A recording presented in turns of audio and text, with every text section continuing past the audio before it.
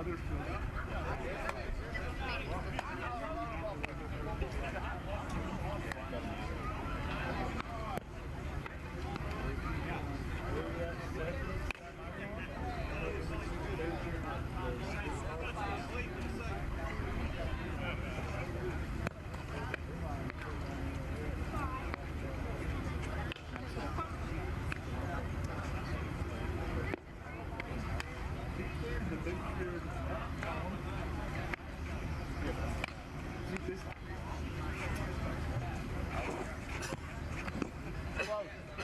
Close.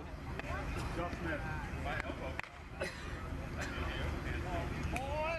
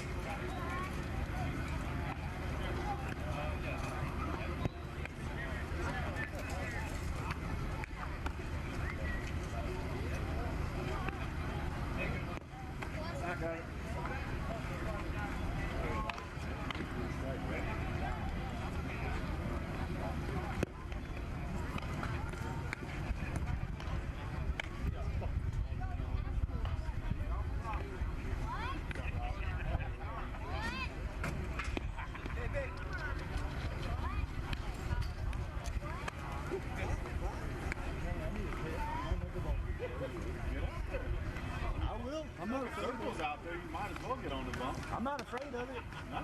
Let's do it.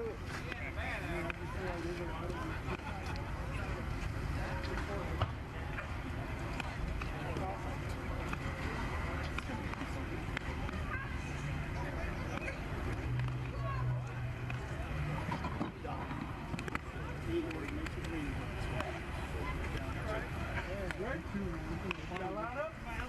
Line up, turn the line up there. One of them, they're working on it. They're out here hollering already. Yep, been here, guys. I'm watching. I know you need to holler at. Oh my God.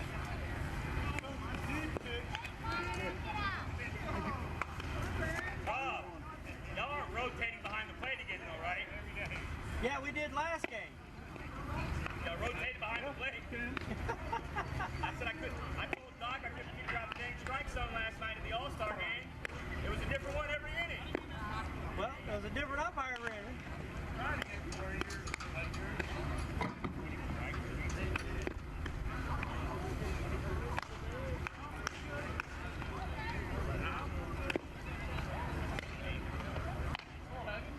Middle.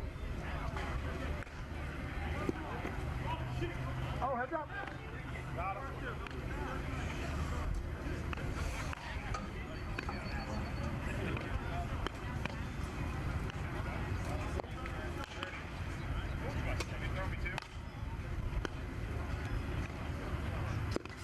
Hello, Dirk. This one's mine, okay? Hi. Good time.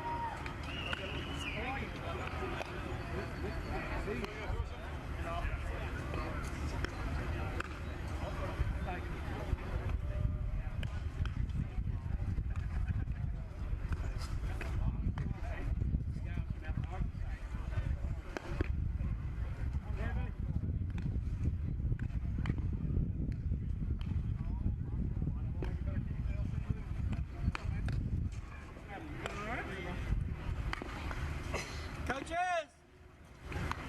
Don't yell at us. What's over there? Another ball? Yeah. We said big guy. Man, y'all need to put some of them damn balls back in the bucket. Well, they got the, I mean, we didn't have to. When you got them, I did not realize that he had two out there. That's on me. That's on me. That's on me. I borrow a ball. Hi, Rob.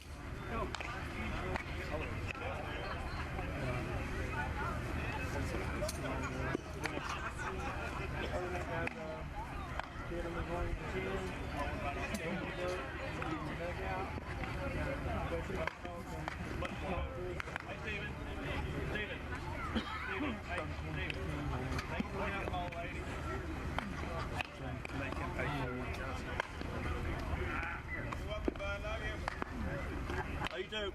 Subspecies company name. Can I get a catcher so they don't have to catch me? You can tell. Go for it, boy. So close. Home team. You need nothing. We ready when y'all Thank you, sir. Sure.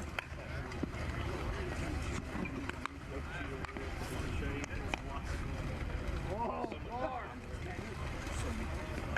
You know that.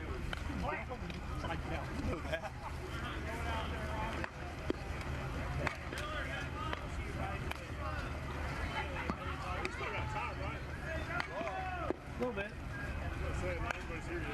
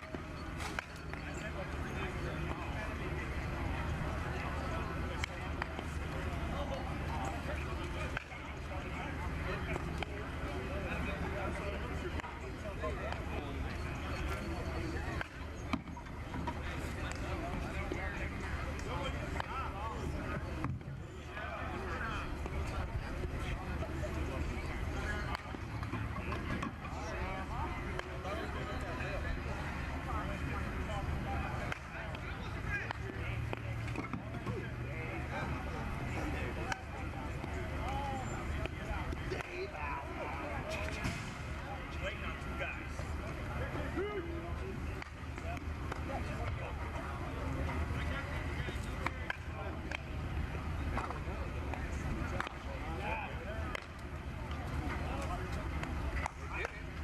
Next time I go out for assistant coaches, I'm having an IQ test.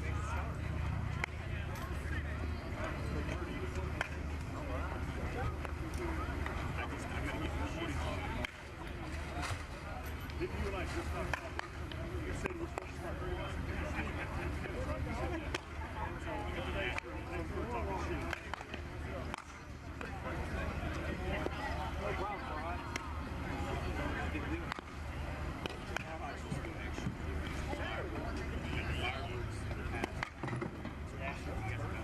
Yeah, Letty.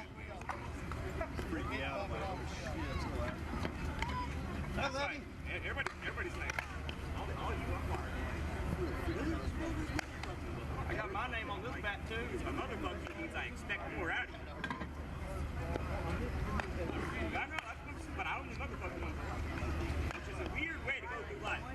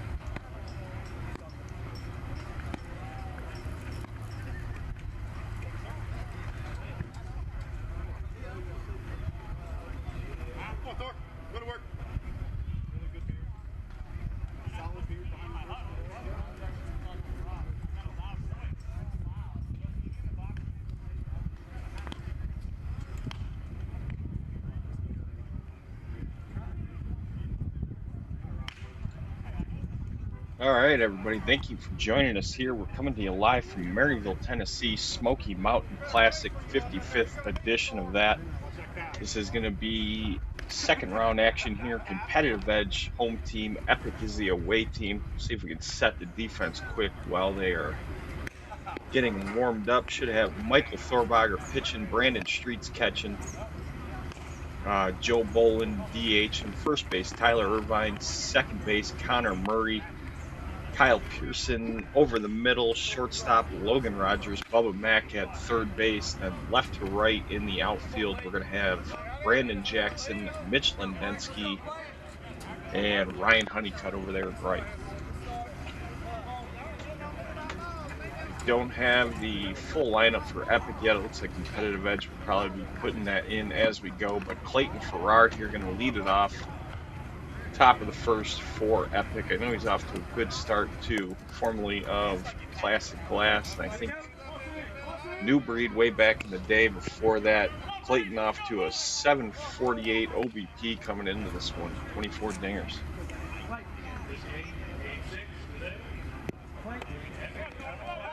Pitch from Thorbager, catches the plate. He's looking off to the side, don't know if we're 1-0 or 2-0 right now.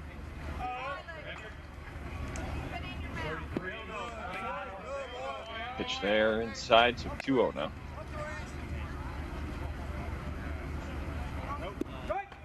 Thorbager getting that one over full count.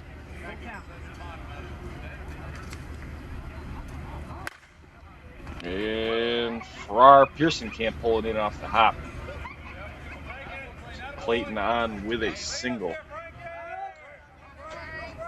Hot one out there today as well, 88 degrees, 54% humidity. Talked to DW earlier, told me it was feeling muggy. The weather report says 6-mile-an-hour winds, but DW told me he was feeling none of those. So second batter, I believe this is Francis Frisk. Yes, it is. So second batter here, Francis Frisk, also off to a good start, leading the team 776 OBP. And Francis is going to be under that one. Jackson running in. Calls off Logan Rogers. He'll have it one down.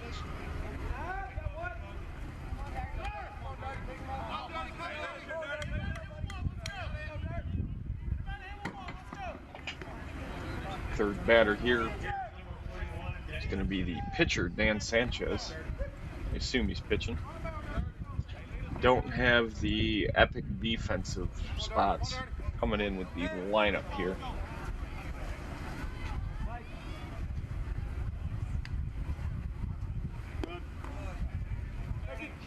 One-0.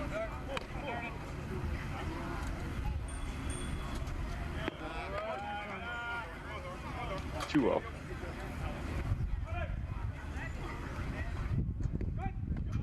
Yeah, that one clears, called strike. Like right at the back of the strike zone there, actually. And Dirty swinging at that one up to the right side. He's walking off, going to be out of here. 2-run home run.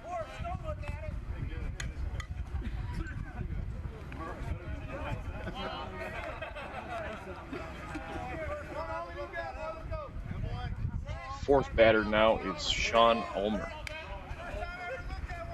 formerly of MPT and Paw Ford.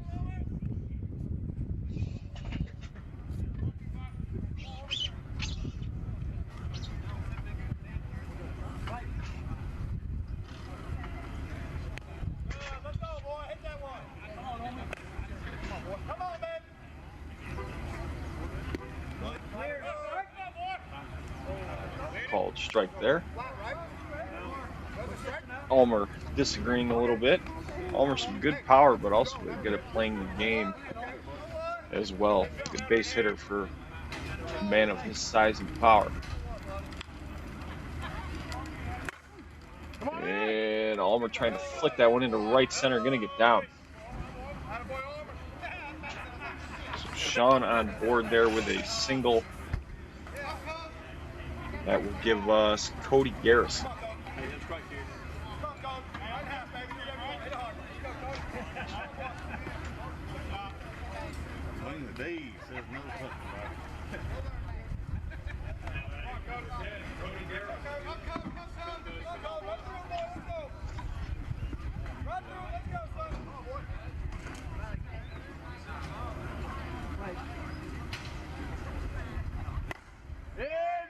And Cody trying to get into that one up to the left side.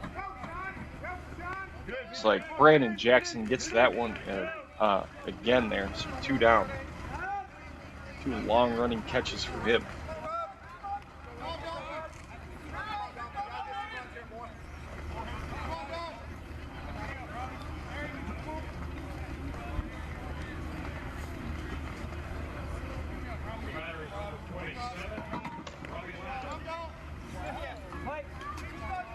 So the batter now is Robert Lanham.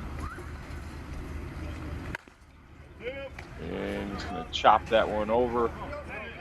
Bubba Mack throws it to second, so that's going to be the 3rd out here in the top of the 1st. Epic leads 2-0.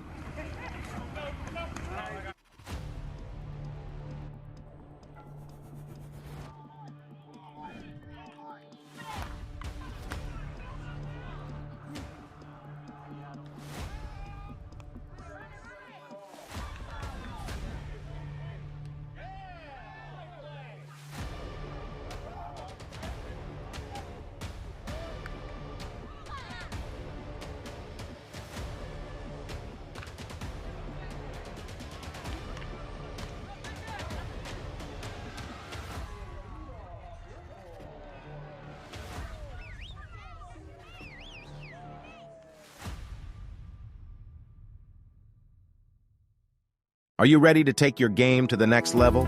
Look no further than Smash It Sports. At Smash It Sports, we carry the latest in baseball and softball equipment and apparel. Our selection includes top brands like Easton, Rawlings, New Balance, and more. Plus, we offer free shipping on most orders and discounts up to 15% off. With our top-of-the-line equipment, you'll be hitting dingers in no time. And don't forget to represent the brand with our stylish apparel. So what are you waiting for? Head to smashitsports.com and gear up for the season. Smash It Sports. Get your game on.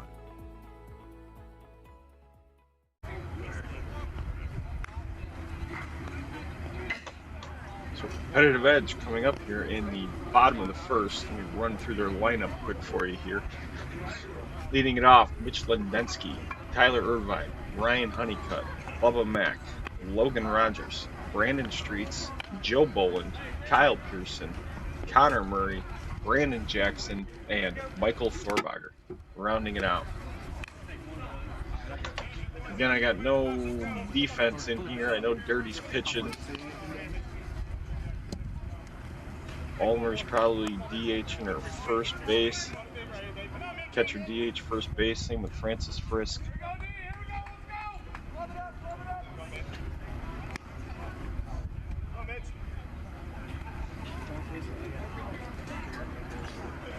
Lendensky stepping in the box here.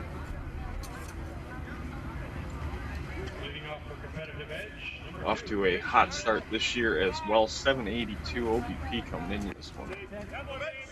His first pitch will be deep.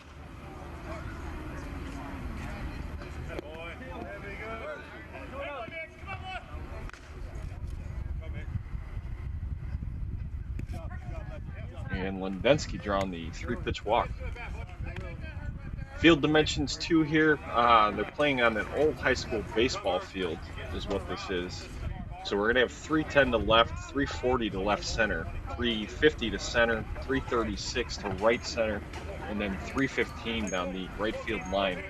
A lot of space out there. Bases are also at 80 feet. Most places we're at about 70 feet, so an extra 10 feet. Long way for these guys to run. And Irvine's going to chop that one over to third, out at second. Little bobble there on the transfer, so Irvine's going to be safe at 1.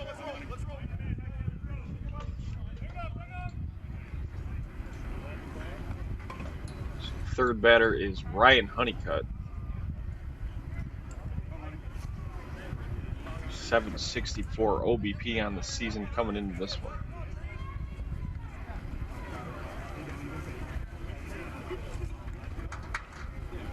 No, we played with extreme for a couple of years.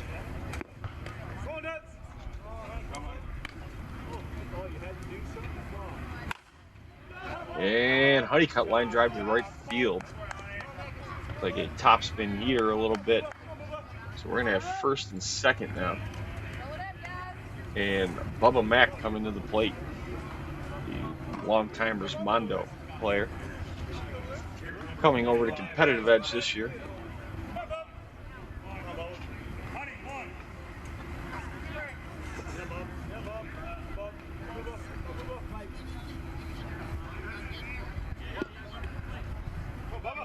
Pitch there, called outside, going to be 1-0.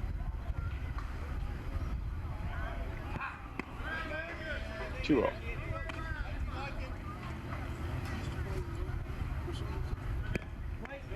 And 3-pitch walk there to Bubba Mack, giving us shortstop Logan Rogers now.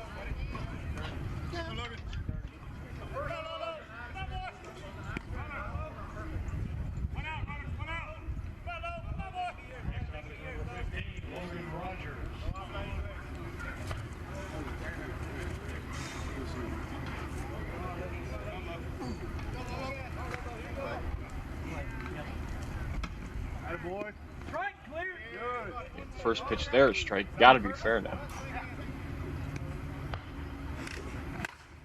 And Dirty playing with the arc a little bit.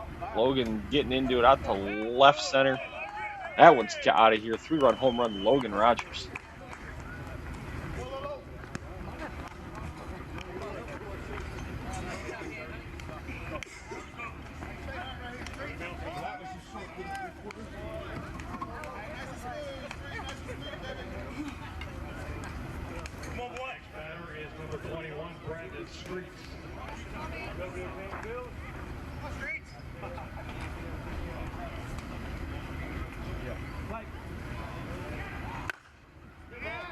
Brandon Streets up to the left side now. Looks like it might be in the park. Nope, it gets out of here. Left fielder made a leap at it. Gets out of here though.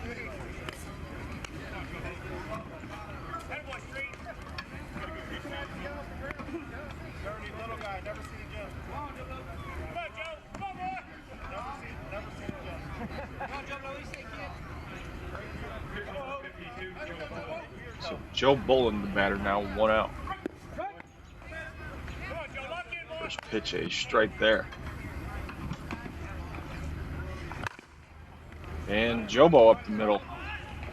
We grab by the middle infielder, thrown across. A little bit of an errant throw though, so Jobo is going to be safe.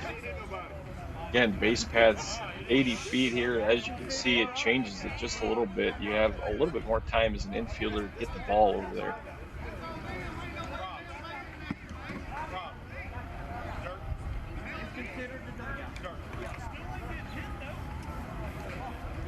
Dirt is the dugout.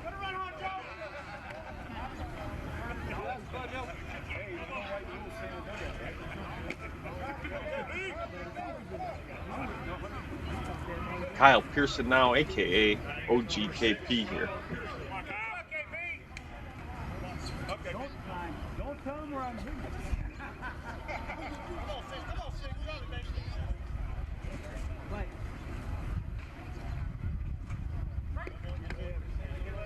First pitch there is deep. And KP line drive up the left field line. Gonna take a few hops there. He'll hold up at 1.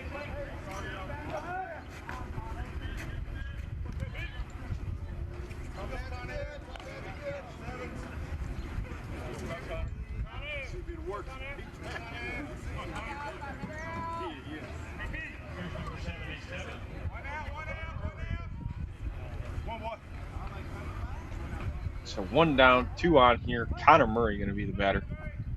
Connor coming over from MPT last year.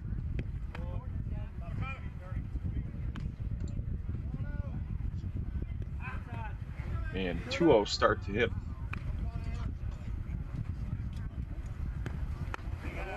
And another walk issued there by Dan Sanchez. Going to load him up now for Brandon Jackson.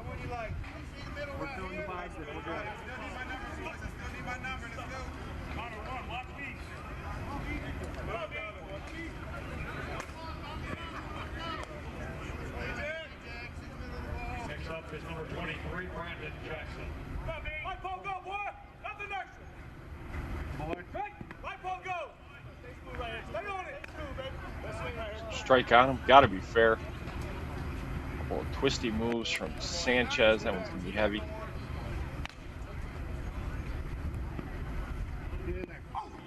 And full count just inside. Good take there by Jackson.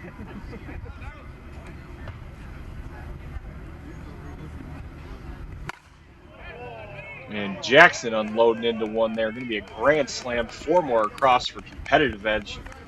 Taking a 9-2 lead now here in the bottom of the first. It'll give us 11th batter here, Michael Thorbager. Michael won the A Worlds last year, was the A Worlds winning pitcher with the Anarchy Smash It Sports team. And Thorbager getting into that one. Gonna get down. Thought he caught that one a little bit better than he did, but holds up at 1. Gonna be on board with a single. We're back to the top now with Mitch Lendensky. Thorbager, one of the better power hitting pitchers for sure. Might have caught that one off the end cap though, I couldn't quite tell.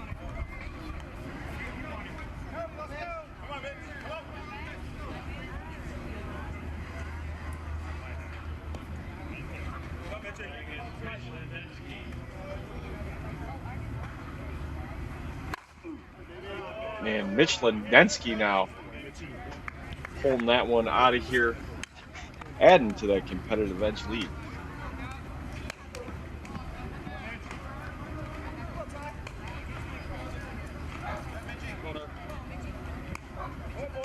It'll give us Tyler Irvine. And Irvine pulling that one. Gonna have enough, so a home run for him. 12-2 competitive edge.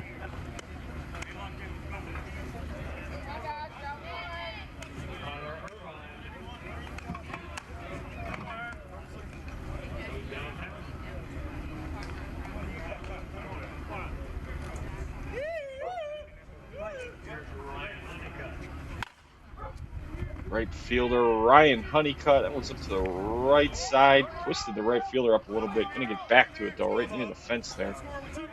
So that is gonna be 2 down now.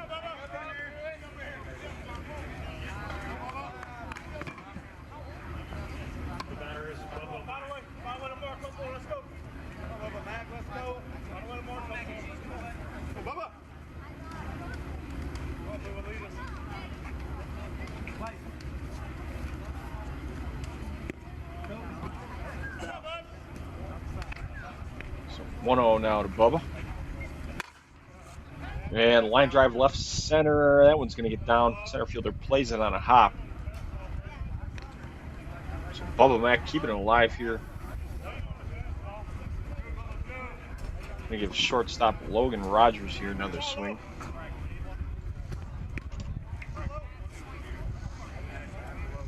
Not sure if I mentioned it in his last at bat. Logan Rogers 671 coming into this one. Been one of the up-and-coming all-around players in the game. Plays a great shortstop. That's right in the middle of this major team lineup. Has for most of the year.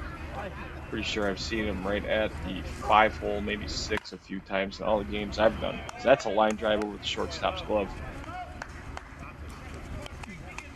So Logan Rogers now on board. Gonna have 2 on here for Brandon Streets. Brandon Streets was with Thorbager last year. Thorbager and Zirkle. Zirkle also on this competitive edge team. All of them coming over from that A World Series Anarchy SIS team.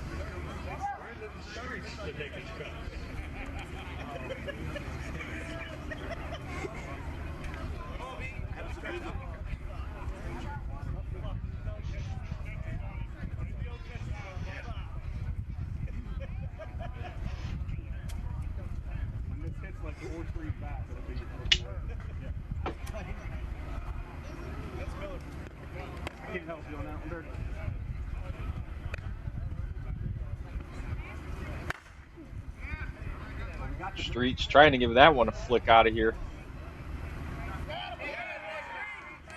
Another leaping attempt by the left fielder, just going to get out of here. So 3 more across for competitive edge. Going to give us 15-2 now. Joe Bolin stepping up.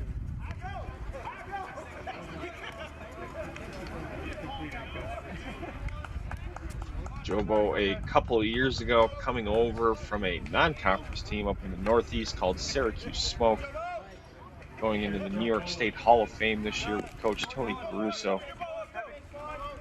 It was a great find by competitive edge. Pulled him up to A couple years ago from the Syracuse Smoke C team. And Jobo drawing the walk.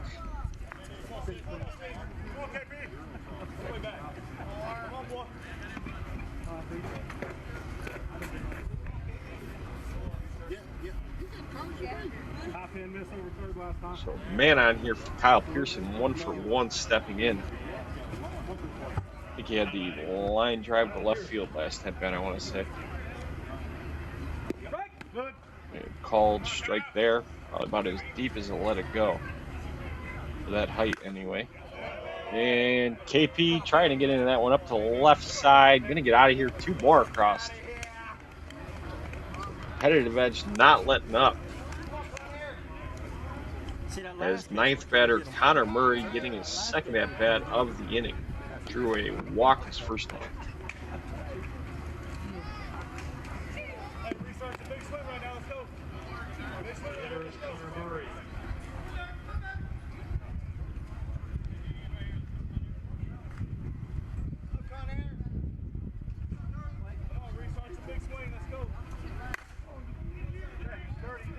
And Connor Murray going to pop that one up to center field. He's running in. He'll have it for the 3rd out. So 17 across here in the bottom of the 1st for competitive edge. Epic coming up.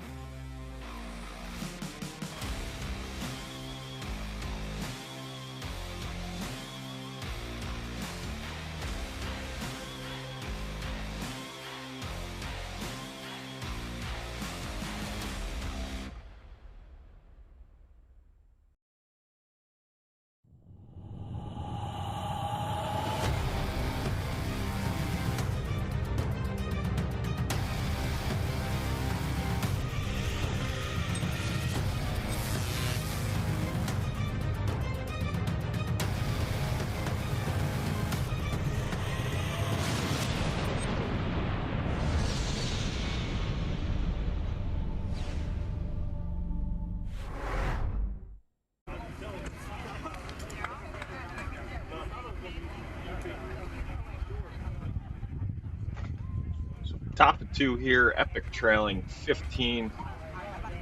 We know it will be the 7th batter in the order. I'm not seeing that on ball clubs yet, though. But appreciate you guys joining us. Again, don't forget to come over to conferenceussa.com. Join us in the chat room. You can find links there for everything you'll need to each individual field, bracket link, ball clubs link if you want to follow the box score like I'm looking at. So don't forget to check that out. Looks like quite a few people, might be the most people we've had in the chat all year long. So head over, already been some good chatter in there today.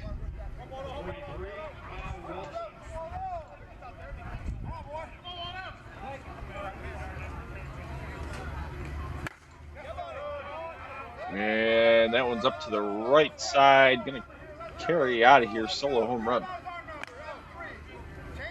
It was Kyle Walden. Just went into the scorebook.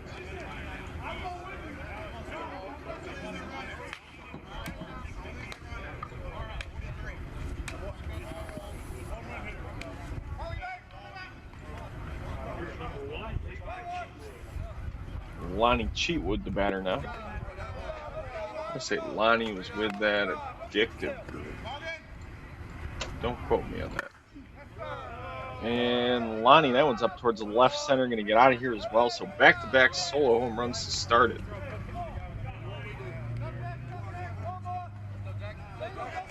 Okay, yeah, he was addictive in 2022, and then Thunder chose in 2021, which was the same group of guys.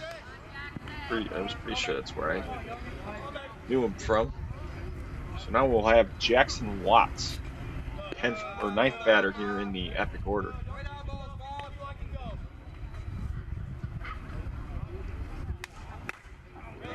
And Watts line drive to left field. Jackson's going to play it on the hop.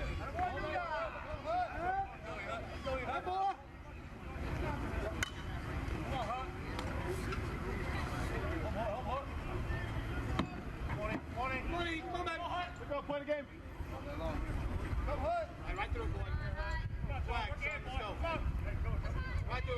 10th batter here, Eddie Hutchinson. Here's number 24, Eddie Hutchinson. Called strike. 0-1, gotta be fair.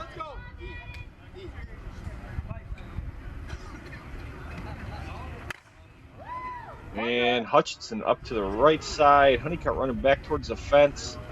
Looked like he was going back towards the fence. Came back in. That'll be 1 down now.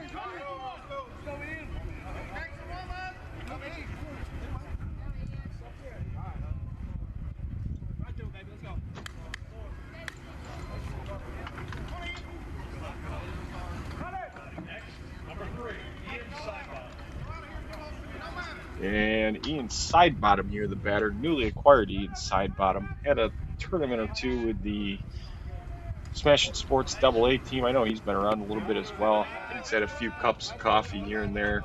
Sports Reach maybe. And Ian out to right center. That one's down. It's going to take a big round. Holds up though.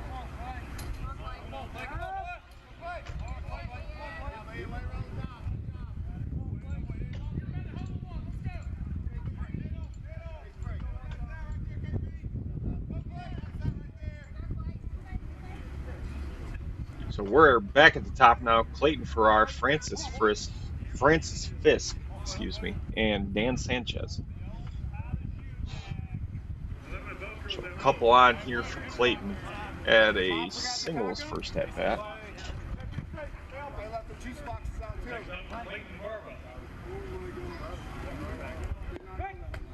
And called strike there. Got to be fair now.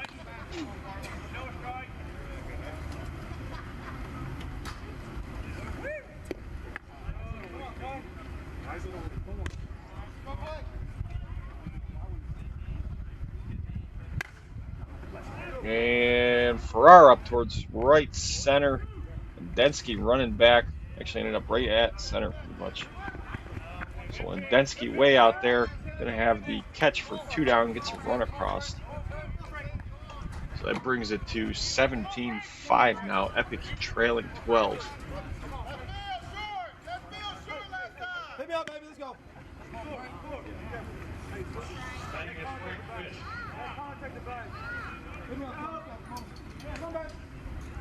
Here's second batter, Francis Fisk.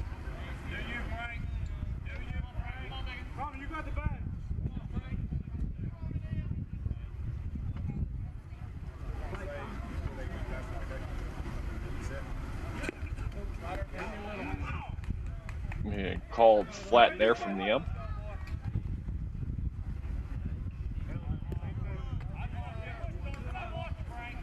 It's going to be 2-0 now.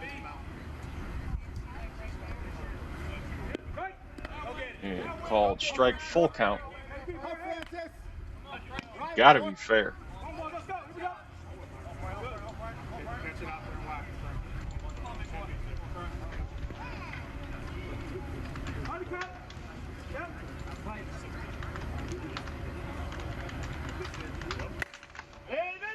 And Francis, that one's up to the left side, going to be in the park. That one's caught for the 3rd out, so Epic gets coupled back here. Competitive edge coming up in the bottom of the 2. They lead 17-5.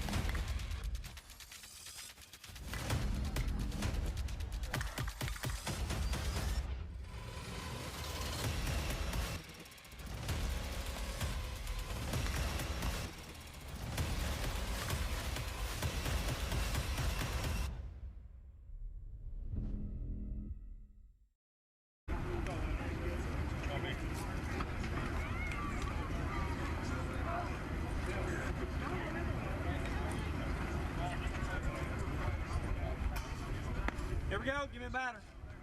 Stop yelling.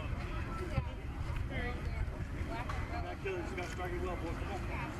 I ain't yelling yet. Go, go. Me either.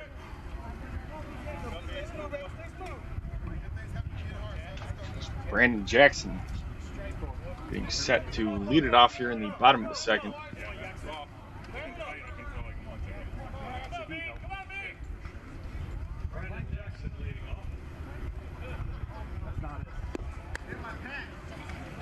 Pitch inside there. Jackson to a good start as well, swinging there. That one's going to be up and in the park. And caught one down. Jackson this year so far, though, 7.05 on the year in partial time. Pretty much acting as the fourth outfielder. But gets a decent amount of time. Plays about 50% of the time. Good start for him as well coming into this one. That'll give us pitcher Michael Thorbogger.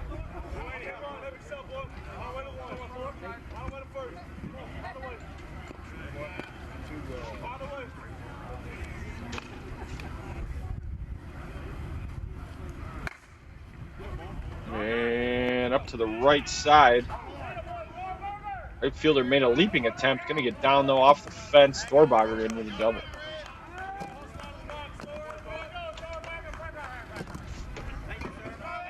Yes, sir. Right. I got to get it moved.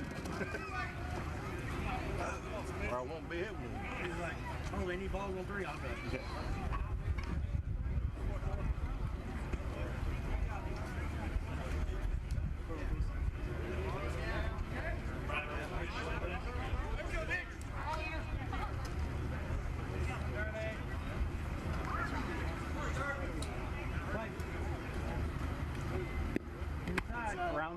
Around it.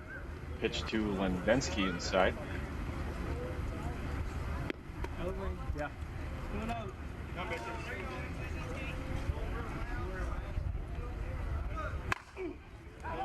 And Lendensky got a little grunt out of him there as well. Going to be out of here. 2 more across now for competitive edge.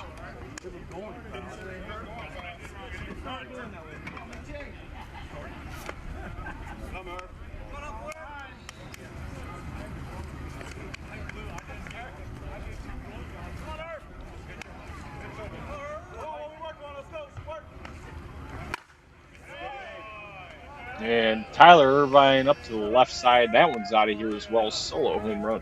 Yeah, I got you.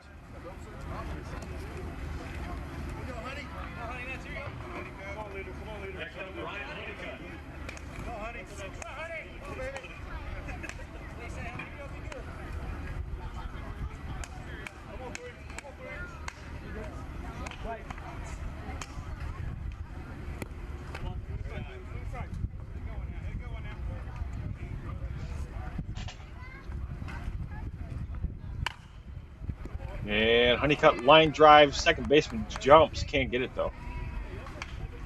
Playing way deep there on the right side for Honeycutt. So 1 on, 1 out. Bubba Mack going to be the batter.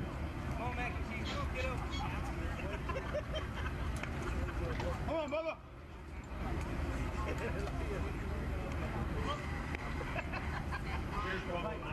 Go on, move up.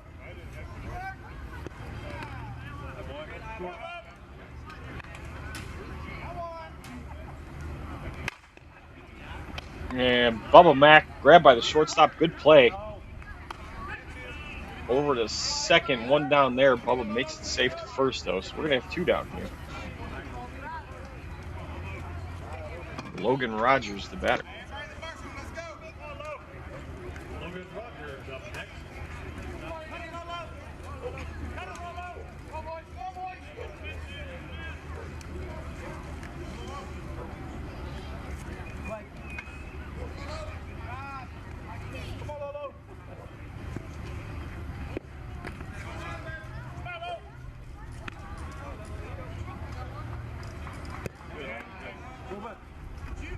That one just catches the back of the plate. And walk issued to Logan Rogers. Going to have a couple on here for Brandon Streets.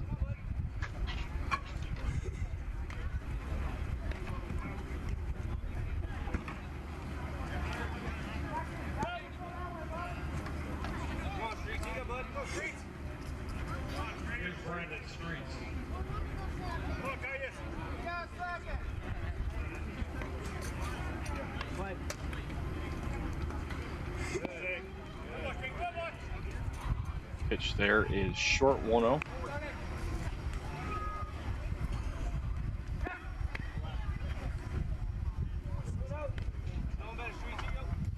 Gonna be 2-0 there. Thought I heard someone say strike, and I saw the ump stick his hand out indicating the flat. Figured it was. Strike there, so now we got a full count. Gotta be fair, couple on for the power hitting Streets, last year's conference OBP champion Brandon Streets.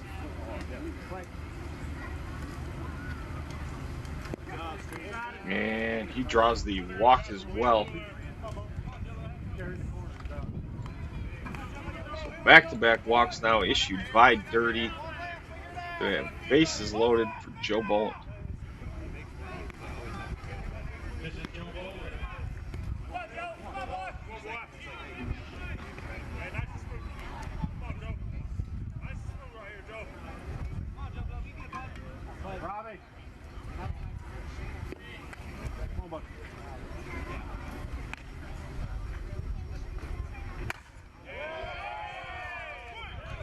And Joe Boland, big fly by him. Grand slam, 4 more across for competitive edge. They're going to lead 24-5 now.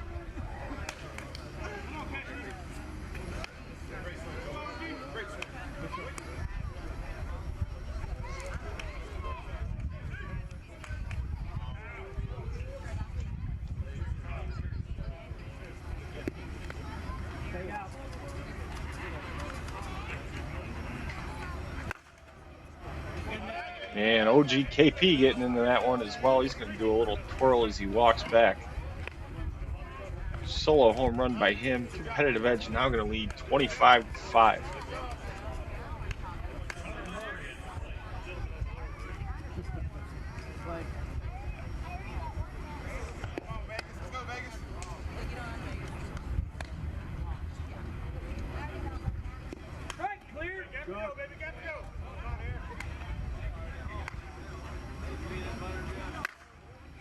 And Connor Murray backside. Gonna flick that one through the 3-4 hole. He'll be on with a single.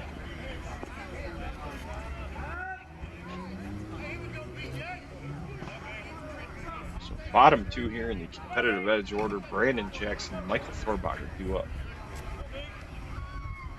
Competitive edge just seems to be rolling right now. Again, we got the home runs on the scoreboard, but in case you're unfamiliar with the Smoky Mountain Classic, this is unlimited home runs, so they can use as many as they want to, as Brandon Jackson pulls that one through the infield as well. They had a little line drive there between second and middle, playing in shallow right field.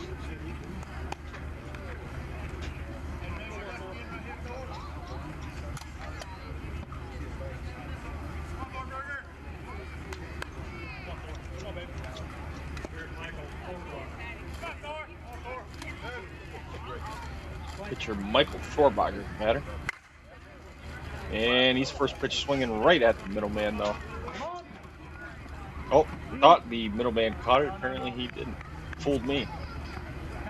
So Michael Thorbacher there with an RBI single. Going to roll the order back over. We're going to have Mitch Lendensky here again. 3 for 3 right now in this one. Pair of homers and a walk.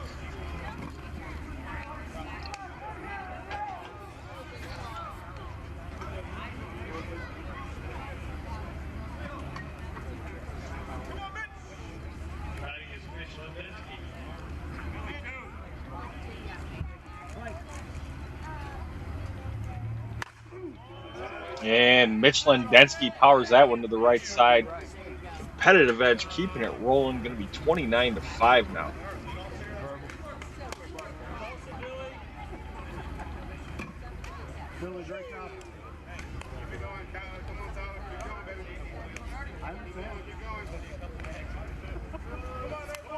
That clears him off now for first baseman Tyler Irvine.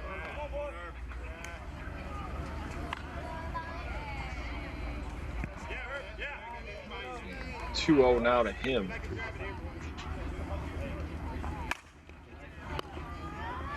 And ground ball to third base, thrown across. That'll be the third out here of the second, bottom of the second. So Epic coming up in the top of the third. They are trailing 29-5. Top of 3.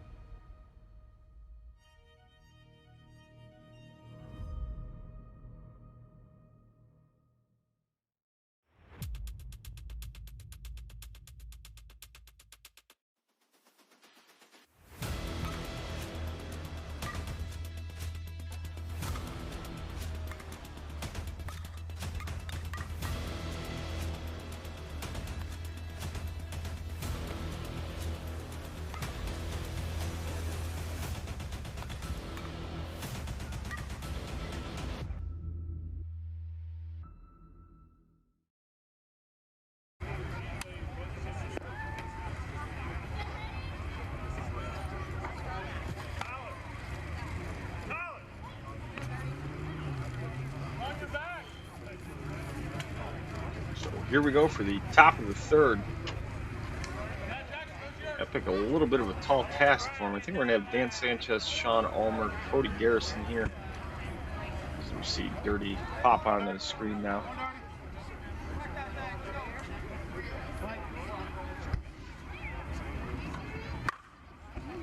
And Dirty pulling one. Gonna be off the glove of Murray there. Tried to play it on the hop, so Dan Sanchez on with a single now.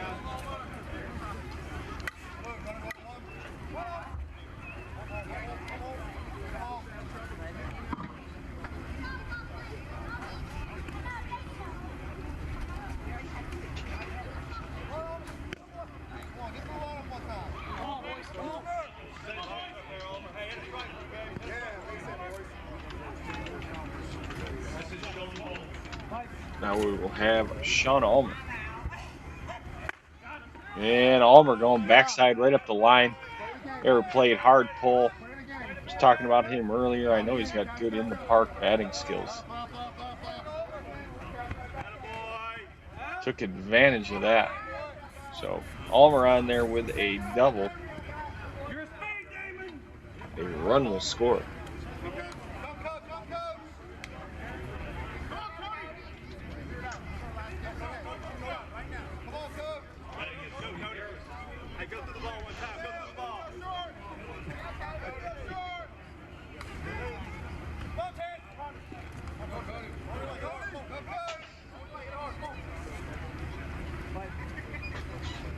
Cody Garrison stepping in.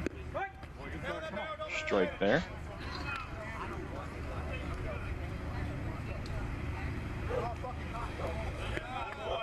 And that one's heavy.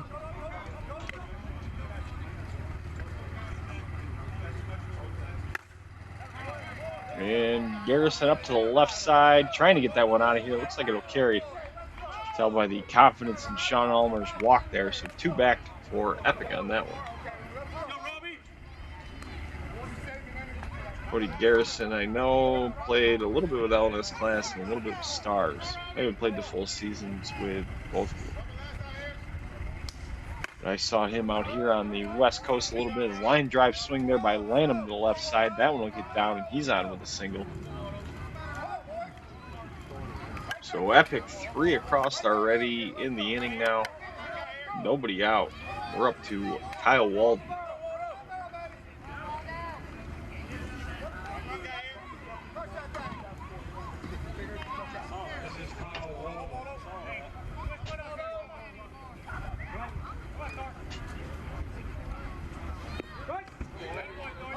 Walden takes the first pitch. That'll be a strike. Gotta be fair.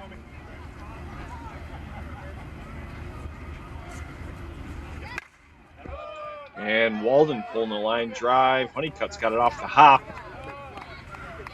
No play there at second. I was waiting to see if Honeycutt was going to get to that one or not. Again, 80-foot bases here, so can get a little dicey out there at times. That extra 10 feet means quite a bit.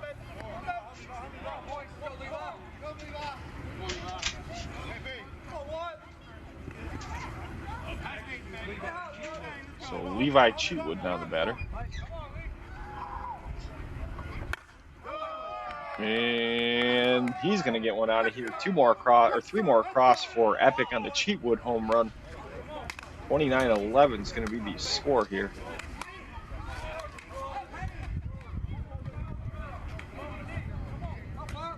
So Jackson Watt's going to step in. He's 1 for 1.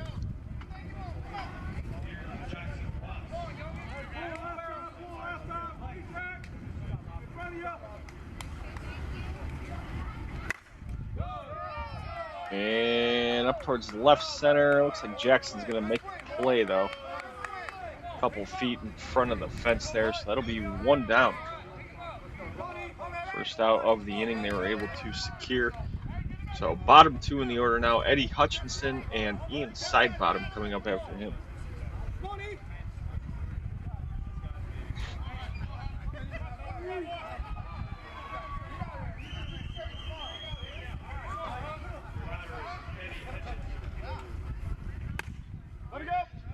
And that one's going to be out of play right side.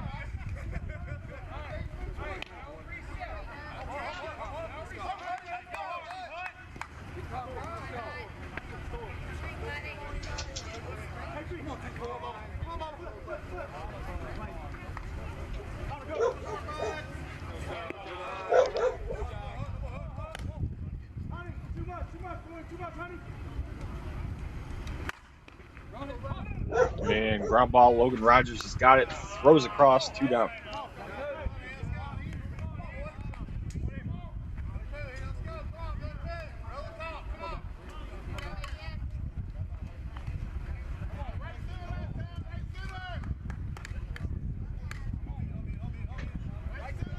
So 2 down now for Ian Sidebottom.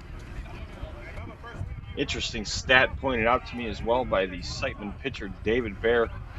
Ian Sidebottom, I think it's 5 or 6 tournaments on the year, hitting over 700 with no home runs.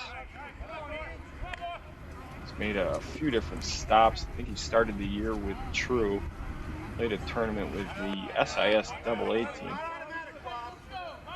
But again, 700 on the year, no home runs hit. Sidebottom's going to take the strike there, full count, got to be fair.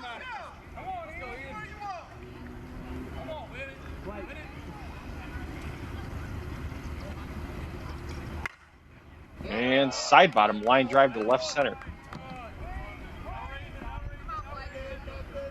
Takes a round. He's going to hold up at first, though, with a single.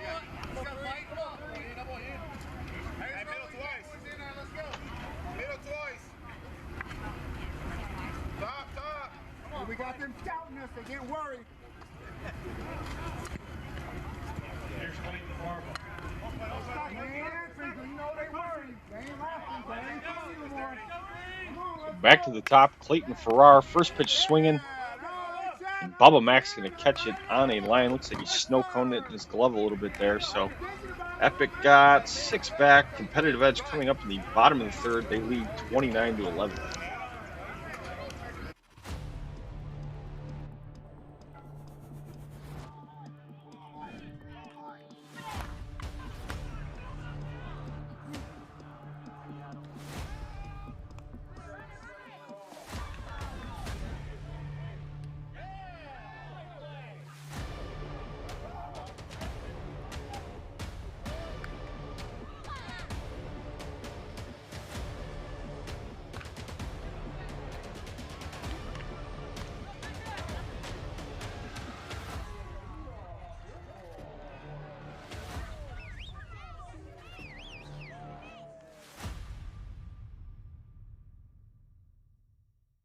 Are you ready to take your game to the next level? Look no further than Smash It Sports.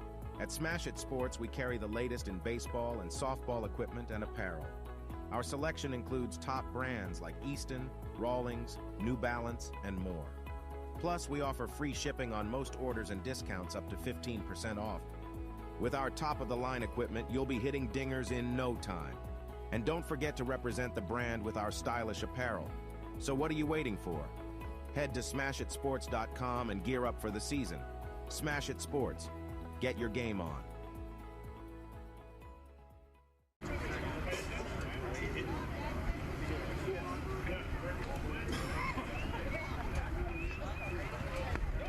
So the bottom of the third, competitive edge coming up. Let's see if we can figure out who's coming up. I think we're going to have Honeycutt, Mack, and Rogers here.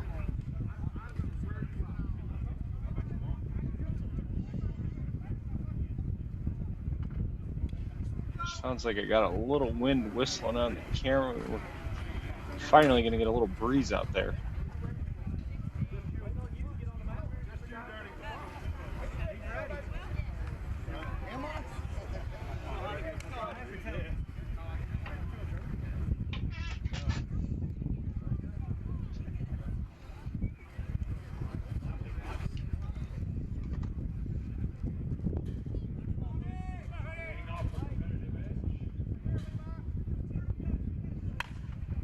And Honeycutt, first pitch swinging. Gonna be a line drive to the first baseman, in and out of his glove.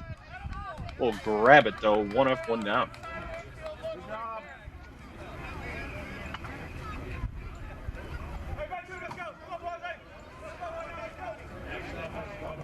Put the knuckleball away. Lots of spin. Cutter, church spinner, 14. He's going to spin it anyway. So he might as well. And Bubba Mack, first pitch swinging as well, up and out of here to left field. Solo home run for him.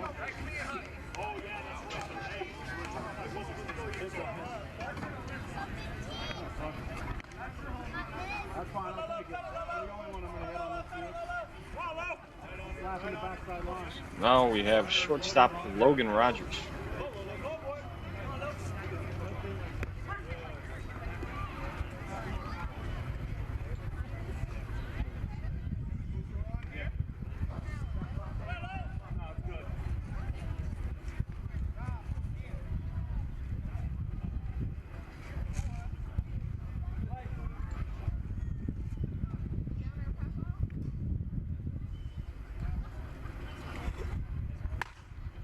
And Rogers gets it by the third baseman. Tried to play it with the backhand on the hop, unable to pull it in. Logan Rogers on with a single. It's going to get us to Brandon Streets. Streets 3 for 3 in this one, pair of dingers and a walk. Was injured in the early part of the season. Since he has come back, 51 for 64 on the year, 797 OBP coming into this one.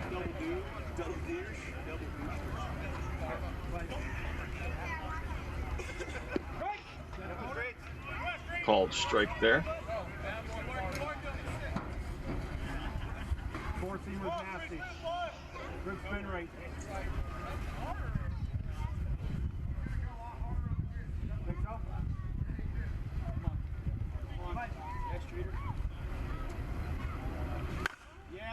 And Street's going backside with the outside pitch. Gonna lift that one up and out of here. Solo home run for him.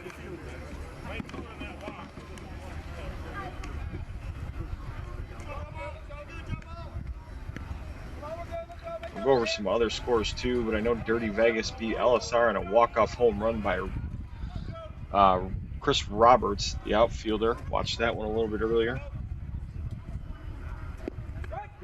Pitch there called strike to Jobo. Sports Reach tied TaylorMade on a 2-out, 3-run home run by Robo, and then won on the 3-run walk-off home run by Austin Mapes as well.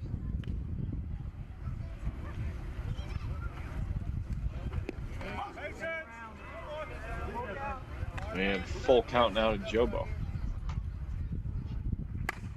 And Joe Bolin trying to take that one up to the right side too. Right fielder's running in. Gonna catch that one. We'll have 2 down.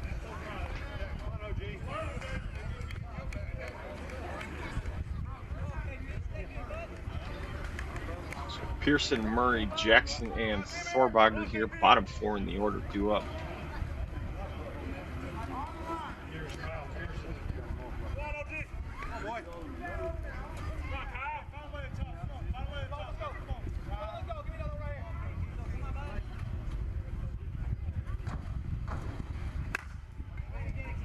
And KP up to the left side. That one carries out of here. Another home run.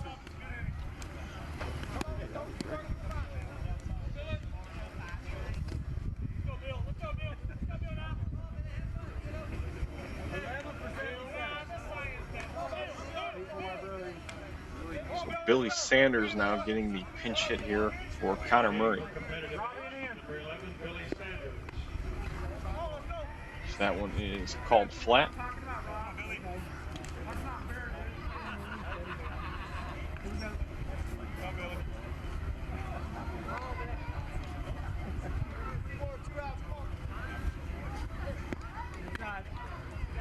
Two-0 now to Billy.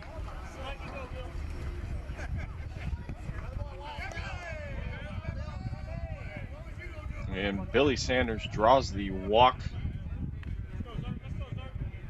Going to have another pinch hitter here. Brian Zirkle coming in for Brandon Jackson.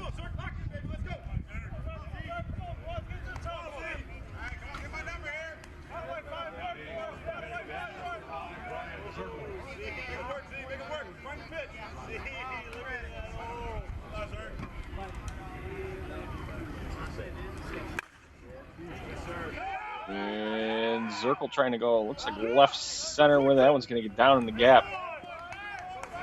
Between the left and center fielder there, right in left center, so double for Zirkle.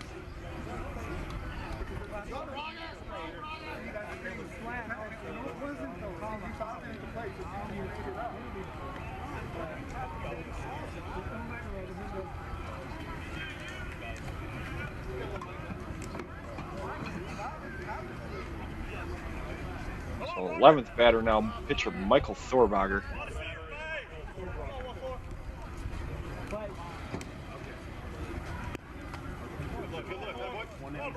Pitch there inside, 1-0.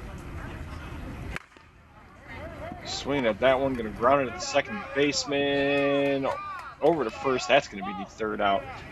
So Epic coming up in the top of the fourth. They trail 33-11.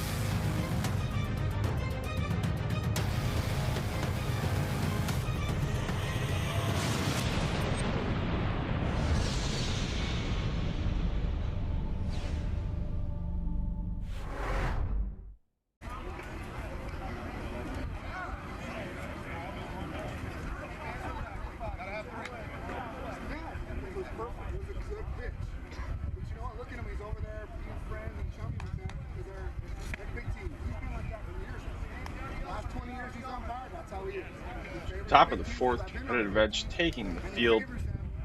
Again, Epic is down 33-11. USSSA run rules are 20 after 4. So they're going to have to score at least 3 to keep going in this one. I think we're going to have Fisk, Sanchez, and Ulmer due up 2, 3, 4 in the order.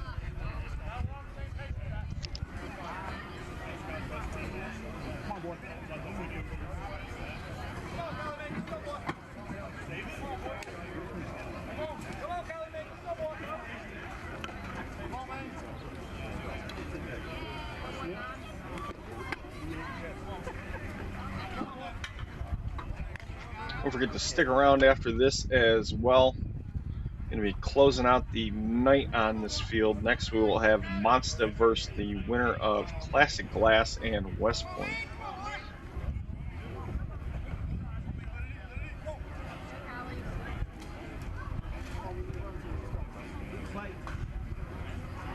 So it looks like Kylie Ming here pinch hitting for Fisk. He goes towards right field. Honeycutt trying to make a dive, can't get to it.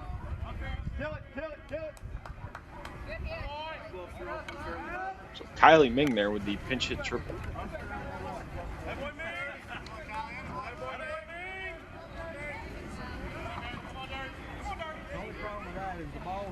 Pitcher Dan Sanchez now stepping in, 2 for 2 with a homer. Pair of RBIs.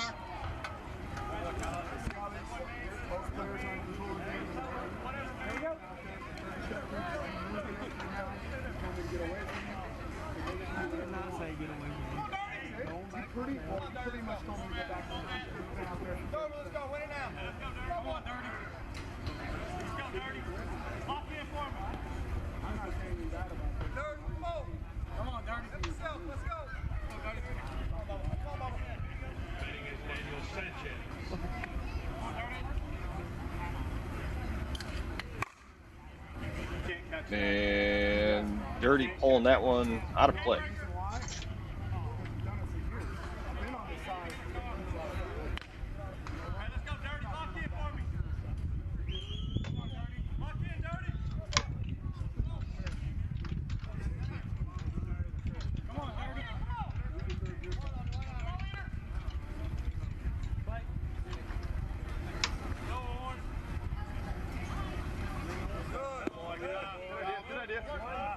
Pitch there is inside. And rung up there. Michael Thorbager probably right at the ceiling of the arc limit there.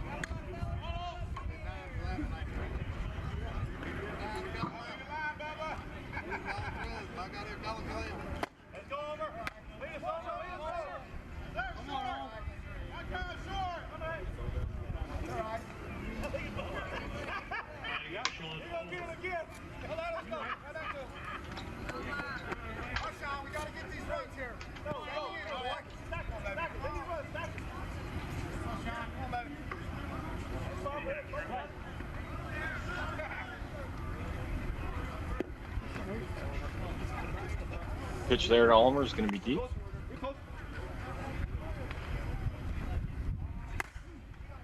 And up to the left side.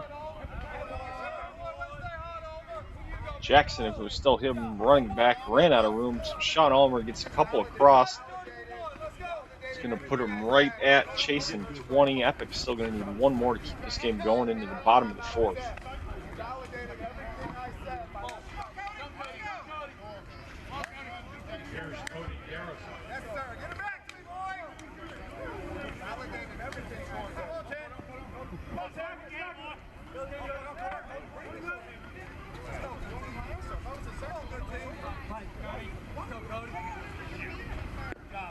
Don't cheat yourself, boy. Let's go.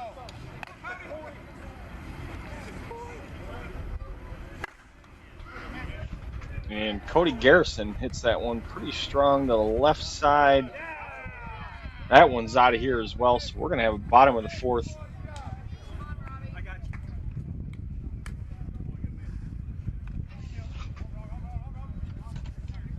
So that will give us batter Robert Lanham.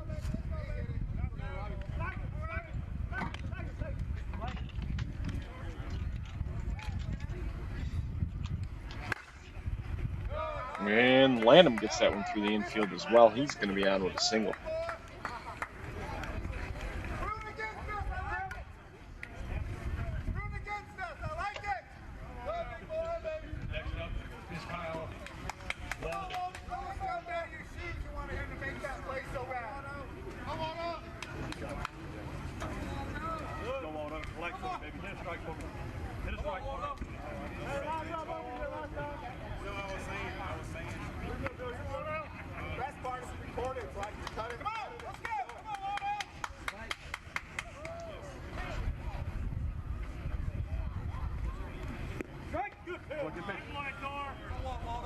First pitch to Kyle Walden's going to be a strike.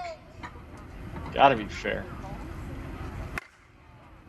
And line drive, that one's caught. 2 down.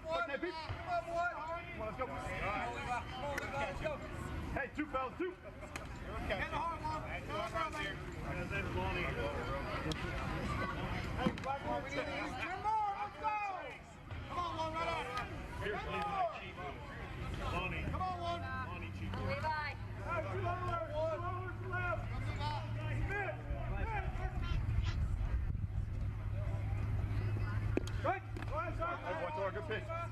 First pitch strike to, or first pitch is going to be a strike to Cheatwood. And swinging at that one up to the left side, walks right off. 2-run home run, Lonnie Cheatwood. Going to bring the Epic total to 16 now.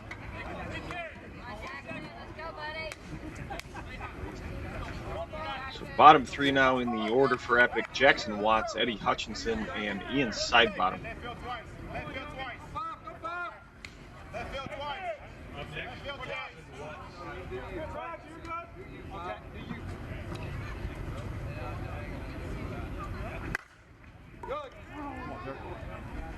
And that one's going to get out to center field. Zirkle can't pull it in for the catch.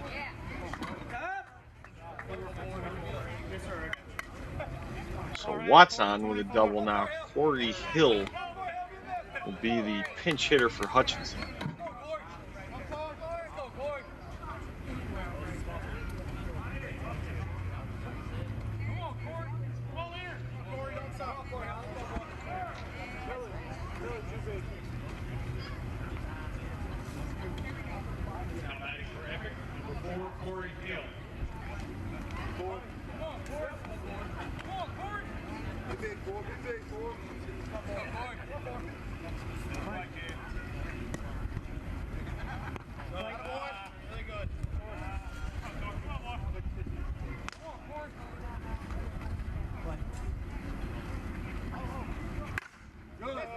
And Corey Hill, line drive, Zirkle going to play it on the hop.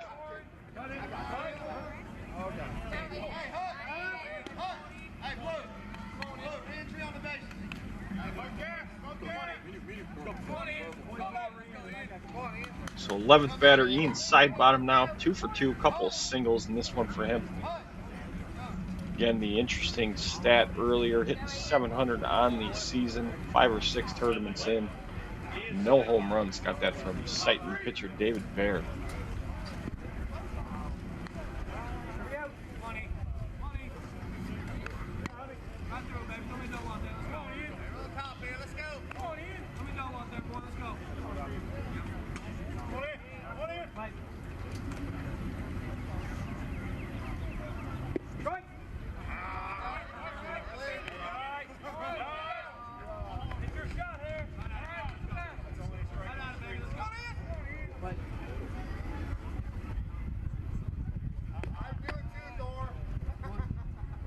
Tough take there by side bottom, counts 1-1.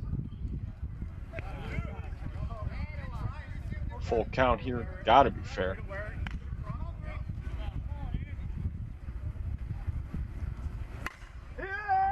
And side bottom swinging at that one, popped up towards center field. Zirkle gonna have it for the third out.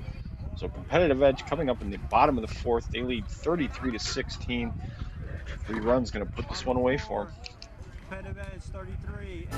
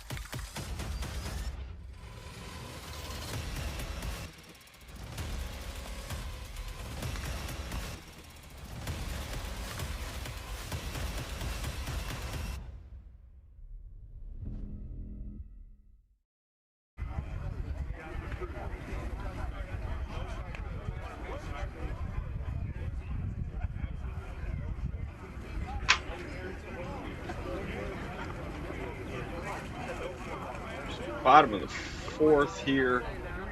Again, run limit is 20 runs after 4. Let me see where we're going to be at. I think we're going to be right at the top with Lindensky, Irvine, and Honeycutt. So we see Mitch walking on the screen now.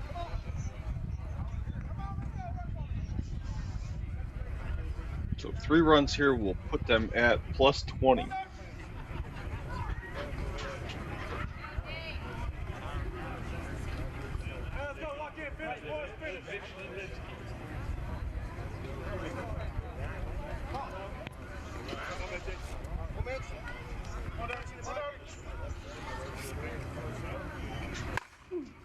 And Lindensky getting into that one up to the right side. Another home run for him. 34-16 competitive edge. Magic number down to 2. Don't forget to stick around after this one. Looks like Classic Glass has beaten West Point 53-49. So next game is going to be Monster versus Classic Glass coming up after this.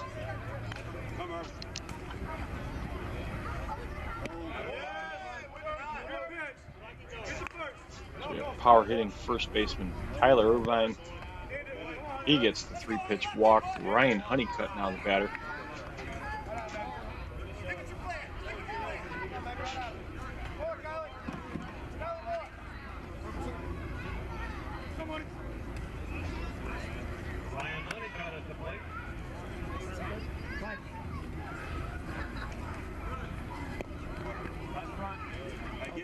First pitch to him, short in front of the plate.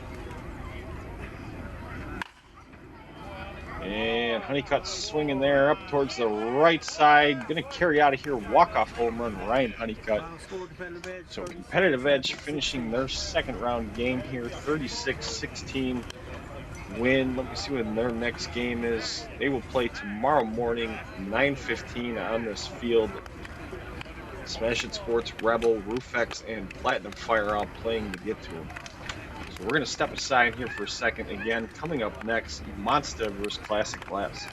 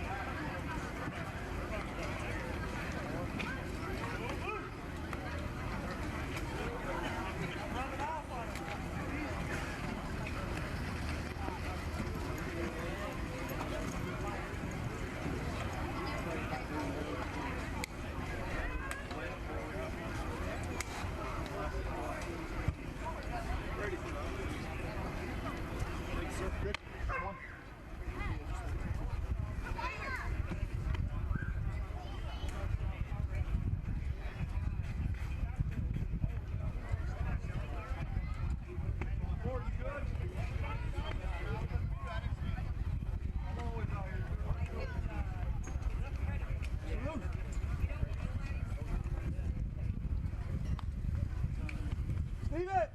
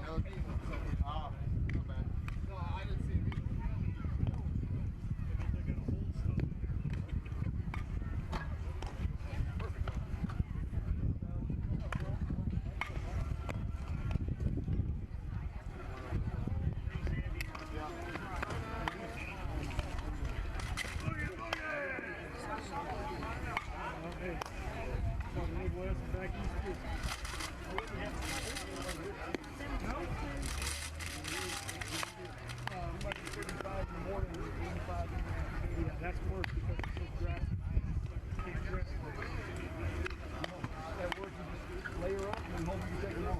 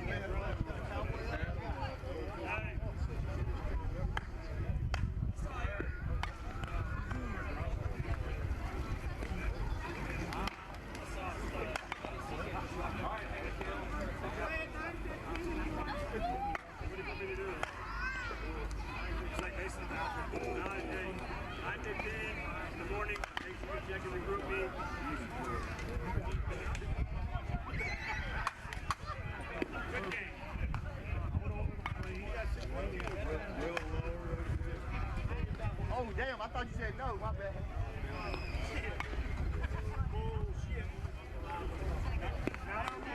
Okay. 1, 2, 3, yeah. That one's all right. You can go with that one.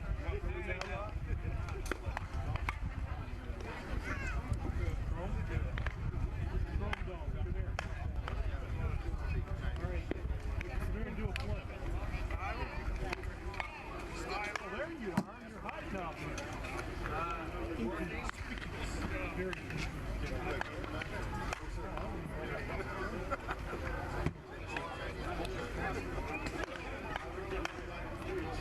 Okay, stay in the dirt. Ball line and out of play line is over here. Make all your teams with me. 30, 20, 15.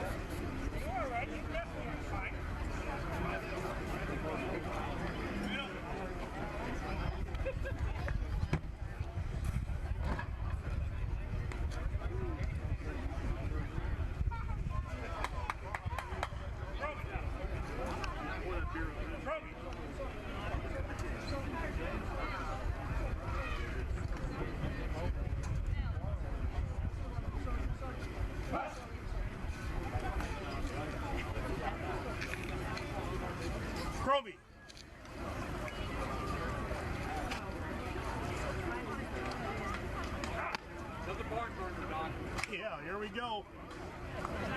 I want the same game.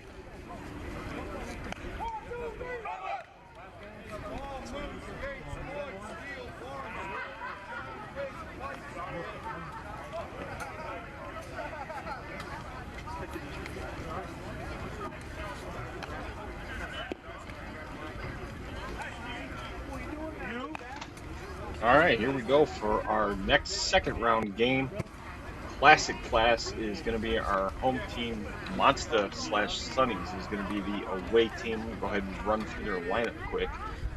It'll be Austin Daw, Jason Matusik, Jeremy Yates, Stephen Lloyd, Steele Lewis, Heath Barnes, Tyler Story, John Nelson, Mark Wick, Josh Fife, and Jerry Williams. Newly acquired Jerry Sport Williams. And nothing on the classic glass side, so I assume Monster is the one doing ball clubs. We'll figure out the classic glass lineup as we go. Again, classic glass knocking off West Point 53-49. Then Monster beat Tennessee Select 19-3 to get here.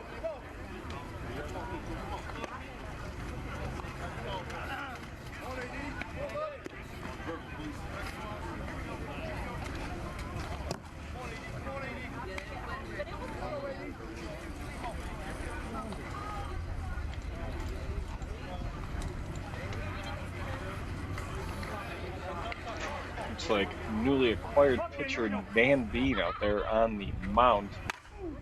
And Austin Daw going to start this one off with a home run.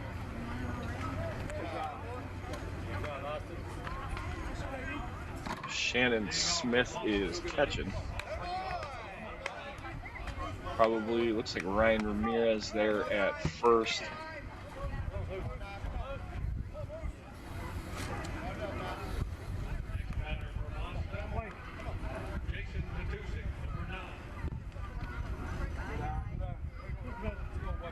Sal Formosa at second, and Blake Lively there at short.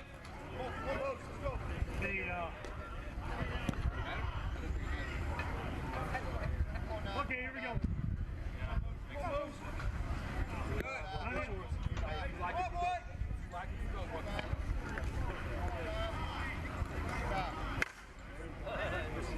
And Jason Matusik follows up Austin Daw, back-to-back solo home runs.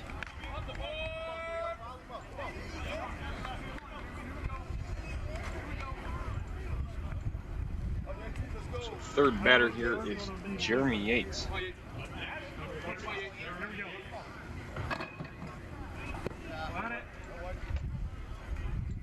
Ball catches the plate 1-0.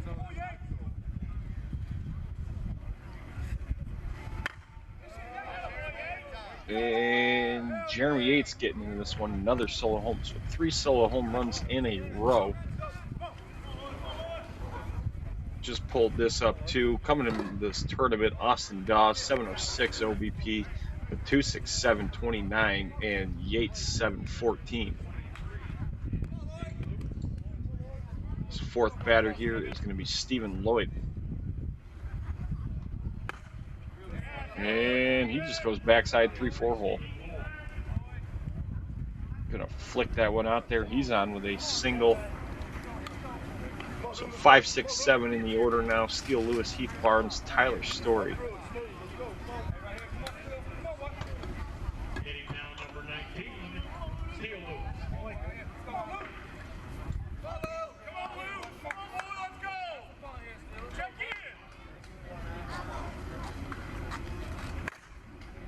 And Steele Lewis out the left center. It actually looks like for most at the middle might be Lively at short. Not sure who's at second right now. Third, Brady Stewart.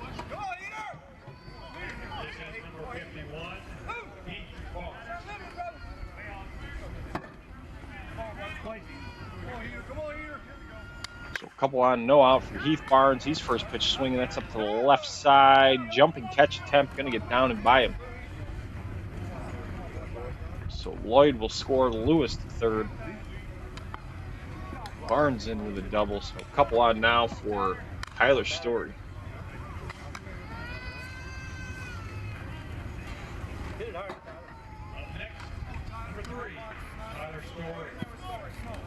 Tyler Story coming over from the Smash It Sports major team. Another guy that was plucked out of C in the middle of the season. Went right to major, C or B. Can't remember exactly what it was. Tyler Story, that one's popped up. Center fielder running in, that one's caught. Steele Lewis gonna tag up, he'll score. You didn't throw, Sonny, is that all right? So first out of the inning there, 5 across from Monster now. It's gonna give us Big John Nelson coming over to this Monster major team from Proton AA, and then I want to say it was the Dan Smith Proton major team before that. Been around for a while, had a stop at Resmondo as well.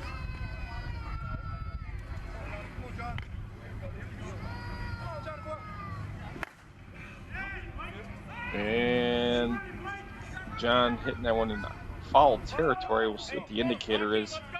Looks like it got down, so he's going to have another swing.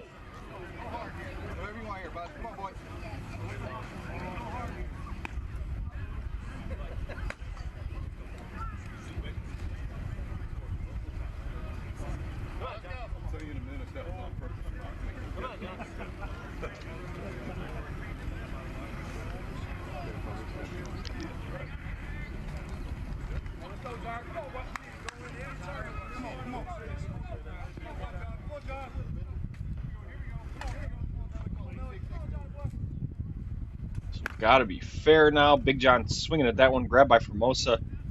Throwing to Ramirez. That'll be 2 down.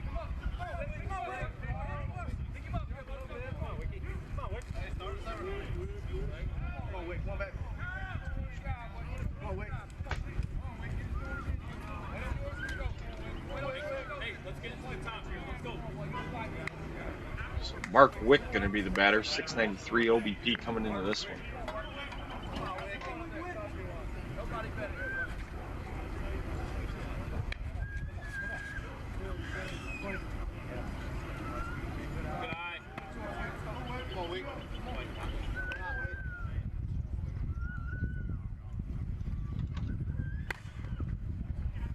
And Wick's going to pop that one up.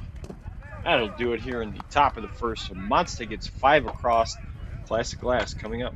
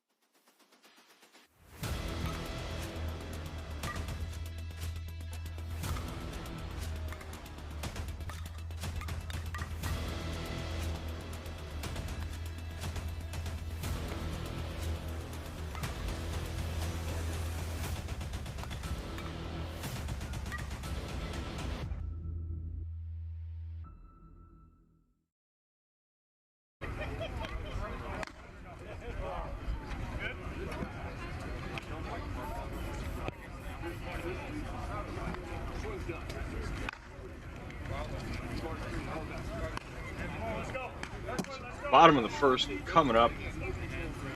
Again, not seeing anything on the Classic Glass side yet. Hopefully they put it in as we go. Now we'll try and write it down here and get a pen.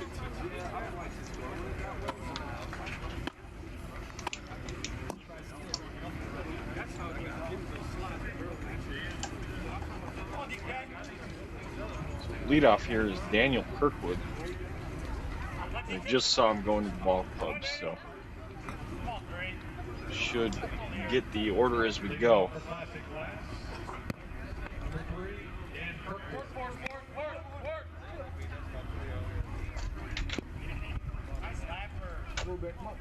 2-0 now to Kirkwood. And 3-pitch walk for him. Kirkwood with the Monster Major team a little bit last year before coming over to Classic Glass.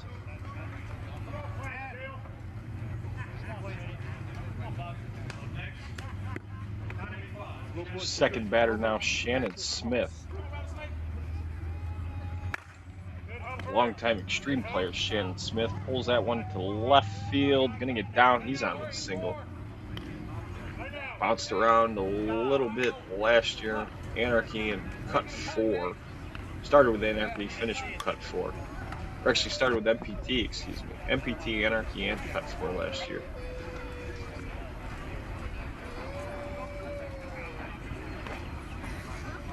So third batter here, the power hitting Ryan Ramirez. And Ryan pulls that one to left field. Going to be grabbed, though, by Matusik. No play at third, 1 down.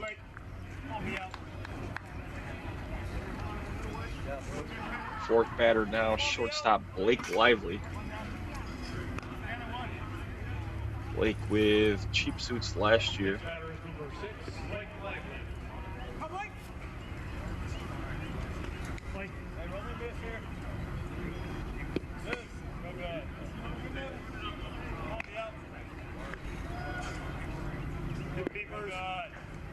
Good, come on. Come on, Lively, come on. You're fine.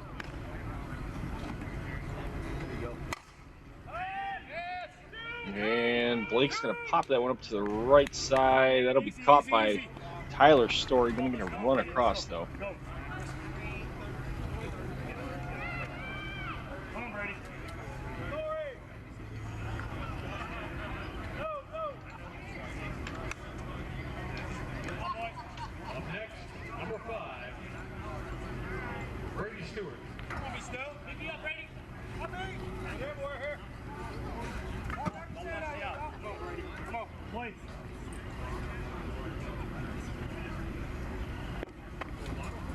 Third baseman Brady Stewart taking the first pitch inside.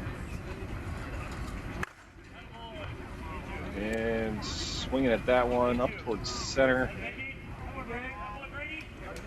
That one's going to carry out of here, though. 2-run home run, Brady Stewart. Classic Glass brings the score now 5-3. Sal Formosa stepping in. Again, in case you weren't with us earlier, these are old baseball fields. The dimensions are pretty big. Sal swinging at that one up towards the left side. That one's caught for the third out. We'll go over the dimensions when we get back. Monster coming up here in the top of the second. They lead 5-3.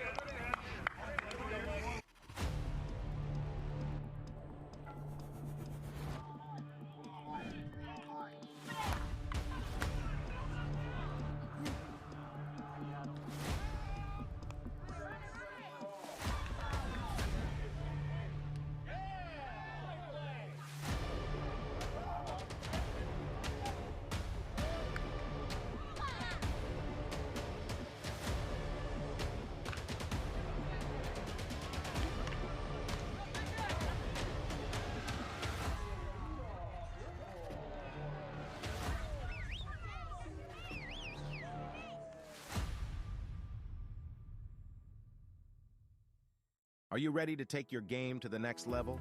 Look no further than Smash It Sports. At Smash It Sports, we carry the latest in baseball and softball equipment and apparel. Our selection includes top brands like Easton, Rawlings, New Balance, and more. Plus, we offer free shipping on most orders and discounts up to 15% off. With our top-of-the-line equipment, you'll be hitting dingers in no time. And don't forget to represent the brand with our stylish apparel. So what are you waiting for? Head to smashitsports.com and gear up for the season. Smash It Sports. Get your game on. Let's go, boy.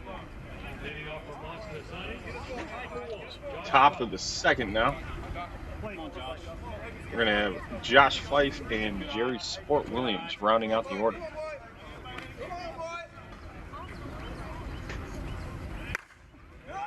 And Fife line drive left center. That one's going to get down. 1 or 2 hop defense, it looks like. Rounds first going in for a double.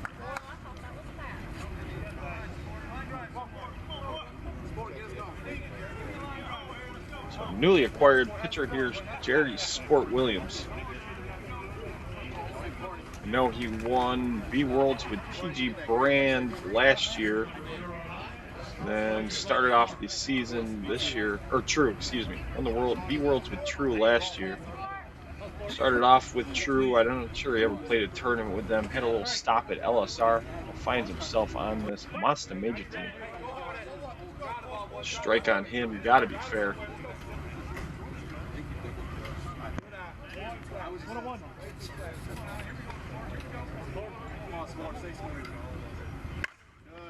And Williams going to get that one through the infield. He holds up with a single. Fife's going to score. So right before the break, again, in case you weren't with us earlier, we were talking about the field dimensions here. This is an old high school baseball field. So we got 310 down the left field line, 340 left center gap, 350 to center, 336 in the right center gap, and then 315 down the right field line. So back to the top here with Austin Daw.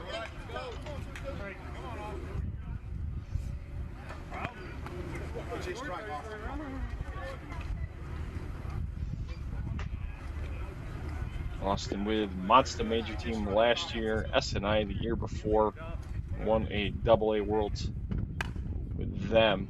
He's getting into that one, going to be another home run for Daw.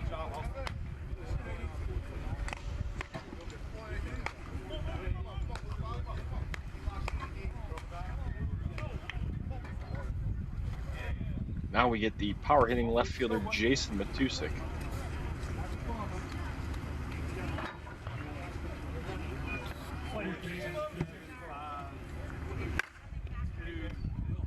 And Matusik right to Lively. Lively gets it across, one down.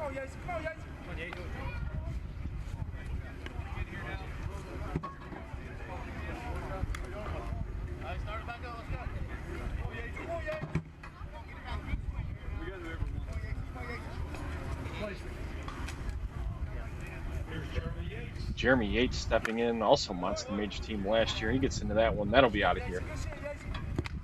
Of course, numerous years with Resmondo before that. So that clears him off now for Stephen Lloyd. Joined the Monster Major team partway through the season last year. After a few years off, I want to say Dan Smith Major team was the last team he played with before that, a few years prior. And Lloyd's going to get that one through the infield. He's 2 for 2.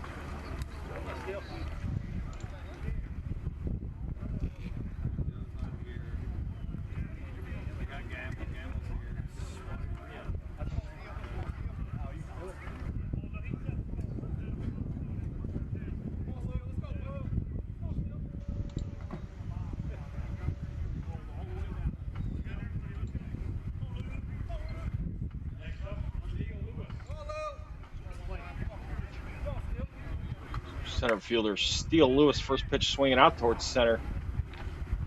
That one's caught for the second out though. Lloyd thinks about tagging up, holds on at first. So 2 outs, that'll give us shortstop Heath Barnes.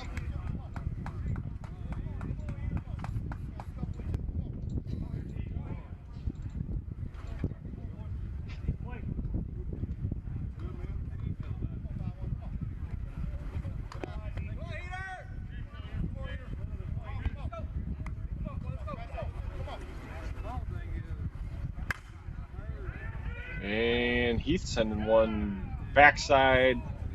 That's caught though for the third out. So classic Glass coming up here in the bottom of the second. They trail 9-3.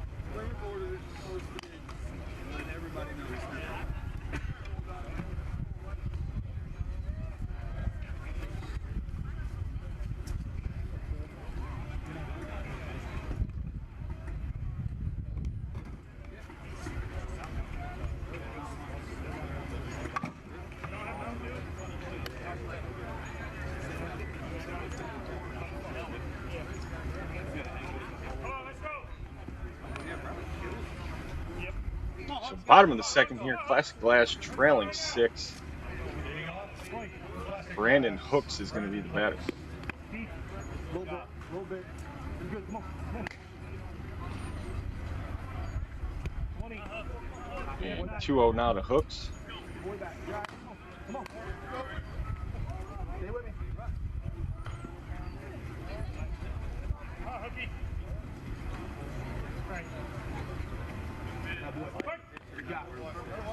Called strike there, full count, gotta be.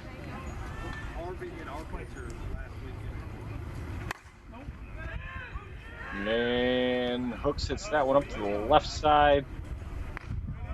Gonna be caught though by Matusik, 1 down. They'll give us outfielder Greg Downing.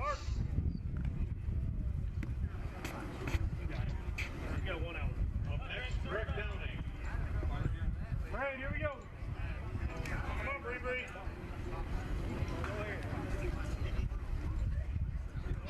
Here we go. Come on back.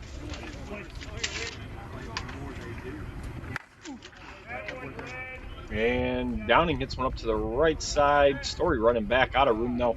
Solo home run, Greg Downing.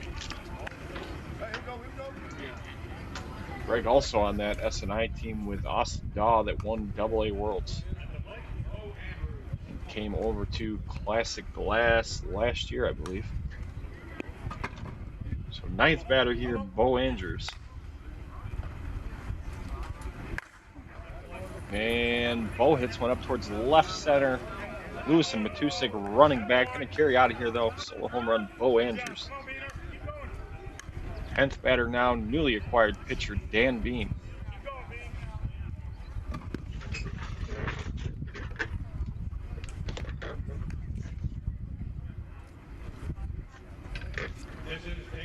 And it's been all over the place for a variety of years.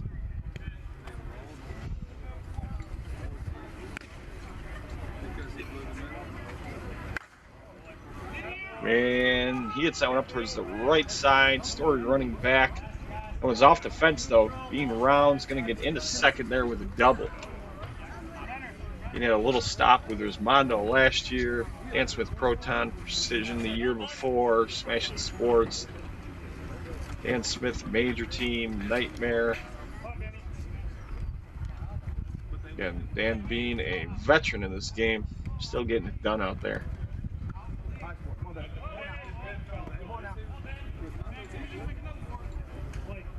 So now we have 11th batter Ben Falcone.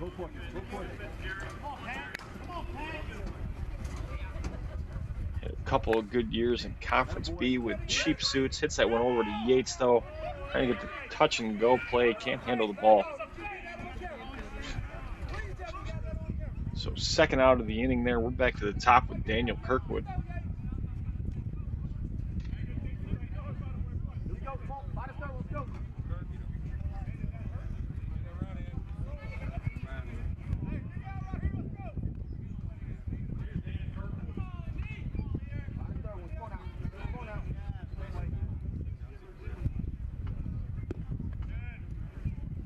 Takes that one a little bit deep.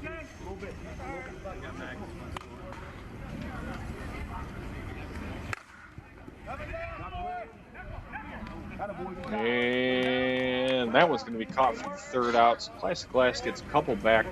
Monster coming up in the top of the third. They lead 9-5.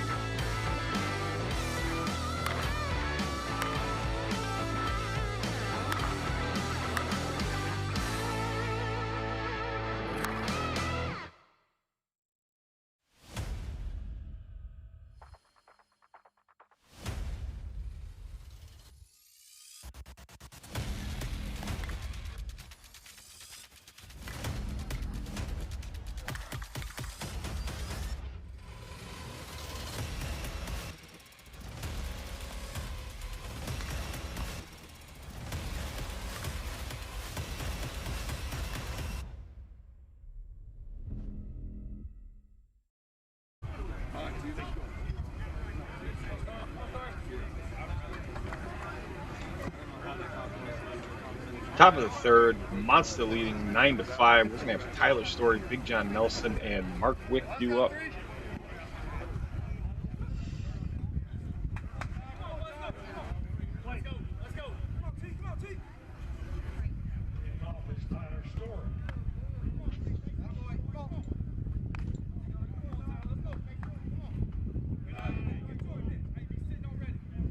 Pitch there is short. I think we're 2-0. And Story swinging at that one up to the right side. That one's caught though, 1 down.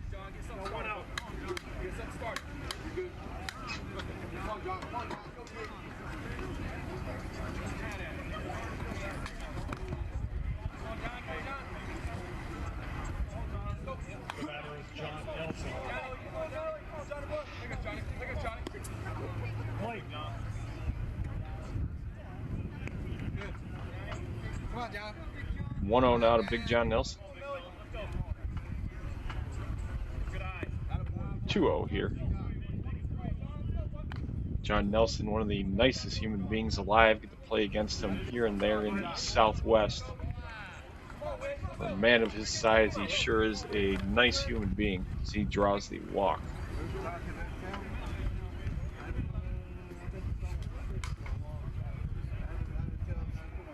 That'll give us Mark Wick here, batting against his former team. Won an A Worlds with them a few years ago. Was playing shortstop on that team.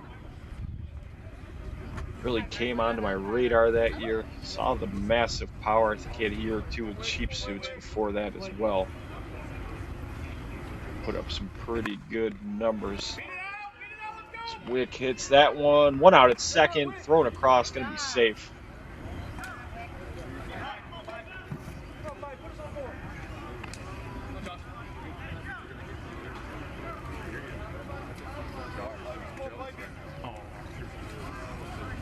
So 10th batter here, catcher Josh Fife. I want to say Fife was back-to-back AA world champion. I think he was with the Marodi's team that won it as an A team in the COVID year. And he as well was on that S&I AA team. Battled all year with S&E.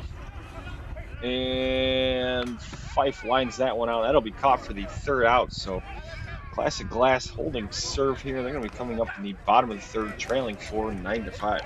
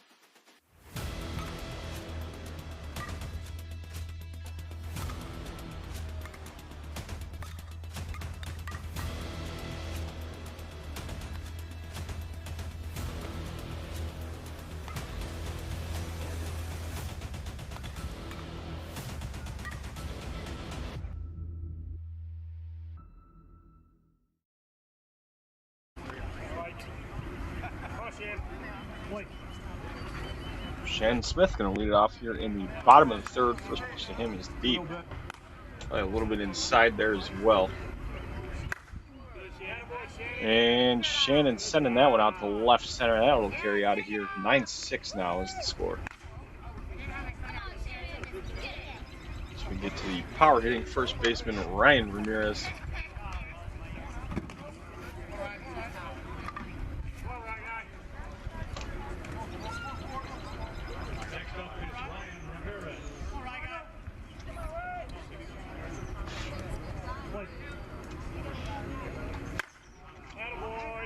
And Ryan Ramirez getting into that one as well. Looked a little bit off the end cap. Got a plenty of it, though. So solo home run for him is Classic Glass trying to get back into it here in the bottom of the third. Not back into it, trying to take a lead here in the bottom of the third. So we get shortstop Blake Lively. Big fan of this kid. I think he's a little bit underrated. Plays good defense up the middle and shortstop. Line drives that one. That'll be caught. Plays a good defense at shortstop, middle infield.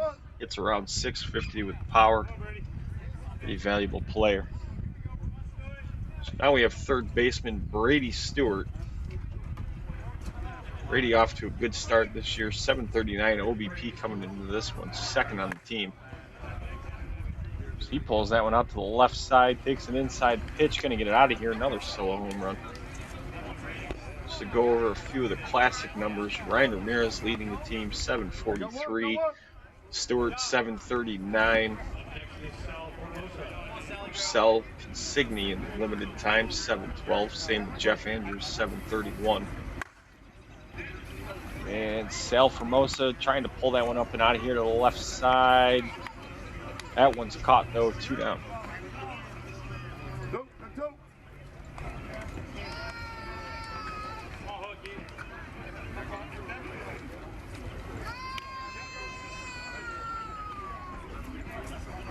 All right, here we go.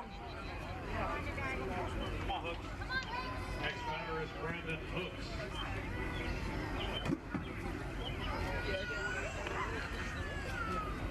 Brandon Hooks now getting set here with 2 outs, couple fakes from Sport Williams. Called it flat. Looked like it cleared the plate. That one is strike though. 1-1, gotta be fair.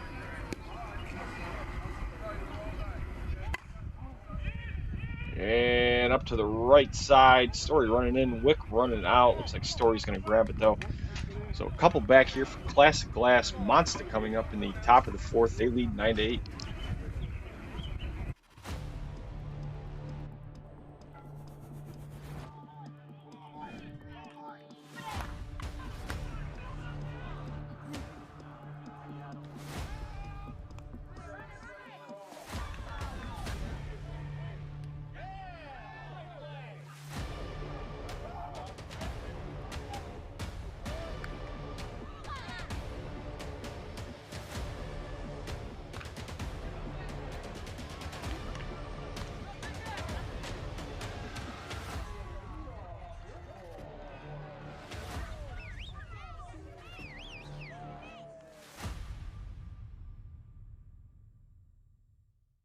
Are you ready to take your game to the next level?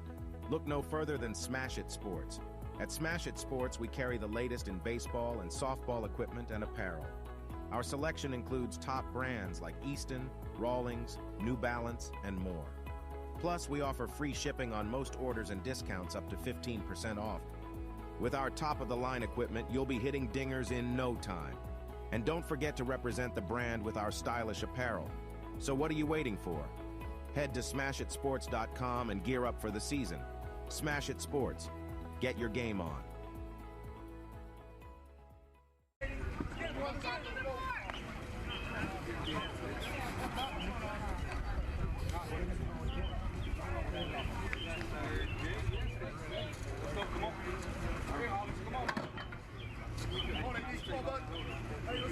So top of the 4th here. It looks like we missed Jerry Sport Williams at bat. Commercial ran a little bit long. Gonna have 1 down in the inning, Sport Williams, and we are back to the top now with Austin Daw.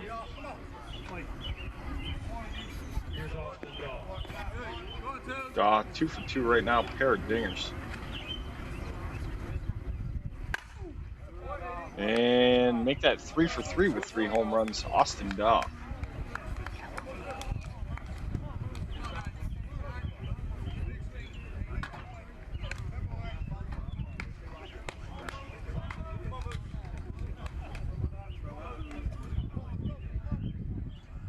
Here comes left fielder Jason Matusik.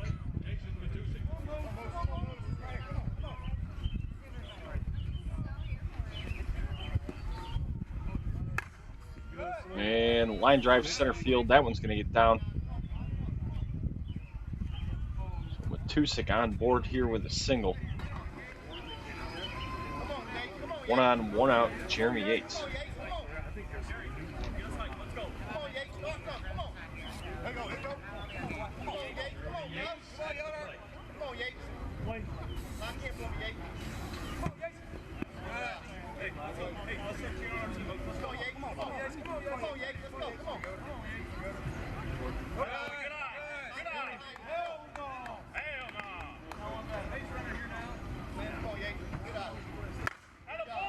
And Jeremy Yates sending that one out here to right field. Monster now leading 12-8.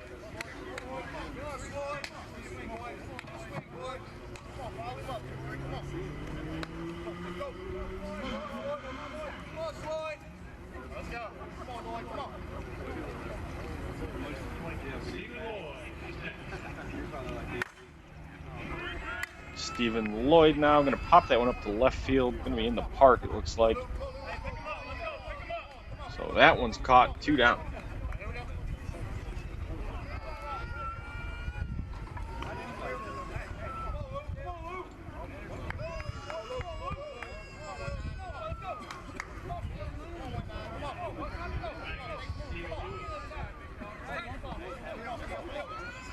Steele Lewis, the batter now. Called a little heavy. And Lewis hits that one up to the left side. Looks like that one's in the park as well. Caught for the 3rd out. So Classic Glass keeping this one close. They come up in the bottom of the 4th, trailing 12-8.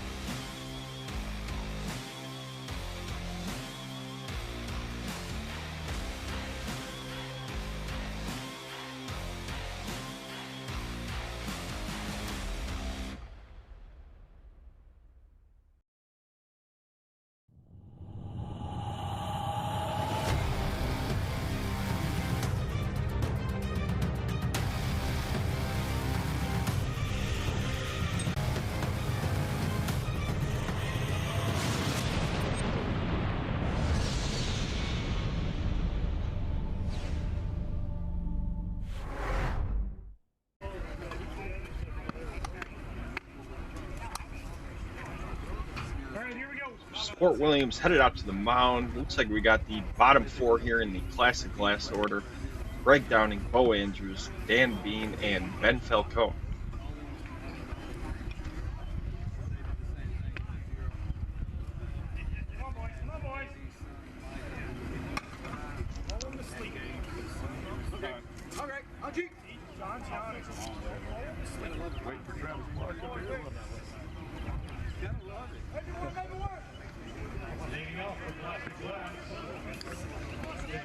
So Downing stepping in, he gets set.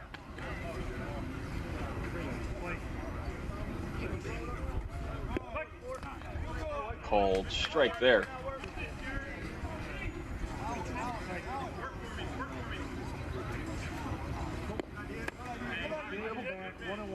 Williams going with the high and deep waist pitch. Downing not chasing. Swinging at that one though, just by the glove of Mark Wick.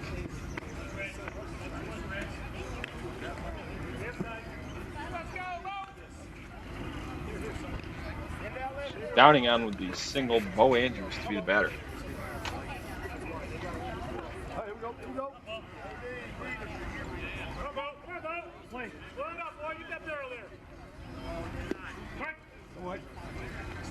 Called strike there. And swinging at that one, popped up towards center field. Steele Lewis running. He's going to catch that one. No tag from Downing. Don't know too much about Bo. Looks like he played with Maritran the past couple of years. With Classic Glass this year.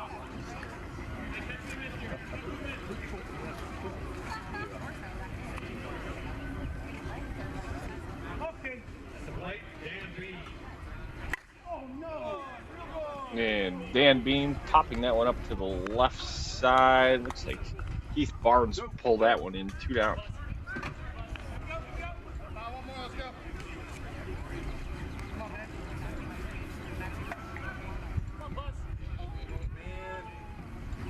Again, don't forget to head over to conferencefutureballusa.com. Join us in the chat room there. It's been quite a few people in there all tournament. Let us know who you think's going to win. So we get 11th batter, Ben Falcone. That one's called a ball. And 2-0 now. I called that one flat. Not exactly sure what the first one is. That should be a strike, though. Full count. That's removed by Falcone to try to sell it there. And he will take that one for ball 4 now. So a couple on now for Daniel Kirkwood. 1 for 2, drew a walk.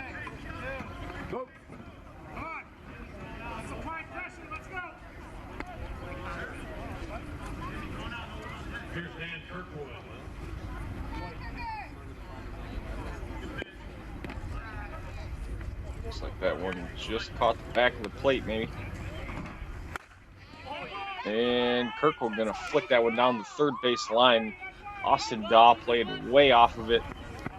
It's out in the corner. Downing's gonna score Kirkwood in with an RBI double. So now a couple on for Shannon Smith. 2 for 2 with a homer and a walk. Or a homer and a single, excuse me.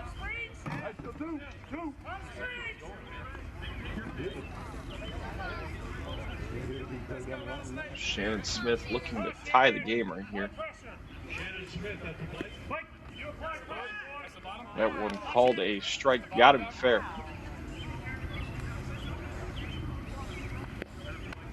Pitch there inside, 1-1.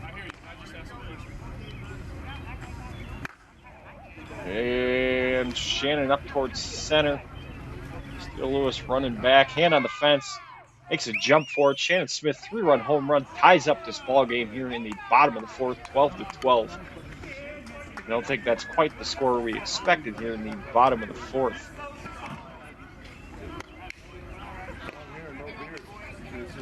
The scores have been high all weekend. Ball is flying. I know on these fields they're using a little bit of a variant of the Pro-Am. Tested it at Toys for Tots this year. I know they used it somewhere else. I want to say Georgia or Chattahoochee. It's Ryan Ramirez.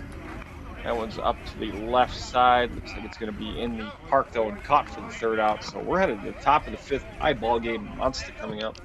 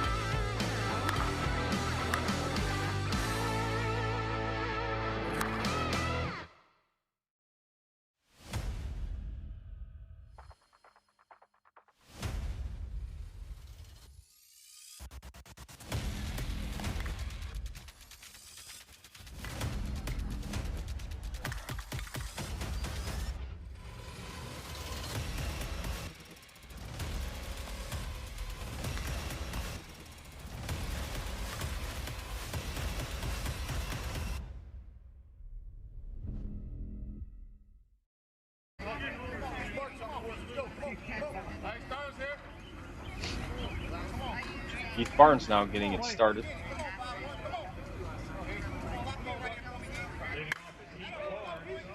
And line drive left field, that one's down. Left fielder will have it cleanly. I think it's Kirkwood out there.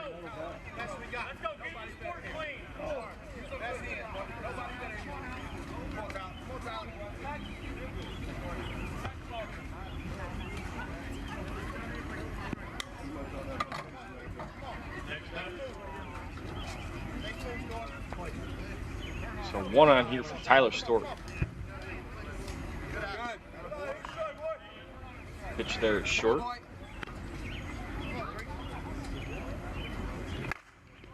Swinging at that one. Ground ball, Stewart's got it. Over to Formosa, over to first. Called safe. Good hustle there by Story to beat it out.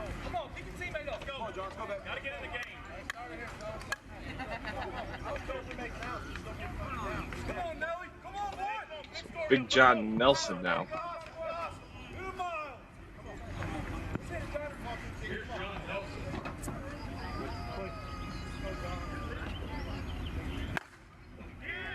And Nelson pulling that one to the left side. Looks like it's going to be in here as well. Caught. Story's tagging and called out. So Classic Glass holding Monster to another 0 here. We're at the bottom of the 5th, 12-12.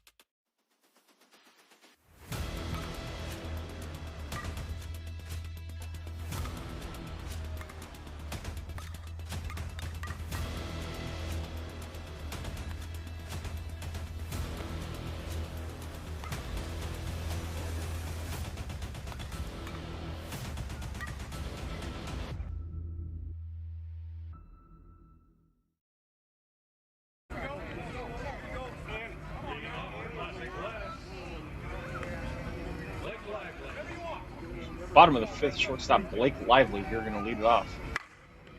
First pitch swinging over to Wick. It's going to be fielded cleanly though. Looks like Fife now at first, 1 down.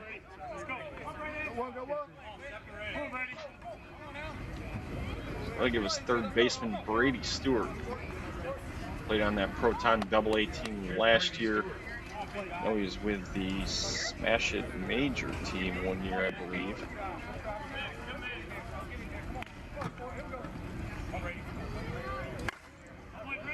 And Stewart, that one's up to the left side. Gonna get out of here. Solo home run. Classic Glass taking the lead now, 13-12.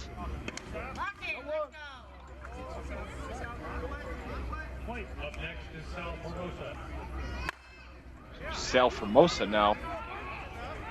Might get out of play, it looks like. We'll see though. Out of play, called foul. Not sure if it carried out of play or the ball just wasn't able to be caught. Either way, Sal Formosa got to be fair now.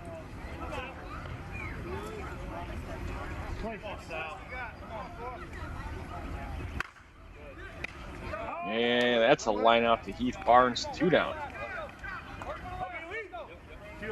Got two.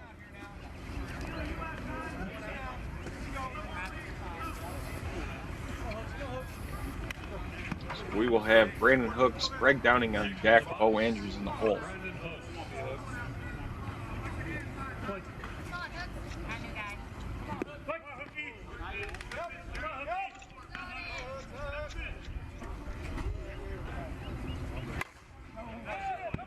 And Hooks, that one's up towards center.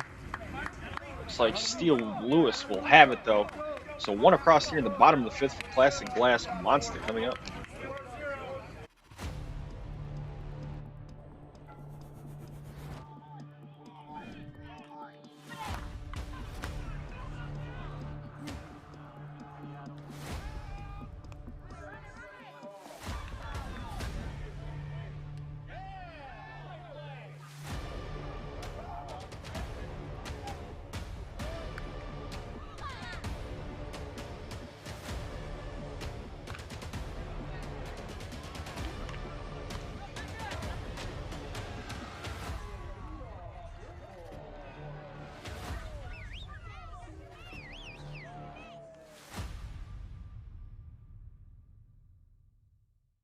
Are you ready to take your game to the next level?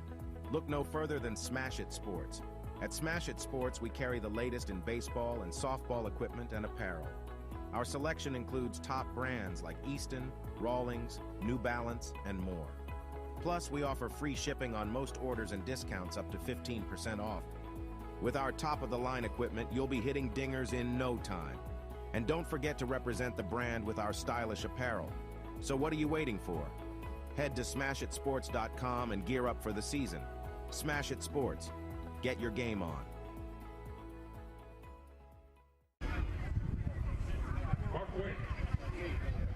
Mark Wick stepping in here to lead it off in the top of the 6th.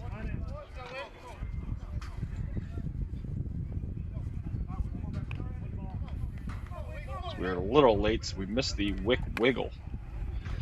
And Wick pulling that one hard towards right field. Has a little backspin, going to carry out of here. Solo home run for him. Ties up the game now in the top of the 6th.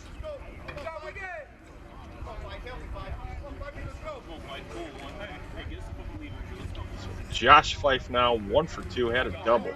I want to say it was a line drive to left center.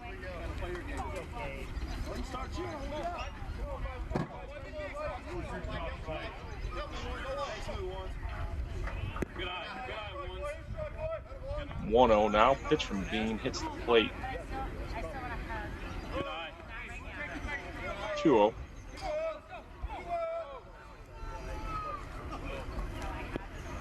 And 3-pitch walk there for Josh Fife.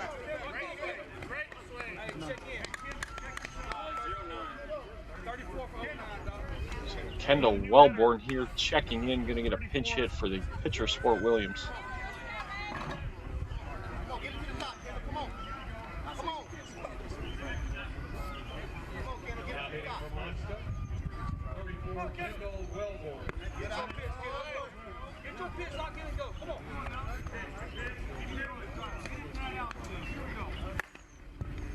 And Wellborn backside grab by Stewart over to second. They'll get an out. Great play by Brady Stewart there to get to the ball.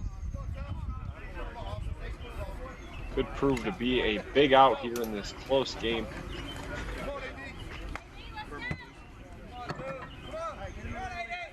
So top of the order now, Austin Daw, 3 for 3, 3 home runs in this one.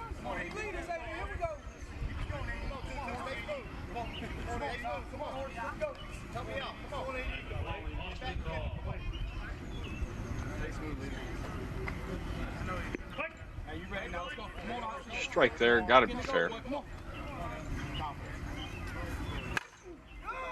And line drive, that one's down. So 4 for 4 now in this one for Daw. 3 dingers and a single. Gonna give Jason Matusik a swing here. A couple of duckies on the pond.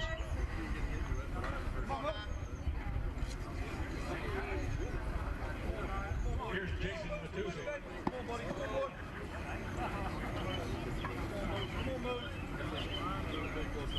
Come on,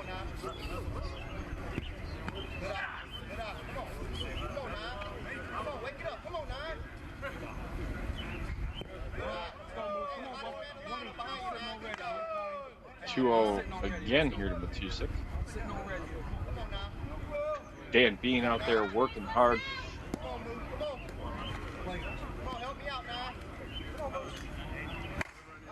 And Matusik 3-1 swinging there. That one's out of here. 3-run home run. Going to give Monster the 3-1 lead.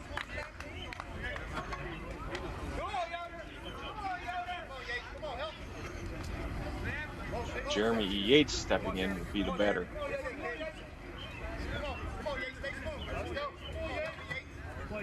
Jeremy Yates at the dish.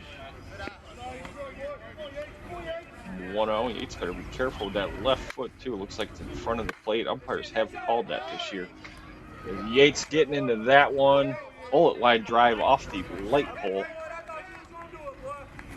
Solo home run for him. So Yates now with 4 homers on the game, 4 for 4. Here's Stephen Lloyd. Will give us Stephen Lloyd 2 for 3. Couple of singles.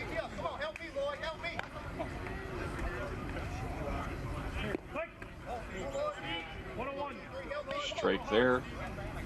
Gotta be fair. And Lloyd up and out of here to left field. Another solo home run. Monster going to take the 5-run lead here in the top of the 6th.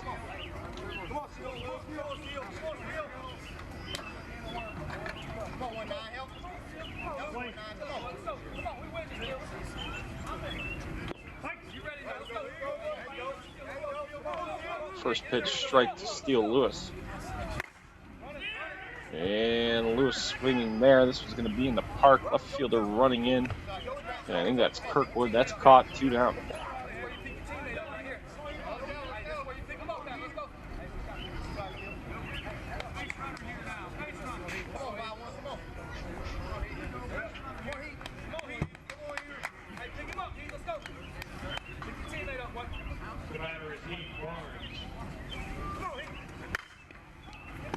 And Barnes, Lively's got it. Barnes hustling. Throw gets there in time. 3rd out. So 5 across here in the top of the 6th from Monster. A lead by 5. Classic Glass coming up.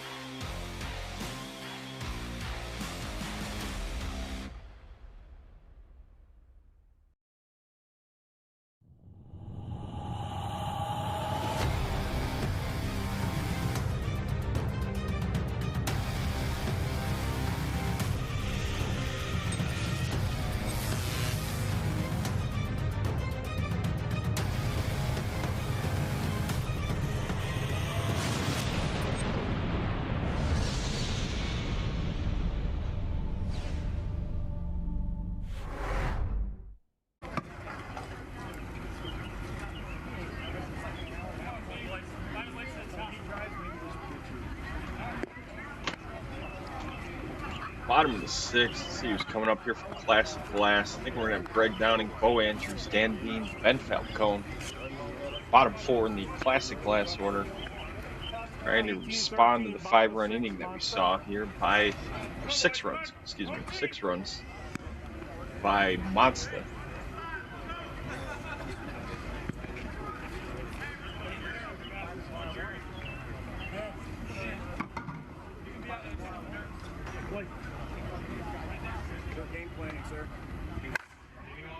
Downing, first pitch swing, that one's going to be foul. Chase the inside pitch there.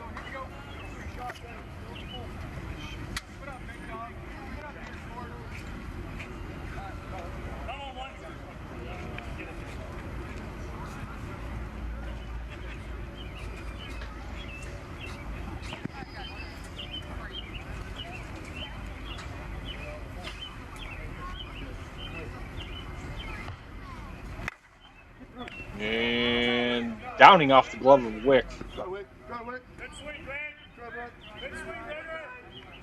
Come, Bo. Get out front. Get it out front, Bo. Right, right. Out front, Bo. So Downing aboard on first. Bo Andrews going to be the batter. Dan Bean, Ben Falcone waiting behind him.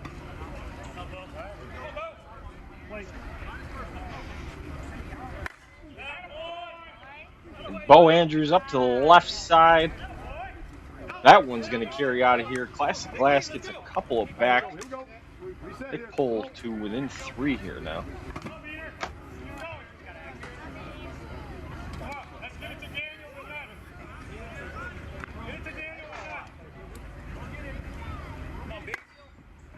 And Dan Bean up towards right center. That one's going to get down. So Dan Bean in there with another double. 2 for 3 now, 2 doubles in this one for him. Hey, here we go, sport. There we go. So 11th batter, Ben Falcone now.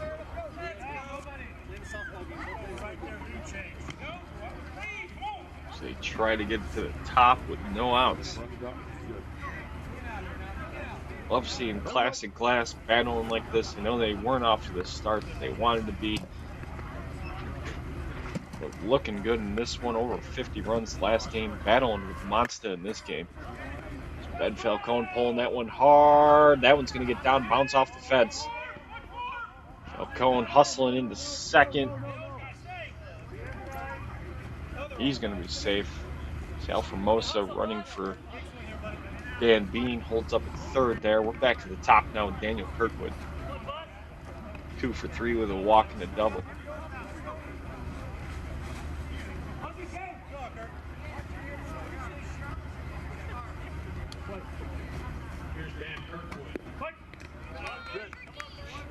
Oh, 1, gotta be fair.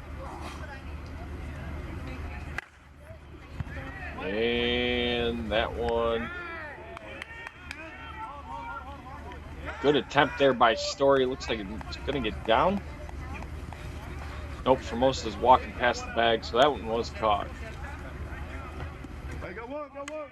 Or Kirkwood, excuse me. Wrong guy with high socks on. So 1 down, run got across there as well. So Classic Glass trailing by 2. Shannon Smith stepping in, 3 for 3, couple of dingers in this one already.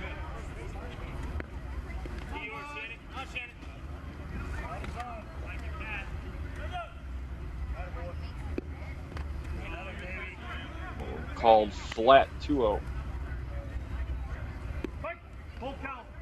Full count, gotta be fair. That one just cleared. And Smith swinging at that one. That's going to be popped up, though. Stephen Lloyd, shallow left center, has it 2 down.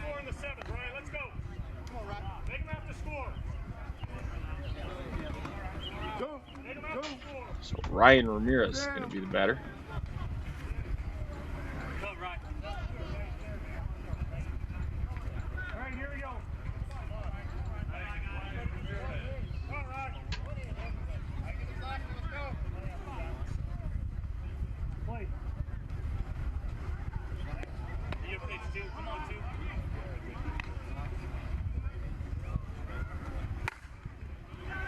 And Ramirez, that one's to the left side.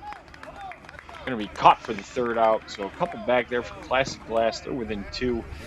Monster coming up in the top of the 7th, 18-16.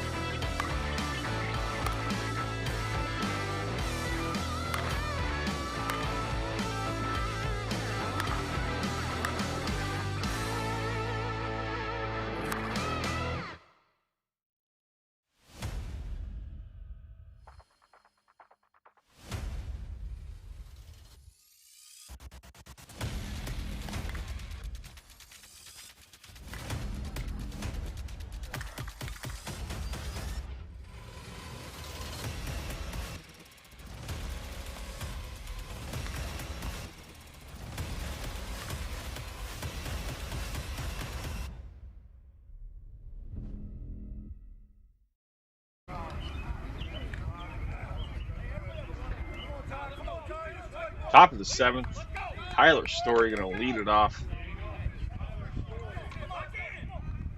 Should have Nelson Wick and Fife behind him.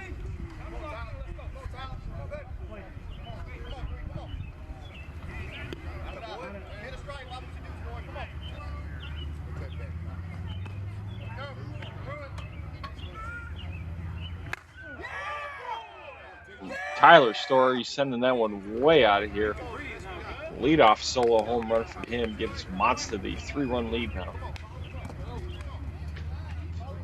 Don't forget to stick around after this as well. Dirty Vegas versus MPT Rentals next game here on the show field for the weekend, Sandy 3. Game not scheduled until 8 p.m. Eastern, but we are ahead of schedule here, have been all day. So I expect it to go off a little sooner. As Big John Nelson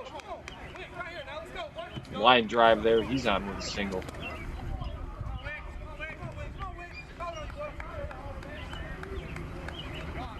Going over a few other games too. Rufex over Platinum Fire 57-18. Dirty Vegas won 55-53. We covered that earlier. Beat LSR to get there.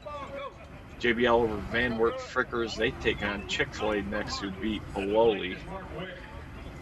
Sports Reach won on the 3-run home run walk-off by Austin Mapes. They take on S&E next, who topped Cornerstone. Mark Wick sending that one out to right field. Looks like it hit off the front of the tennis court fence, as we see Mark Wick riding the bull. So where were we here? S&E beat Cornerstone. Resmondo awaiting the winner of Bay Area Legends, and Aristotle primetime topped NFM Lending.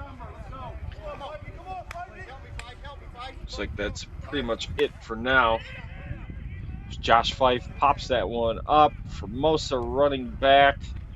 Center fielder running in. That one's caught, one down.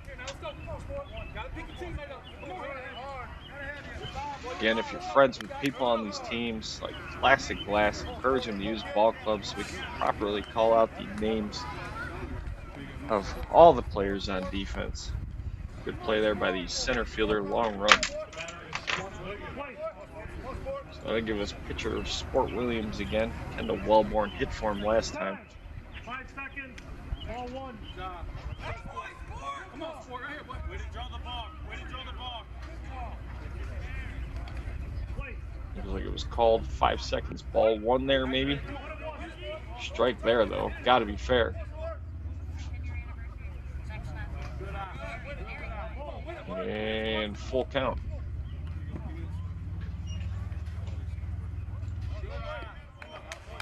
And Sport Williams going to draw the walk here. So that rolls it over to the top now. Austin Daw stepping in, 4 for 4, 3 home runs.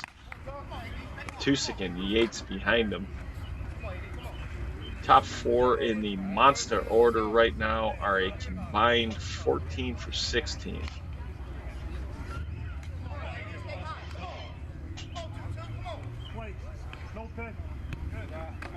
Called no pitch there by the umpire.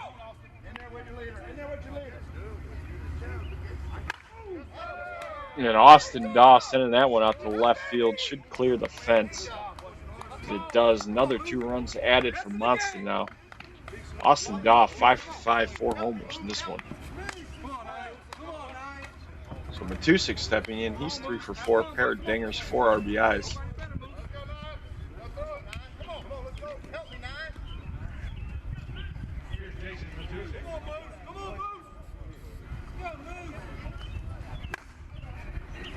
And Matusik, that one's up to the left side. Left fielder running back. Jumps for it, gets out of here though. Jason Matusik just clearing the fence. +8 now, Monster. It doesn't matter either way.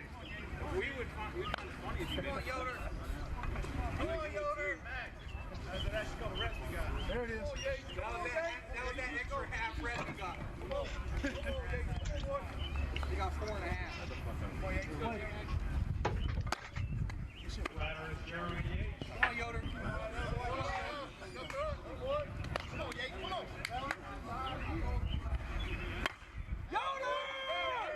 Jeremy Yates now sending that one up to the right side. That one's out of here as well. Another solo home run here for Monster. Come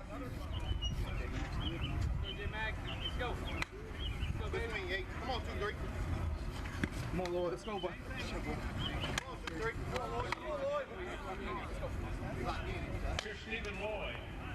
Middle infielder now, Stephen Lloyd. I don't think I've said it this game yet, because I always praise him and I always say it, but him and Robert Blackburn are my 1A, 1B all-time favorite players. Let's see what he's got here in this at-bat. First pitch inside, 1-0.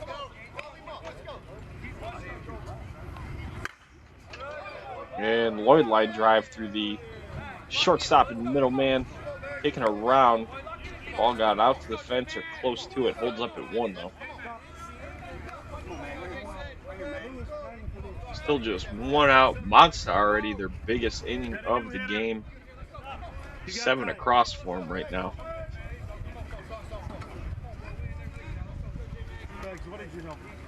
It's Jason Magnum here going to get the pinch hit for Steele Lewis. We will see the timeout now.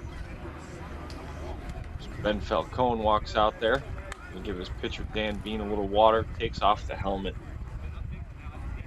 Trying to slow down the momentum here. Again, my name is Eric McCarthy. I'm your host. Appreciate you guys joining us. Don't forget to check out conferenceussa.com. Join us in the chat room. I haven't checked it in a few minutes, but usually some good chatter going on.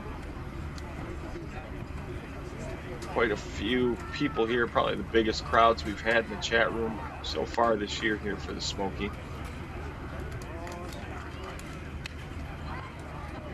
Just looked at the chat room right now. BHHG is telling us Rebel about to upset the Smash It Sports AA team.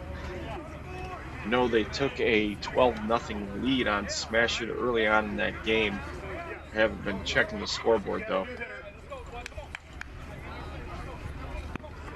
So timeout over. Jason Magnum here. Again, pinch hitting for Steele Lewis. Gonna get a one-on, one-out swing. As that one hits the plate.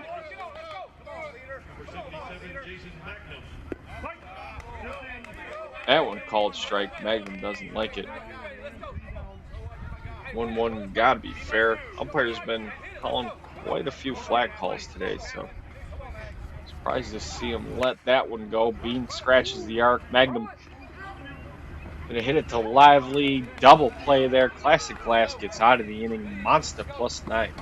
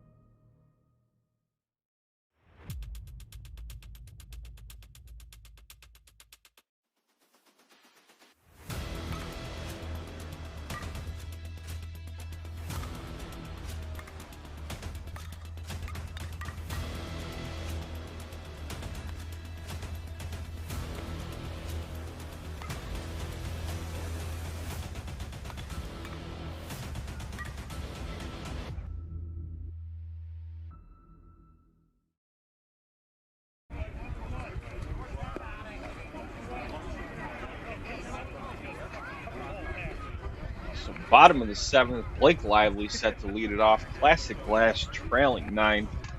7 across in the top half from Monster. Biggest inning of this game so far.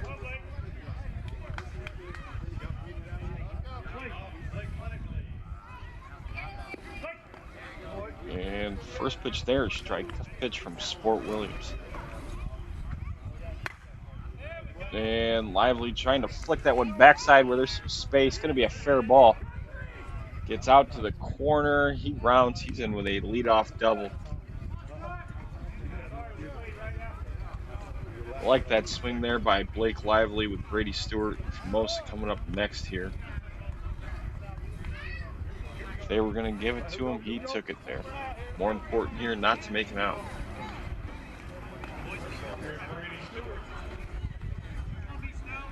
A couple great plays in this game so far by Brady Stewart as well. First pitch that's going to hit the plate, 1-0.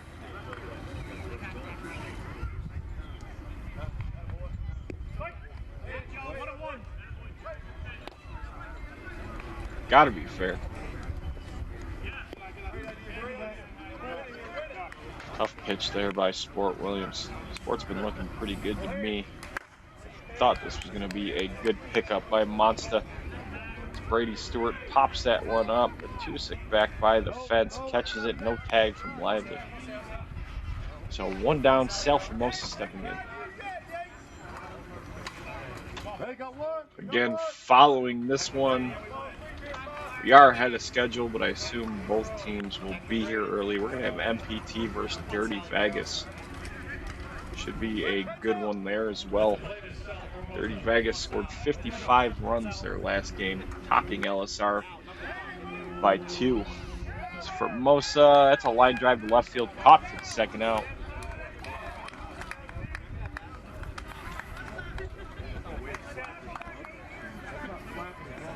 So Brandon Hooks will step in now here with 2 outs.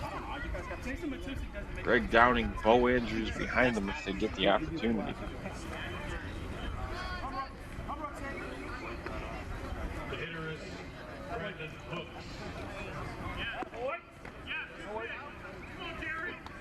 Strike there.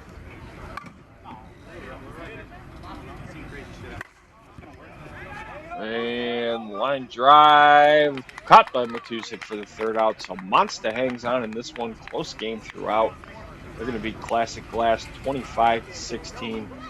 We're going to go ahead and step aside here for a second. We'll be back with Dirty Vegas and MPT.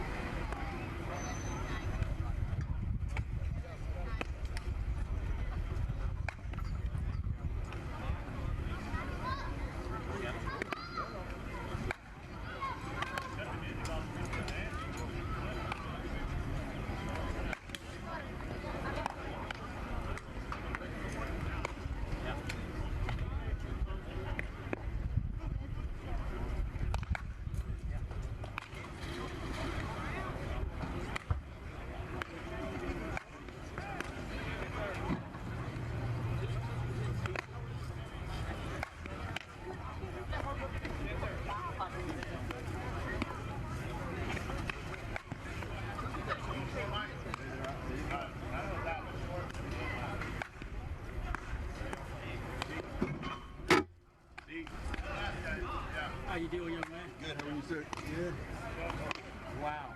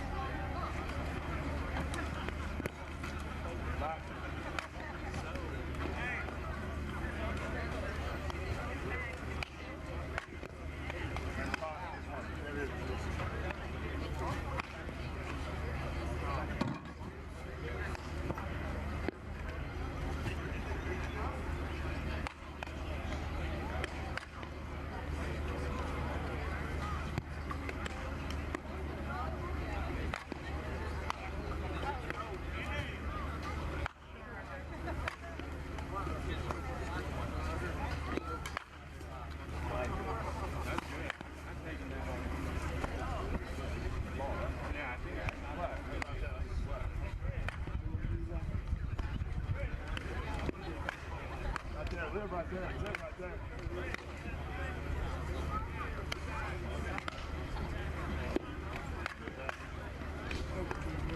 Plus the heavy. Short enough is when you're good. Yeah. Short enough this one up. That's one of the biggest ones that you don't hit that thing. Go, Dave! Like down.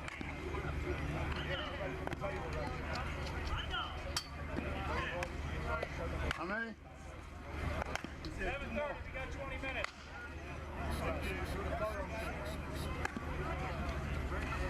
Doesn't matter over here, you got guys in the bathroom. Hey, How far from the bathroom? hey, I'm good. Our guys aren't really here anyway. Let's hold those classes on today. No? Perfect. All of our guys are here.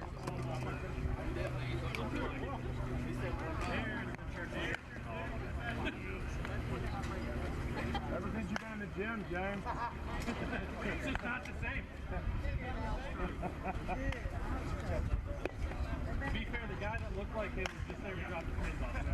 Somebody bought weed in the gym and he was dropping it.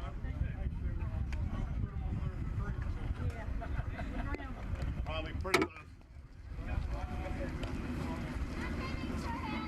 Are you talking about my sidearm? That one?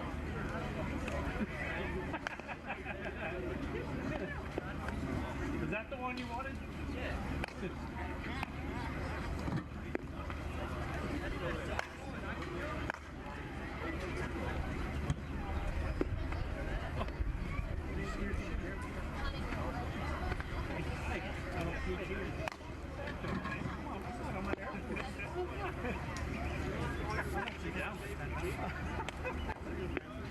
You and Lil had a drink.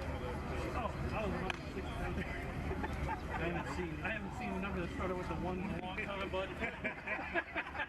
I find that. Do it.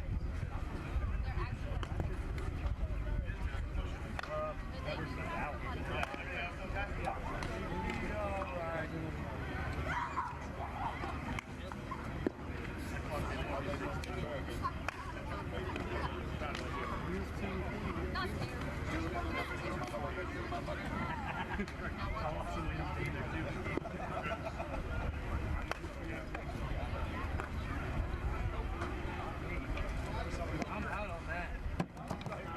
You too. I'm going out there. Okay. Well, good luck to him then.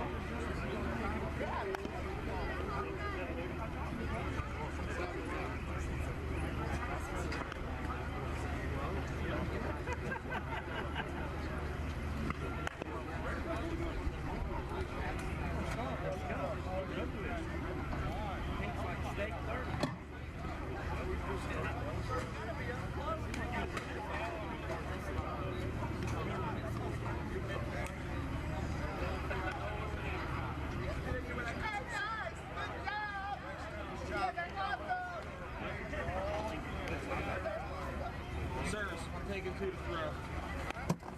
Just letting you know. Okay. Get some of them out of your dugout.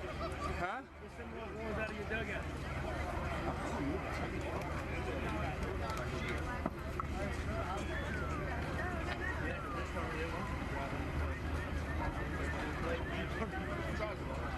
He's already grabbed the one. I'm an outfielder. Do I look like a gay ass infielder? You need some on the show field.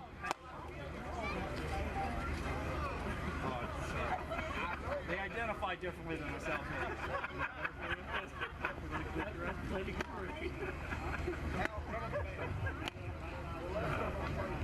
Yeah. You make a better contact today than you were last month.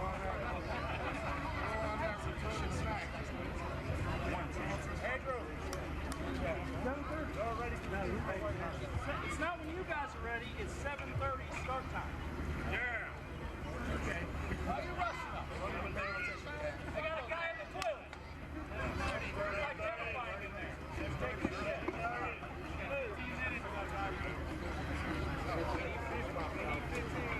Hey, we're waiting for Flip.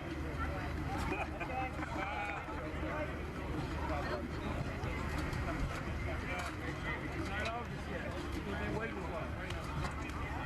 Waiting for Flip, you've been waiting all August.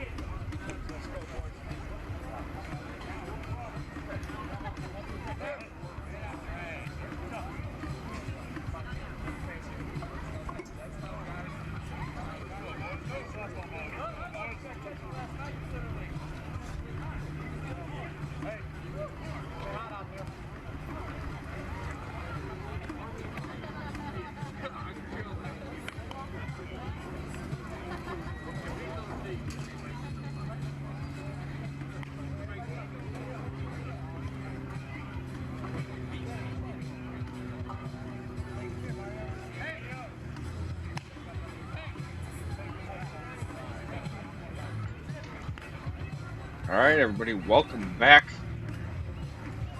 Our second to last game here on the show field. It's going to feature MPT Rentals as your home team, Dirty Vegas as the away team.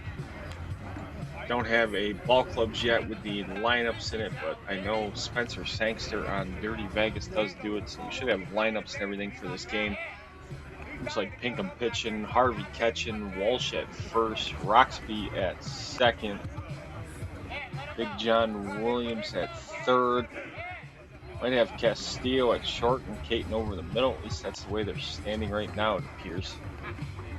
Looks like Collins in right. Might be Ben Gunn in center. Not sure who's out in left. They have Josh Kirsten.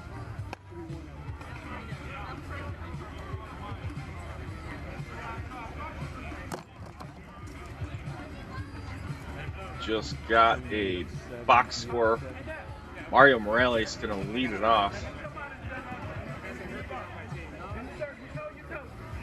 And he does have the MPT sign in. So it looks like I was correct on everything but left field. Left field's going to have Chris Ninos. MPT batting 10 this game. His first pitch to Mario Morales is going to be a strike.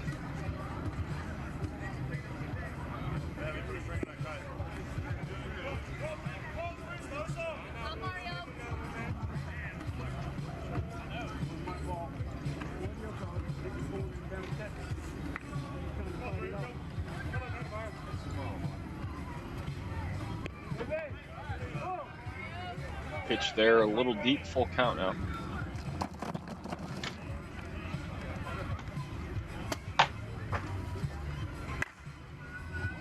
And Mario Morales up to the right side. Collins is back. He's going to have it one down.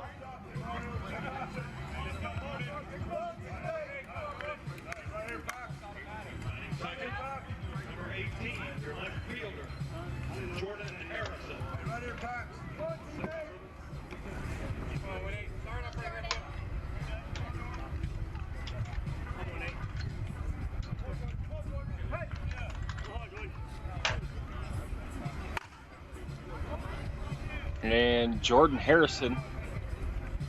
That one's up to center field. That one's caught as well. 2 down.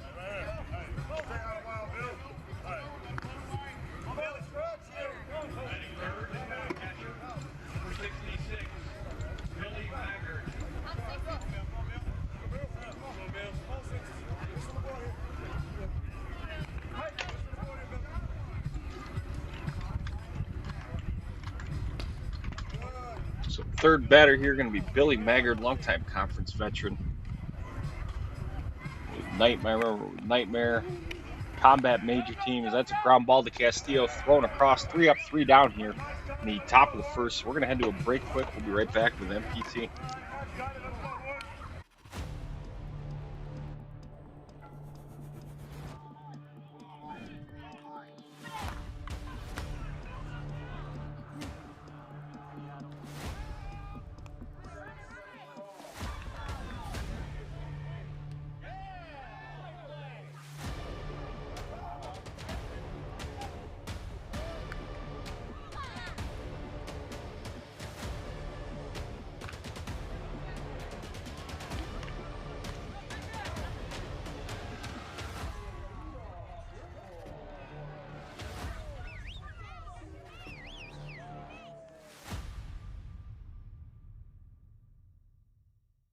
Are you ready to take your game to the next level?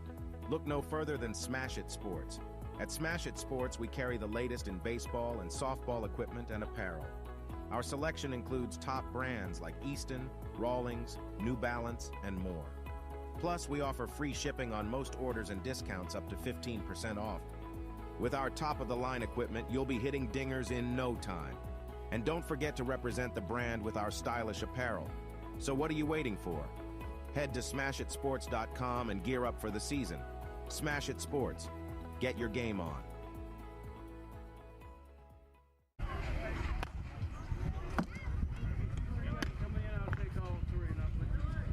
So bottom of the first here, MPT coming up. We'll go ahead and go through their lineup quick. Andrew Collins, Daniel Caton, JoJo Bennett, Ryan Harvey, Big John Williams, Donnie Walsh, Chris Ninos, Jeff Roxby, Ben Dunn, and Bill Pinkham rounding it out. Don't have the defense here for Dirty Vegas yet, but I will take a good guess here in a minute. Been able to do 3 or 4 games of theirs so far this year. Getting pretty familiar with them. Collins, line drive, left field. That one's going to get down in the park, out to the fence. Collins in there with the double. So it looks like Ryan Tomasi pitching, Billy Maggard catching, Stephen Paramore at first, Andy Filateo at second. Sean Huseman over the middle. Mario Morales at shortstop. Gonna guess Caleb Ladner at third. And it should be Jordan Harrison in left. James Rochelle in center. Maybe Chris Roberts in right. It's Daniel Caton, the batter.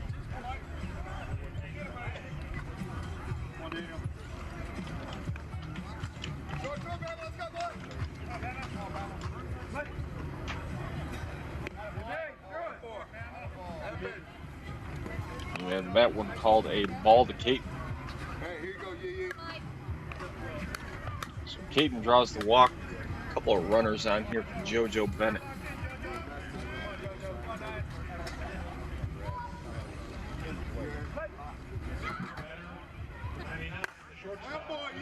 And JoJo getting into that one. Going to put MPT on the board. 3-run home run.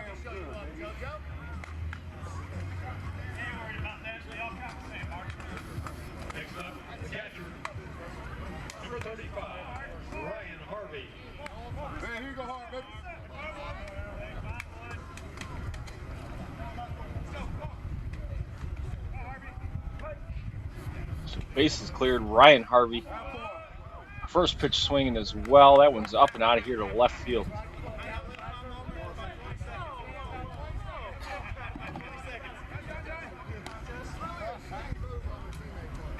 Third baseman, number 07, John Williams.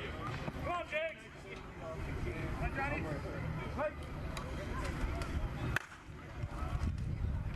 Big John Williams swinging first pitch as well up towards the left side. That one's caught, 1 down.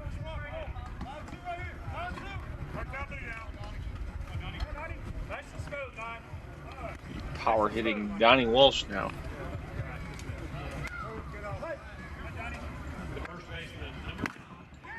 And Walsh chops that one to Ladner. Ladner throws it across. Gonna have 2 down.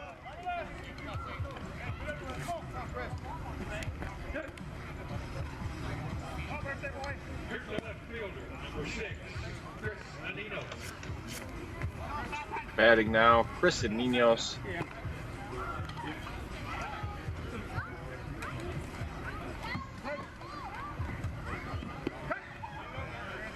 That one called a strike, gotta be fair.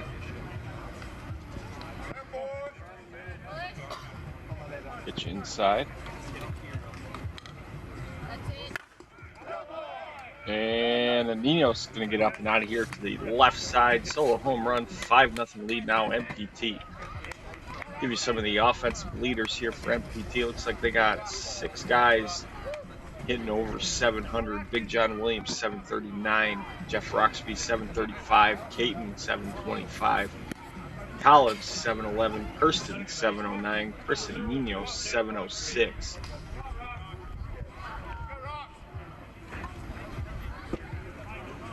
That'll give us Jeff Roxby now.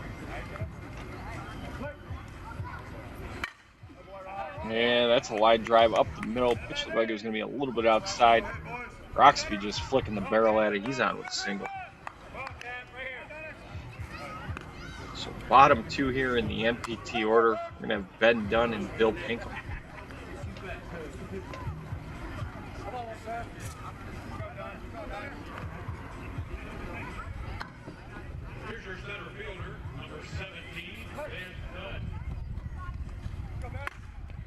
And Dunn goes up the middle as well. By the feet of Tomasi there a little bit.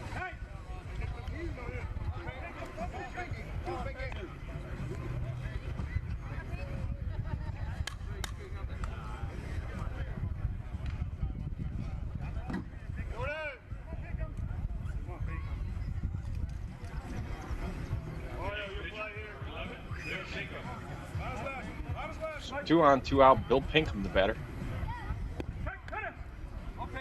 And that one called a strike. Gotta be fair. And it's a ground ball to Morales. Over to second base. That'll be the 3rd out here. So we're headed to the top of the 2nd. Dirty Vegas coming up. They trail 5-0.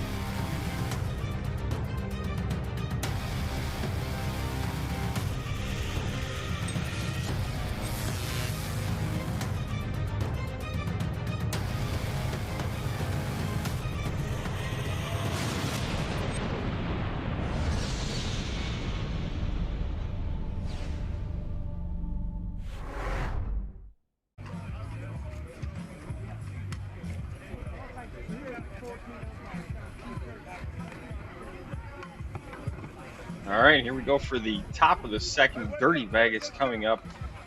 And I believe we have a special guest with us here. I'm trying to connect David Baird. David, let me know that you got me.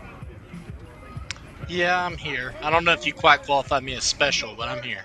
I qualify you as special, David. But thank you for joining us. Sightman not in the tournament this weekend. You guys played last weekend at the Crowntown Classic, so David is home and available to join us here. It looks like we got Caleb Ladner, Stephen Paramore waiting on deck. Ladner up to the right side. Looks like it's going to be in the park, though. That one's caught by Ben Dunn. So, David, how you feeling right now? You've been watching it all? What's going on?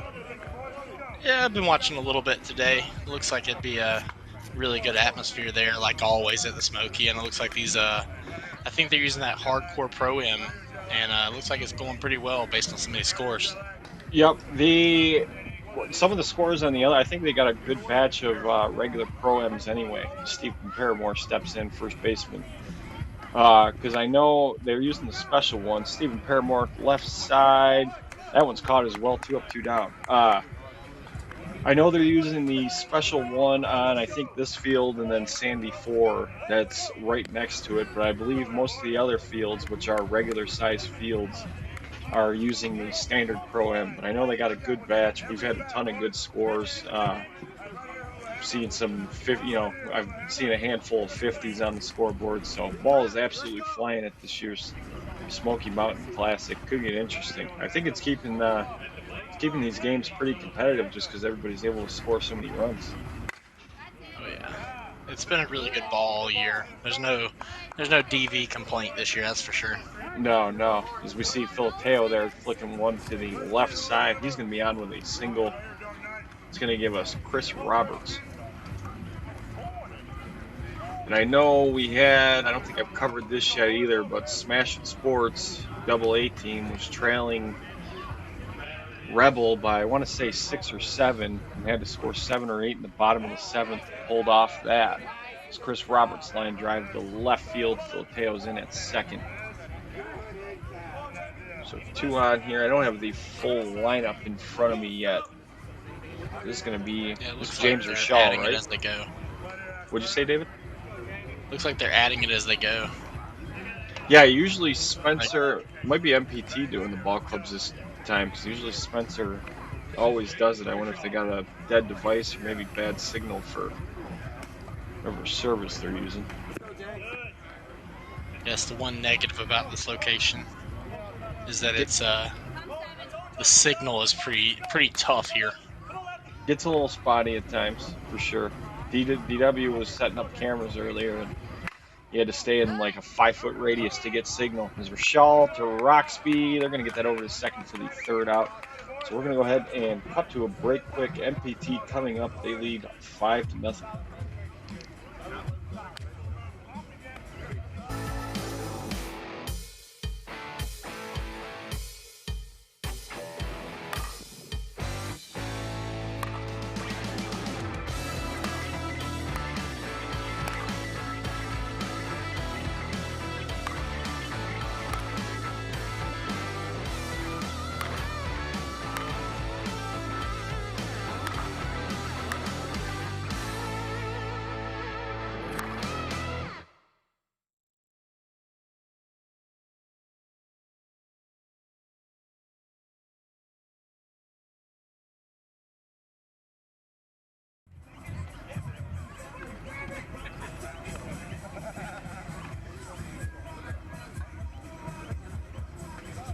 Welcome back now for the bottom of the 2nd. So MPT batted around last time. We should be right back at the top here with Collins, Caton, and Bennett.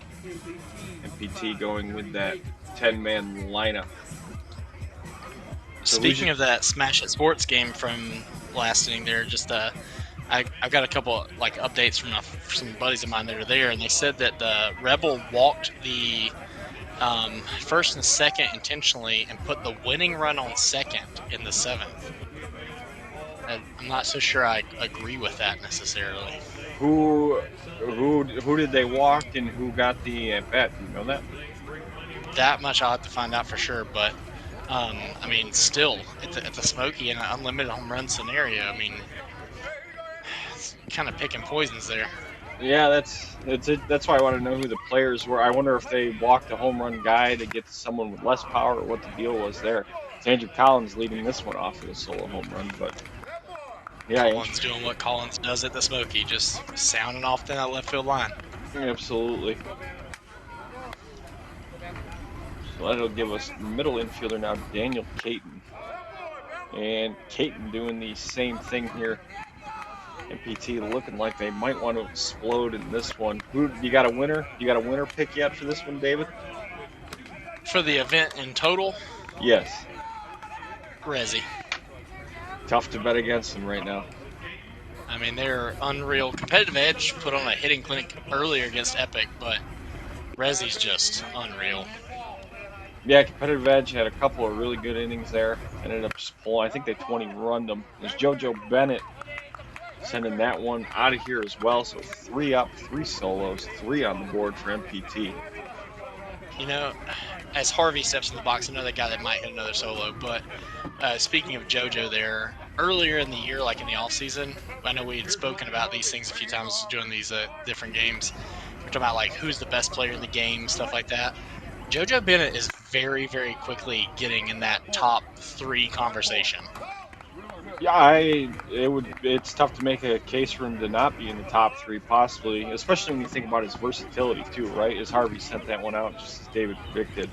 But I mean, he, shortstop, third. I've seen him play shortstop, third base, middle infield, second base, and at least right field. Big John sending that one out of here. Another solo home run. I think that's quickly 5 in a row. But yeah, maybe mix in a really bad ball right here. Like, throw it behind him right now. Yeah, because that might have been on 5 pitches too. Did everybody might have first pitch swung there as well? I think it was. But Donnie Walsh took a pitch. Now he's going to chop one to Ladner. Ladner to Paramore. That's 1 down.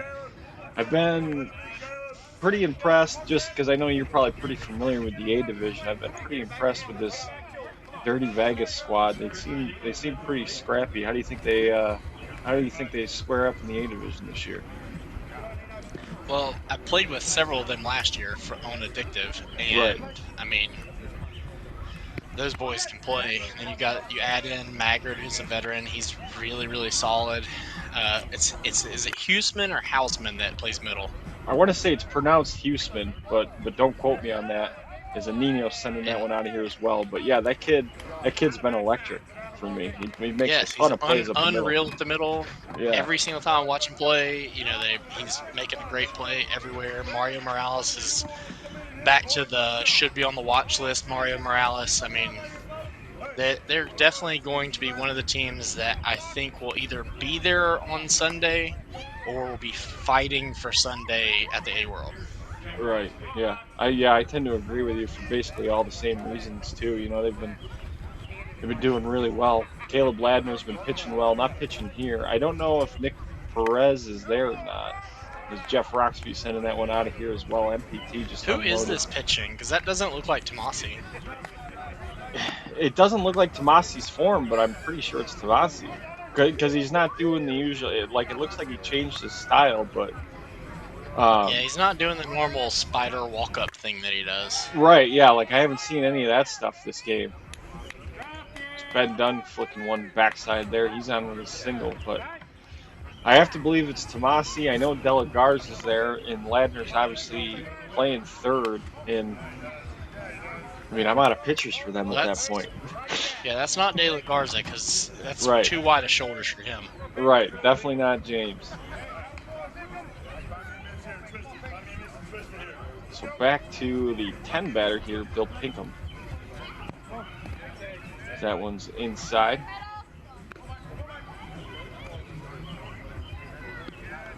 Tomasi, he's throwing a few from behind the mound too. He doesn't usually do that. He looks a little out of sync right here. Pinkham wanted it's also time a out. worth pitching mask. I mean, if that's Tomasi, that's really weird. He's also not being as loud as usual. He was wearing. The guy's got shin guards under his pants, though, right? Tomasi always does that. Yeah. Who knows? Maybe it is. I don't know.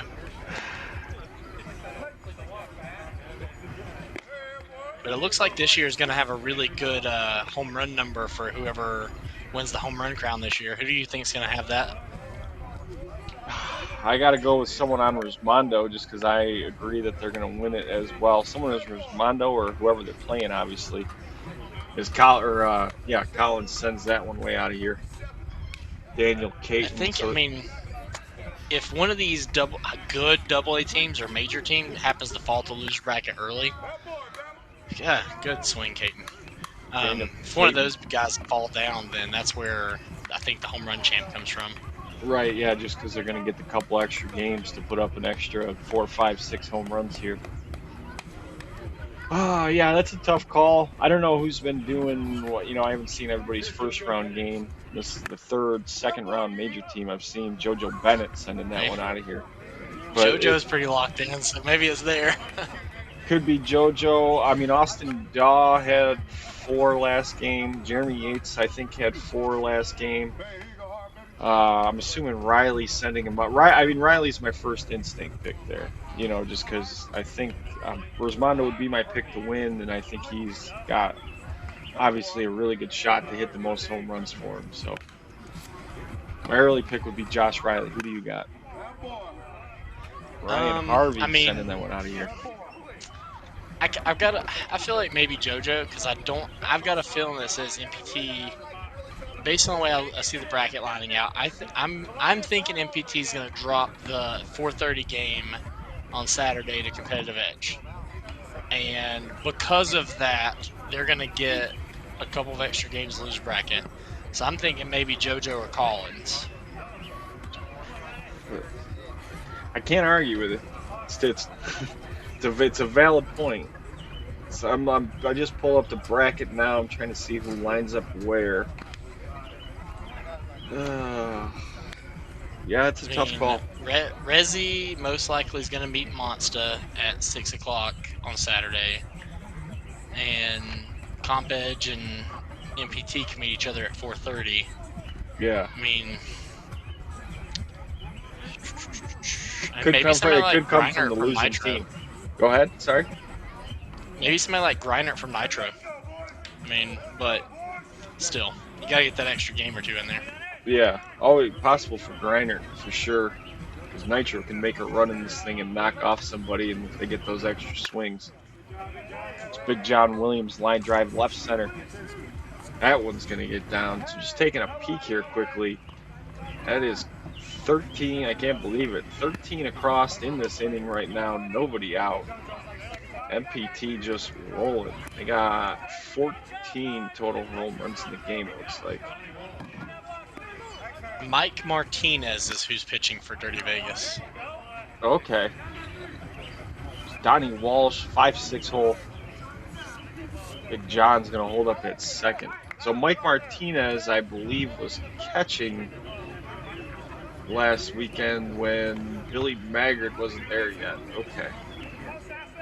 And that actually, now that you said it, he's got that body type for sure. Because he had big shoulders, big arms like that guy's got. So I didn't even know Mike Martinez was an option.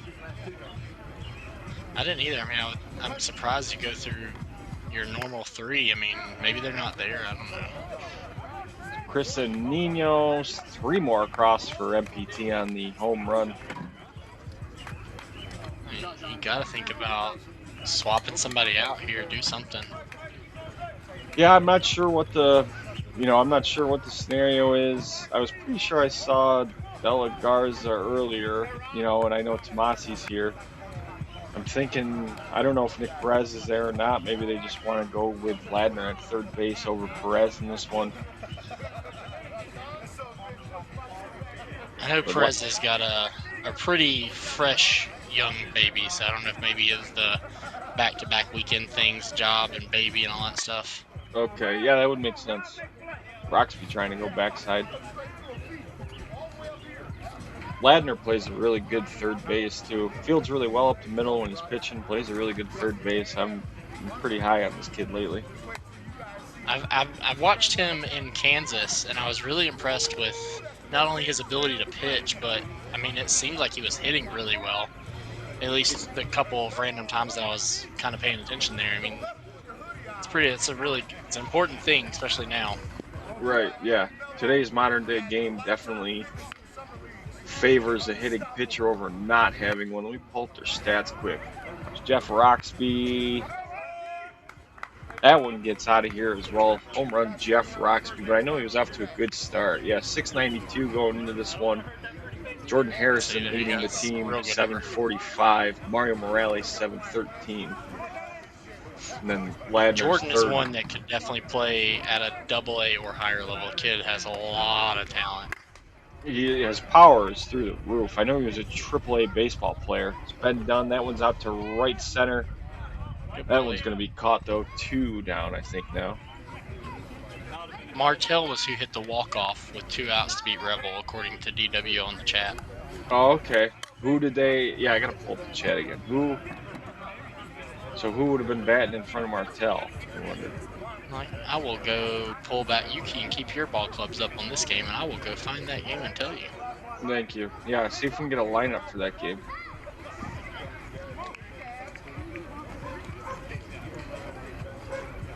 So Bill Pinkham They would batting have again. walked Miguez and Porter. That means, okay, makes sense to an extent.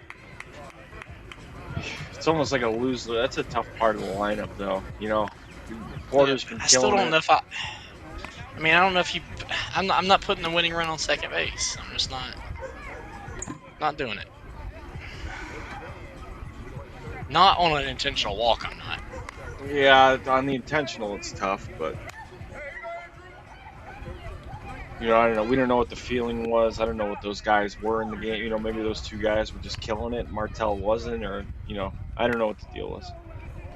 So Andrew I tell you, if Collins you is going to don't be get under that Pinkham one. out, I mean, Andrew missed, and it's weird, but you got to get Pinkham out in this lineup.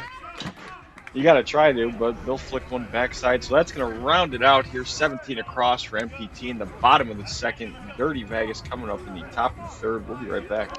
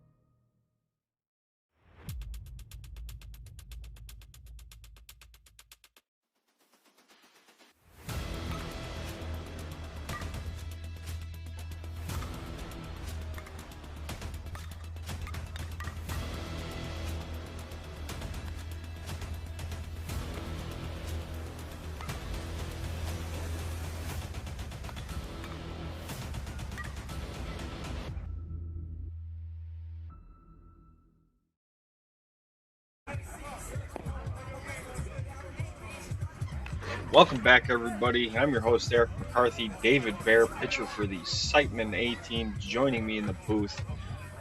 Dirty Vegas coming up here in the top of the third. They trail by a score of 22-0. And I believe this is our middle infielder, Sean Huseman. First pitch there is going to be deep. I had to log out earlier when we were watching the Epic game. Did you get a chance to mention that stat that I told you about? Yes, I did. Houston's That going is to line so drive impressive. up the middle. But yeah, I told, for anybody that wasn't watching, it's pretty impressive.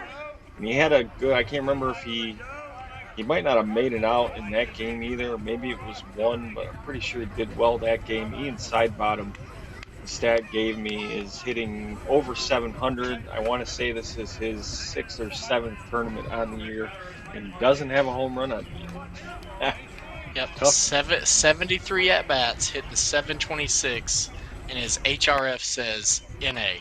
That is super impressive. As Martinez grounds that ball to, looks like JoJo. Oh, is JoJo playing short? Yeah, so it looks like JoJo there. Double play to Caton over to first. So we will be, that was pitcher Michael Martinez. We'll be back at the top here with Mario Morales.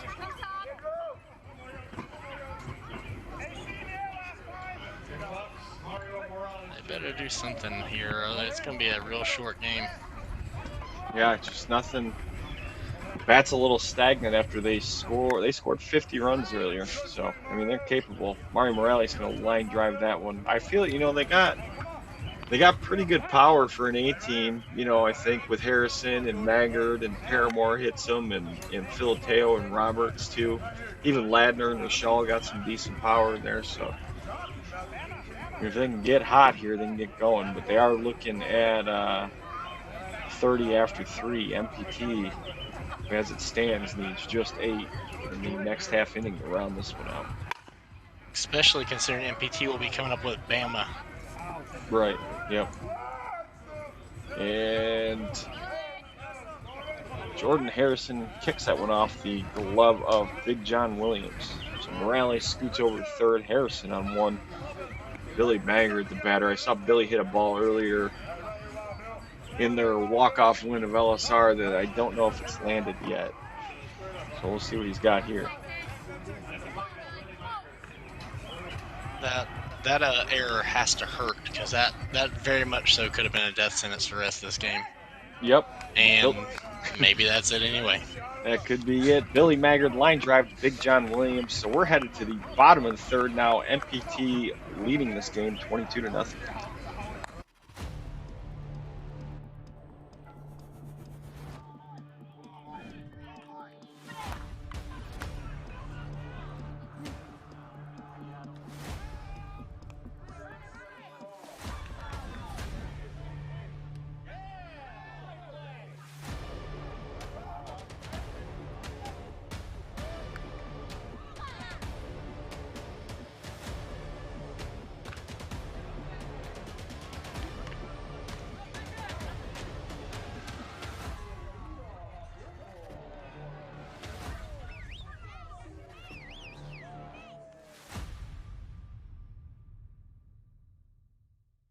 Are you ready to take your game to the next level?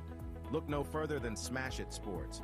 At Smash It Sports, we carry the latest in baseball and softball equipment and apparel. Our selection includes top brands like Easton, Rawlings, New Balance, and more. Plus, we offer free shipping on most orders and discounts up to 15% off. With our top-of-the-line equipment, you'll be hitting dingers in no time. And don't forget to represent the brand with our stylish apparel. So what are you waiting for? Head to smashitsports.com and gear up for the season. Smash It Sports. Get your game on.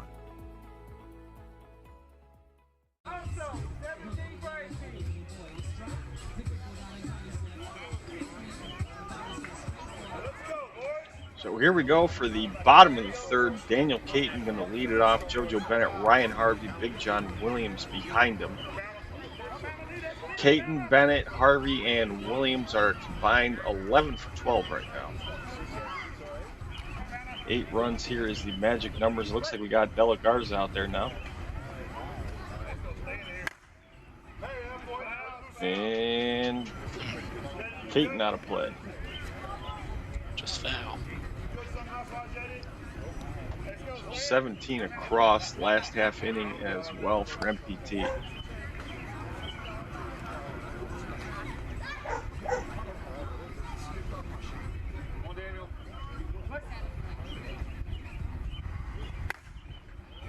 And Caton, that one's popped up to the left side. Gonna be in the park. Jordan Harrison running in. That's caught, one down. So I hope we didn't jinx him here. I mean, I kind of hoped we did, because I like to see a little bit better of a ball game. Because 30-0 beatdown is not fun. Ah, they happen though. They're tough to take. I feel like we've all been on the other side of one or two of those. Well, at least I have. Yeah. Yeah, I've been on a few of those. Typically, it's against somebody like a Resi, so.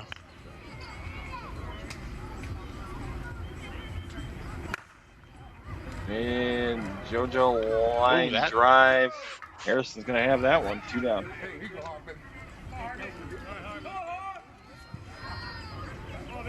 Sounded real good off the bat. Yeah, it did. I noticed that during the Conference Cares All-Star game there. You could tell the ball was pretty live there, even with the temperature and humidity. I was talking to DW earlier, he said it's just feels super muggy out, everything, typical southeastern weather. So, ball is absolutely going good. Looks good, sounds good.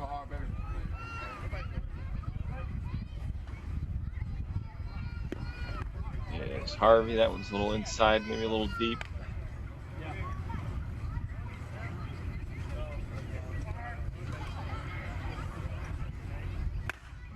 And Harvey. That one's Good up to the job, left side. James. James Della Garza getting the 3 up, 3 down. So we're headed to the top of the 4th now. Dirty Vegas coming up to bat. They trail 23-0.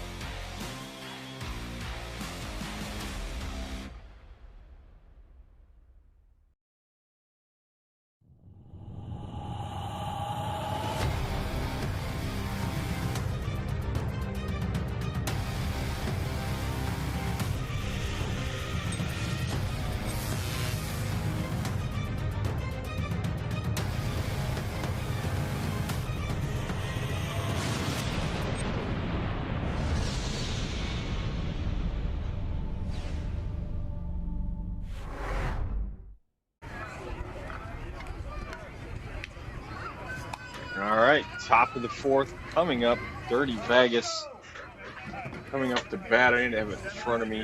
Who's coming up here? We're going to have Caleb Ladner, Stephen Paramore, Andy Filateo. And don't forget to stick around after this one. We're going to have Resmondo versus the winner of Bay Area Legends and Aristotle, which I think that game is still being played, if I'm not mistaken. So actually they're right on the field next to it though, so it shouldn't take long. How many Smoky Mountains have you played in, David? I know you were there last year with Anarchy. Yeah. Let's see here. I'll just think back. It's gonna take a second. Caleb Ladner up to the right side. That one's gonna be off the fence. Ladner holds up at 1. I think it's 5, 4 or 5. Really? I'm so jealous. That's awesome. One of so I think I've went to 5, played in 4. The year that I was there with Tradesmen was after Seattle, and Adam Ussery hit a ball back at me in Seattle that broke my hand. Yep. So I did not get to play that one, but Stephen Paramore up to the right side. That one's caught. Going to be 1 down. Again, Dirty Vegas has to score 3 here to keep the game alive. Andy Filateo gets set. I feel like I remember when you broke your hand on Tradesman. I didn't remember it was in Surrey hit. But were you there the year you were there with Brian DeZern that year, right? Is that the year you were on Tradesman? No, it was the year before that. That was the year they switched to work steer and they got Renner. Okay, yeah. Okay, yeah, that was the Renner and DeZern team. And Emerson Marquez. Yes. That year, I started with Classic Glass and ended with Bay Area. Okay. So I was 1 year off. Good throw. Good throw there. Andy Filateo getting it out to the right side. We've seen these 80-foot bags play a little bit of a factor. You know, I mean, people at home probably think 10 feet doesn't mean that much, but I mean, I've seen a couple of double plays that you probably don't get unless it's 80 feet. You know, these are tough diamond to play on. Makes a big difference. Right. Big difference. Yeah. I mean, a ground ball that you feel like you normally beat out, all of a sudden the infielder has a chance to make a play and you're still out. Yeah.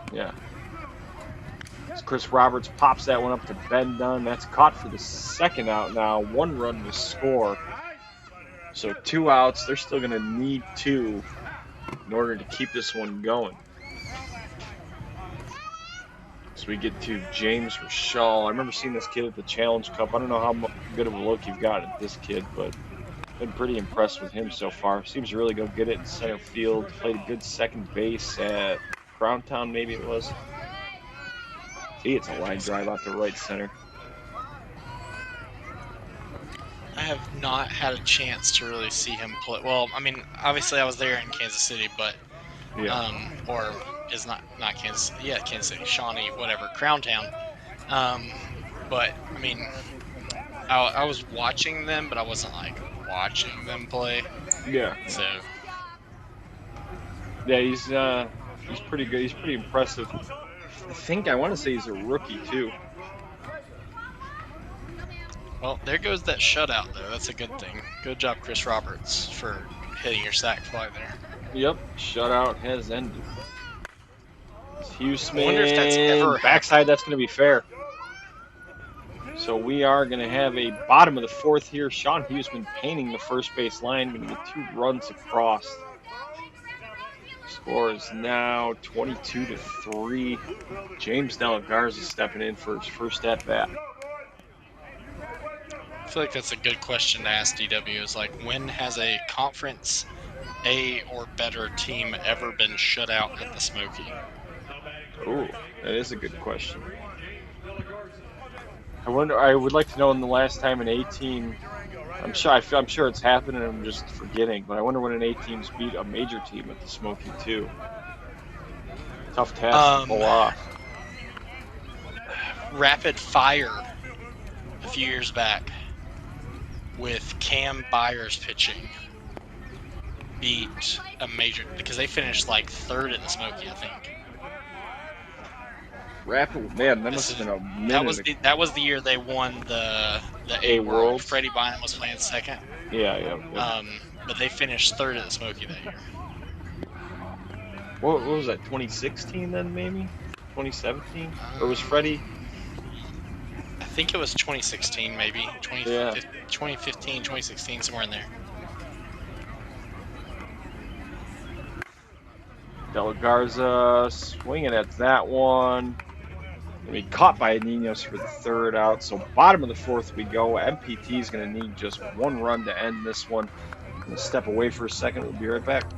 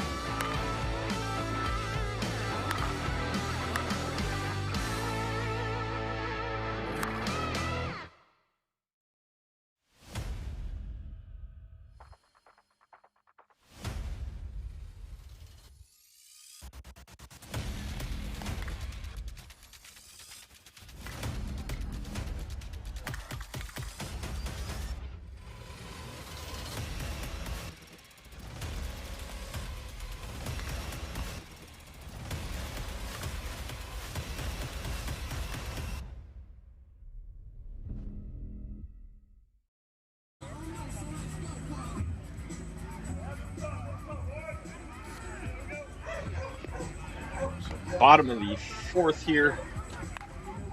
Looks like they might have added a run onto the on-screen scoreboard there on accident. Score is 22-3 right now. Conference USSSA rules is 20 after 4, so 1 run here is going to end it. Big John Williams stepping in. And to answer your question on the last time that's happened, A teams beat a major team. Yeah. I believe TDB was major in 2018, and that was the rapid fire year. Because luckily we have a fantastic DW who puts all these things that was 2 clicks away for us. Ah, okay, perfect. But yeah, I remember those TDB teams. Walk-off. So Big John Williams walk-off home run there. MPT Rentals is going to go on to win this one. Coming up next is Resmondo versus the winner of Bay Area Legends and Aristotle, which isn't in the bracket yet. David, I appreciate you joining me for this brief game here. It was a pleasure having you on. Anybody you want to thank quick? No, I mean, as many times as I'm on the hit and sit and everything else, I'll forget somebody and somebody will get mad. Perfect. Well, that's a good plan. But again, thank you for joining me, David. I appreciate it. We're going to go ahead and step aside here for a second. Not sure what inning that other game is in right now, so give us a few minutes. We're going to step aside, and we'll be back with Resmondo versus Bay Area or Aristotle.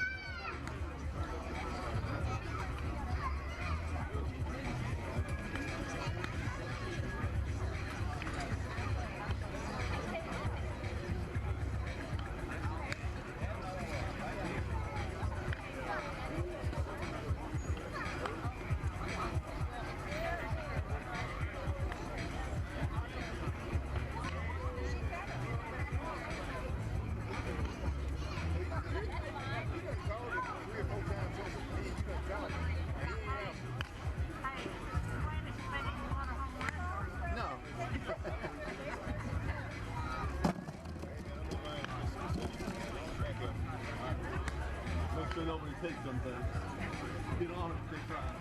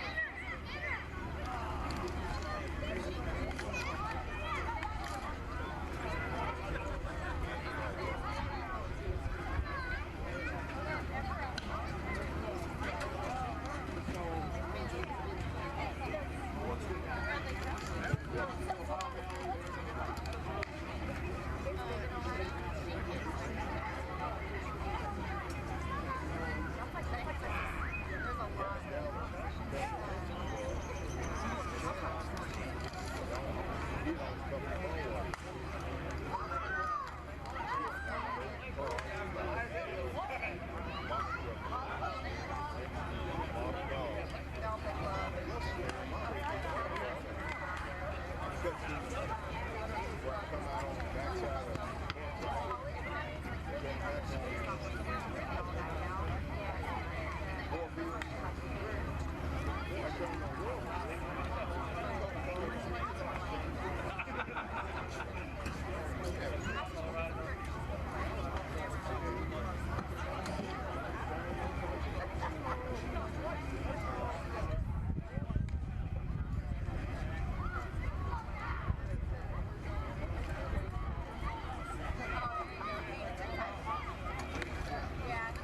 we're about to start 10 years old.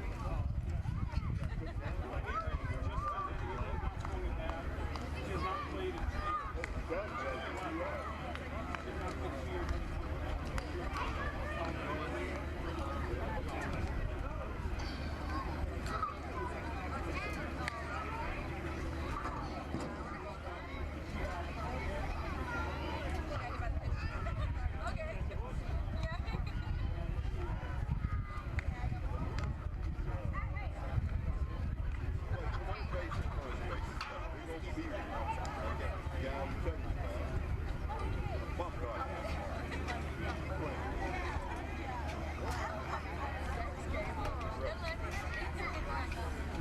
This guy's short.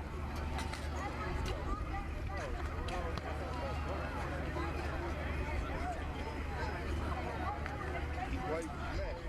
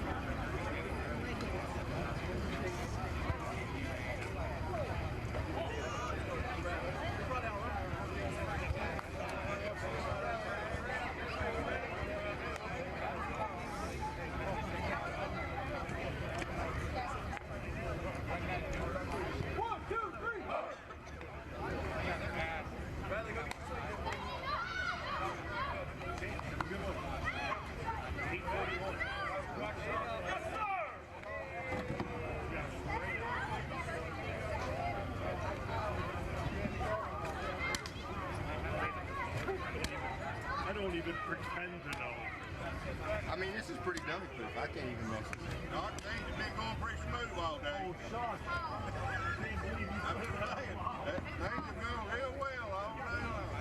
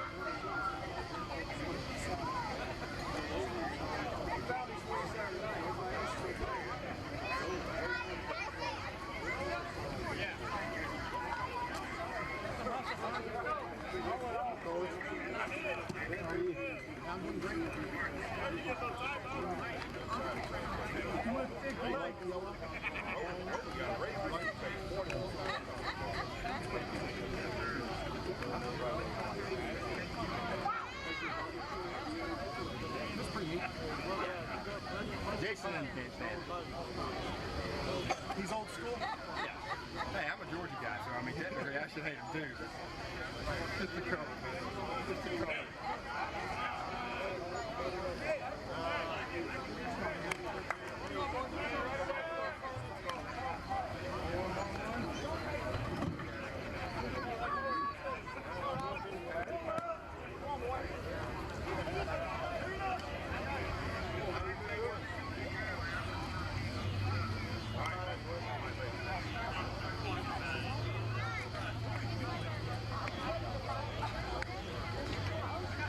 All right, everybody, welcome back here. We are at the Smoky Mountain Classic in Maryville, Tennessee, 55th annual. I'm your host, Eric McCarthy. Got David Baird here with me in the booth. Looks like Bay Area Legends is going to be our home team. Resmondo will be the away team. Let me go through the Resmondo lineup quick. Josh Riley, DH, and Kyle Pearson, first base. Greg Cannell, second base. Phil Matt, third base. Tyler Marshburn, shortstop. Bradley Jones, left field. Travis Clark, pitching. Chad Mullins, catching. Buddy Wolf in right field. Corey Briggs in center field. And Kevin Bazat will be over the middle. Then we also, I don't have the defense in here for Bay Area Legends, but I do have the lineup when they come up. But thank you again for joining us here, David. Oh yeah, it's always a fun time, especially watching the Smoky since we're not there. Yes, absolutely. Jacob Zarate on the mound there. Curtis Stewart catching. First pitch to Riley is going to be a strike.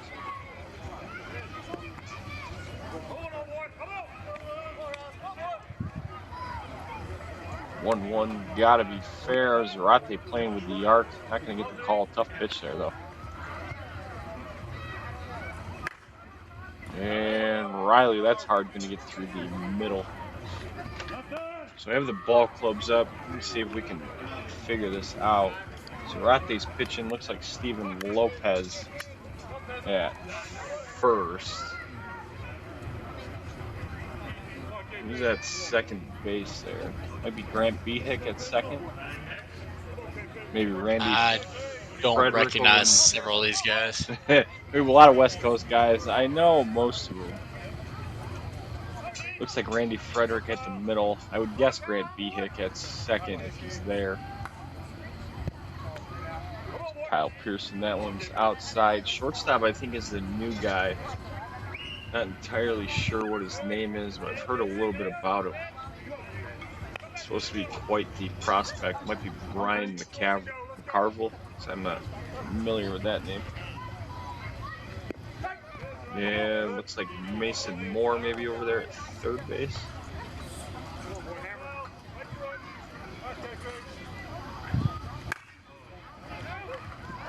And Kyle Pearson, that one's going to get by. So outfield is probably Dante Broom in center. Might have Terrence Curry out there and Ben Wright. Not 100% sure, dude. Taking a guess on I would say those. Dante's in center for sure, because Dante's one of the better defensive center fielders in the game. Yes, he is. Shows up with the bat at weird times too. Every once in a while, he just gets wicked hot and throw up a 700-800 weekend. So we got the legendary Greg Cannell in here. How about Kyle Pearson hitting at an 829 clip coming into this weekend? He is on fire, leading the conference. As Greg Cannell line drive to left field. That one gets down, but yeah, Kyle Pearson is absolutely on a tear this year, 829. And I was looking at going into this weekend, I was looking at some of DW's conference leader stats. I know he's leading OBP outside of home runs too. He's done such an awesome job behind Riley and keeping it in the park when Josh hits it out. It's It's a Kyle Pearson type year for him for sure. Might be looking at an OVP crowd about halfway through the year. Phil Matt grand slammed out to left field. But yeah, we'll pull, You think he might challenge the record? It's tough to tell. You know, I mean, he's obviously capable. You know, and he's going to have a ton of at bats, and you know, I wouldn't be surprised. Honestly, I wouldn't be surprised if he was there. What is Streets' mark? What was it, 834? It wasn't Streets that said it, was it? I thought it was Flip. Or does Flip have it? And Streets didn't. I thought I think Streets it's was like 839 with Flip. got ahead. Okay, so Flip still has it at about 839. Tyler Marshman's around the walk there. But yeah, I mean, you can't say that he's not capable, right? I mean, he can close out the year at 900 from here on and probably get the record. So I wouldn't be surprised, but we'll see if he gets there. So we have Bradley Jones stepping in now. Yeah, we were having a discussion about Bradley the other day. A group of, as he absolutely smokes a ball in the left field. Bradley is very, very quickly entering the conversation of hardest hitter to have ever played softball. Like bat speed off ball.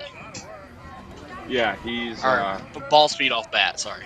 Yeah, I knew what you meant. Hopefully everybody else at home did too. But yeah, they. I'm sure somebody will say I said something wrong. There'll be an old scout post about it tomorrow. Yeah, possibly. Or we're in the chat room right now, conference.USSSA.com. Check that out. Shameless plug. It's Travis Clark. That one's up the left field line. We're gonna have bases loaded here again. But yeah, he torques it so hard, you know, and he cuts the ball a lot too and gets that backspin. It's just, he hits them bullet line drives everywhere. I don't know. I don't know if we have a record of what the hardest hit ball is. I feel like I remember did Ryan Harvey get tagged at 117 at one point? Or Harvey or Griner, I feel like, was at 117 or 119 at one point. Would love to get a radar gun on Bradley Jones if we can. Bayer is calling timeout. I'm not totally sure on what the top number is, because I mean, there's so many things that can be manipulated from an exit velocity standpoint. You know, line drive compared to all those things. We could go into semantics about that, but from a standpoint of that like eye test, the feel, like the ball that comes off his bat is different.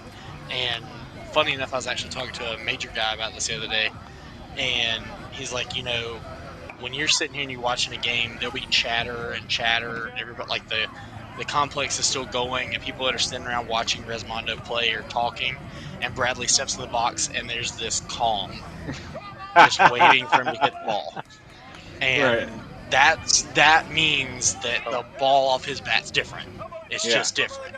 He's must-see softball at this point.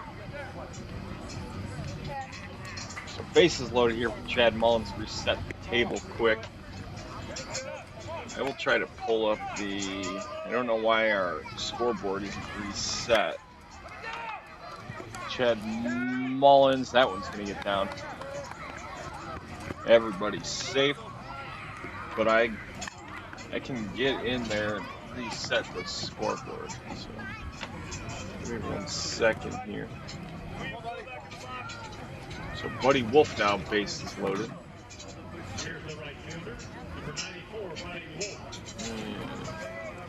All right, what are we at? How wild would it be though if Caparelli was to win the OVP as a rookie?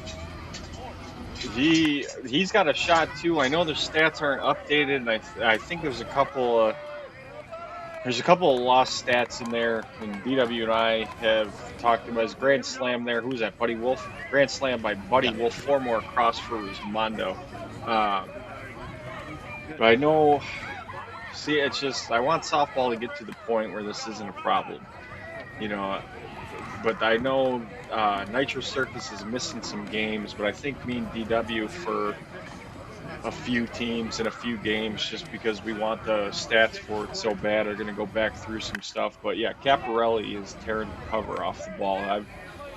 He's possibly the most impressive rookie we've had, and that's coming off a year where Mitch Carriger, hit 777 last year or whatever it was. And there's always some good rookies, but yeah, Caparelli impresses me a ton. I love watching that kid play. It looks like he plays wide open all the time too, and he's got all the swings in the bag. I don't know if he's a recent development or not. Like maybe he's just, maybe it's just something that he figured out recently here how to do all this. But I can't believe the guy hasn't been in the conference until now. Yeah, I don't know. As Bezat yanks one foul, Bezat's having a fantastic year too. But I think that he was one of the guys that we talk about availability is your best ability, and I think if I could be wrong, but just from the rumblings I've heard, talking to a few people I know, they were talking about the fact that basically he couldn't either get off work enough, PTO scenarios, all those things, which that in its own right dramatically inhibits your ability to play the conference. Yeah, for sure. Yeah, always stuff like that, always a few guys sitting at home that should be here that just obviously the time that you need off to play a conference schedule is a lot. So, all right, sweet. I reset the scoreboard. We got it on the screen. How about, so I was looking up the batting average without home runs or walks is, in my opinion, the most telling stat of any stat that can be had. Because realistically, if you're hitting 650 plus without walks or home runs, you're doing something amazing. And let's see if they get this out on Riley. Nope. So KP's at 706. Yep. Without home runs and walks, he's out hitting the vast majority of the conference. And right behind him is Bradley Jones at 686. Oh, wow. That's unreal. It is. And KP's doing this with a year where Riley, which is typically a very sure hitter hitting the ball down at leadoff for Resmondo, has been hitting a lot of these check solos or like quarter swing solos. And just KP's just quietly just sitting here doing KP things, Yeah, he follows it up amazing. We've seen Riley struggle. And then does that. Is that one? That's foul. Good try, though. It's foul, but it was up above the tree. Like some of those small fields, it's not even like Josh. Josh is trying really hard a lot of times to keep the ball in, too, when we see him hit those. Like, he literally is check swinging it backside at times, and it just carries out, and then KP just following it up with a base hit 70.6% of the time. Because he hits that one way out of here, too. Crazy. Absolutely crazy. Yeah, I got their stat. I'll just go through some of these OBPs quick, because I like doing that coming into this tournament. Pearson 829, Jones 785, Matt 788, Marshburg 760, Riley 759, Mullins 752, Bazat 749, Record in limited time 724, Clark 721, Everett 719 in limited time, Cannell 714. So they have 11 guys right now hitting over 700. 12 if you count Mike Manning's 2 for 2. Shout out to the sponsor, Mike Manning, and I know he's the one behind the ball clubs. Thank you for the box score. So 12 guys, Mike Manning leading the way for Resmondo. Perfect OBP of 1 on the season. So they have 11 guys hitting over 700. Is that what that? Yes, 11 guys. Well, Everett's only got 64 at bats, but we know he's been hurt, but still. You have 11 guys hitting over 700. To put that in perspective, we have one person hitting 686. Right. So that's extremely impressive. I mean, that's why Resmondo's having the year they're having.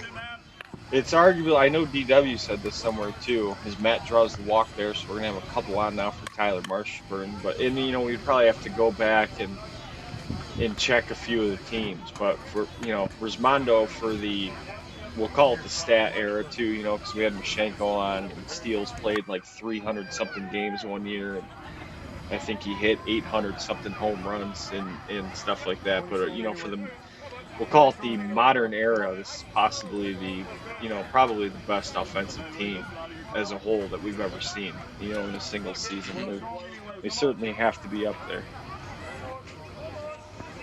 And then you have Marshburn, he and JoJo Bennett might be the two most versatile players in the game.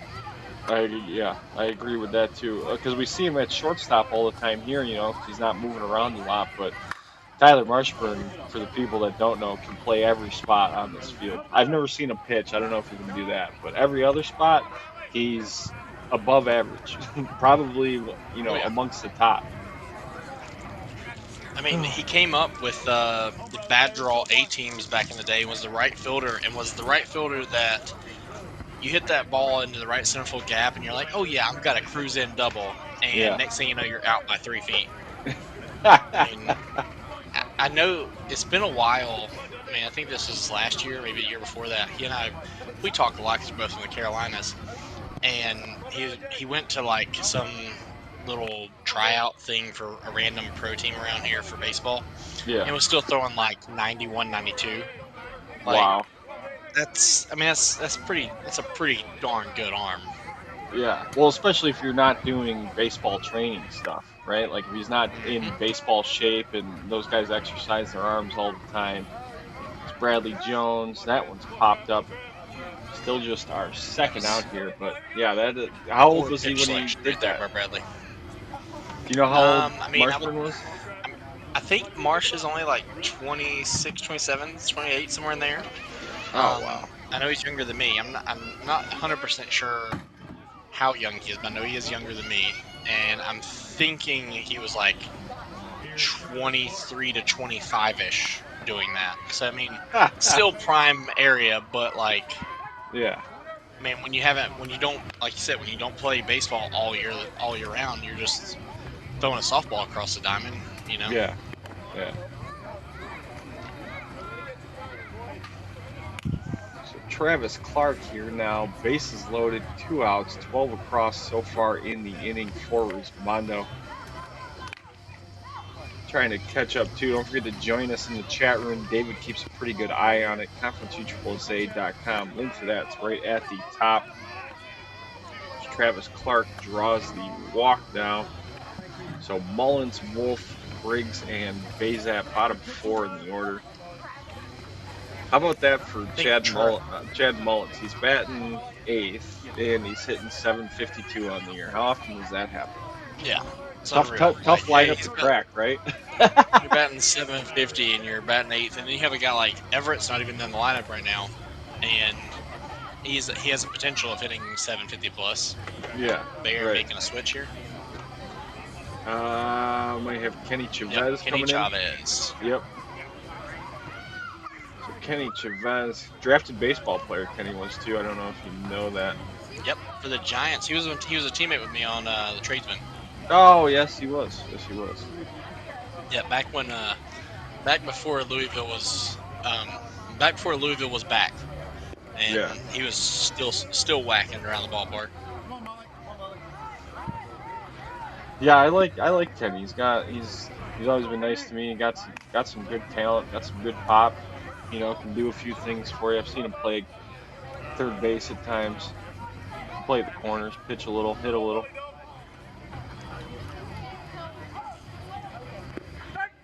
Ooh, tough pitch there. Gotta love getting that strike call as a pitcher, though. That's the one you want. Oh, yeah. Especially in the Smoky and on the show field against Rezzy. Yep. Chad Mullins out to left center. Grand slam, Chad Mullins, 17 across here. Still in the top of the first. Bay Area searching for that final out. Is Everett there this weekend too? I feel like I saw. Yeah, he's there because I saw him sound off on one about halfway out the tennis courts earlier today. Okay, yeah, I was gonna say I feel like I saw him getting that bat early or something when I was cruising fields and looking around. So good to know that he's there. Buddy Wolf out to right center. That one's down off the fence. It's like Buddy's gonna cruise in for a double. So I wonder what I assume his availability is probably hitting only right now. I forget what the injury is. What does he have, an ankle injury? No, it's something in his knee. I know he told me that he had like some arthritis or something going on in there. Yeah. I know he's been rehabbing it because we talk a lot about our knees. It's funny, Yeah. but he was talking about the fact that he's got some pretty bad arthritis in there, which hopefully I don't have that problem post-surgical, but it's definitely painful the way he described it. Yeah, yeah. Corey Briggs Good miss popped right up. there. Might have the third out, and we do. So 17 across here in the top of the first. Bay Area Legends coming up.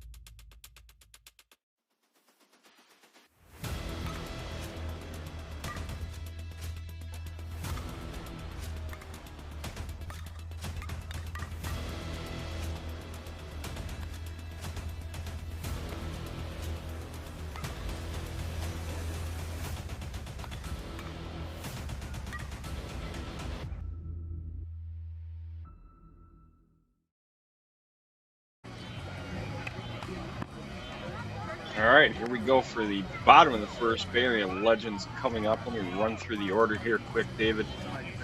We're going to have Randy Frederick, Ryan McCavril, Kenny Chavez, Grant Behick, Curtis Stewart, Ben Wright, Mason Moore, Steven Lopez, Terrence Curry, Jacob Zarate, and Dante Broom. Bay Area going to try to get back into this one.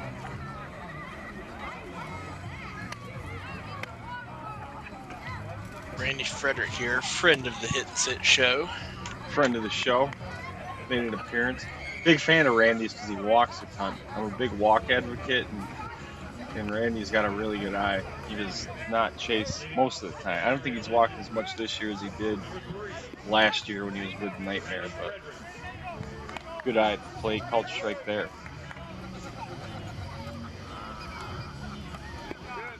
I'd be willing to bet that Travis is going to dramatically pound the strike zone and not work around a lot of hitters right now, considering the lead that they've got. Oop, ball get, was that Bradley Jones? Must have been off the glove there. Might have been Knuckwood. But yeah, I agree. I think they're gonna pound the strike zone. I'm sure they know. You know, when you got a 17-run lead, you're a major team on an 8 team. Pressure's obviously all on them right now, right? So Travis probably gonna trust himself and let these guys get themselves out if that's the case. We'll see. I think this is the shortstop prospect that I've been hearing about. I want to say this is the kid. Ooh, line drive up the middle.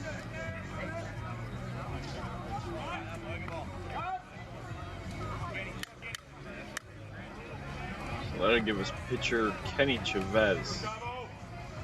Was already in the game, so I assume they will pinch hit for Zarate when we get down to the 10 spot.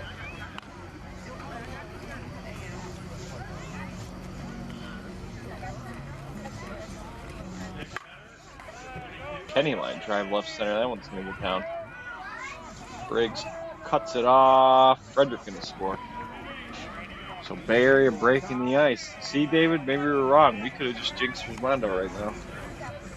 I mean, I'm all for a good ball game. Me too.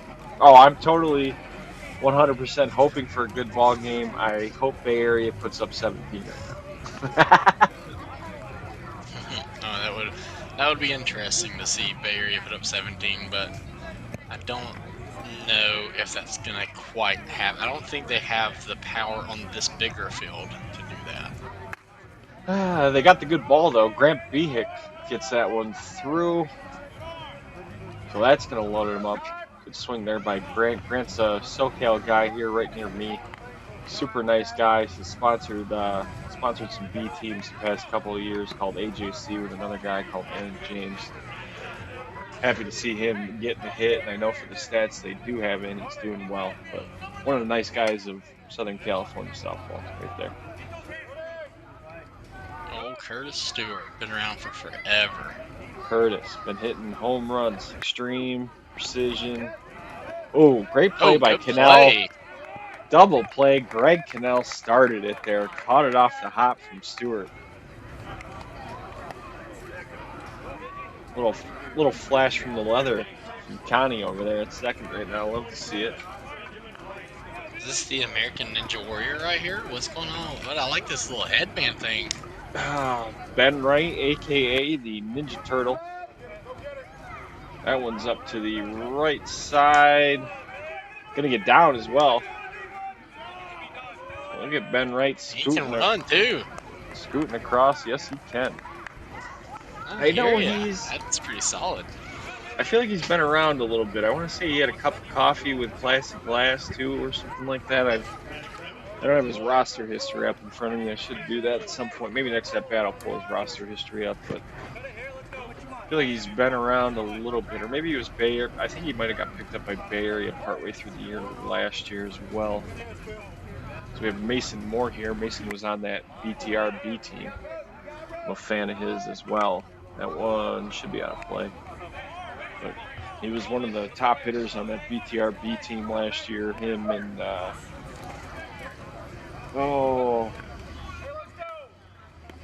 drawing a blank right now. This is terrible. Clint Strickland team. But Mason Moore, it was the kid that played on Juno, and he's on Cheap Suits now. Cam King, Mateo Paccio.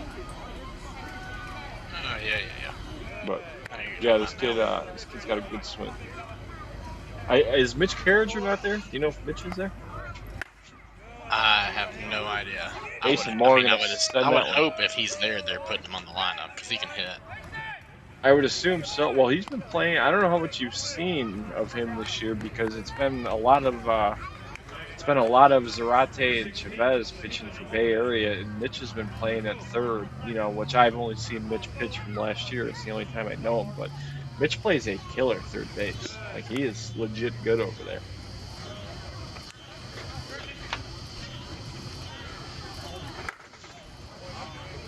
Old Steven Stewie. Lopez. Old Stewie Lopez. That one's caught, though. It'll be the third out. So 5 across here in the inning for the Bay Area Legends. Resmondo coming up. They lead 17-5.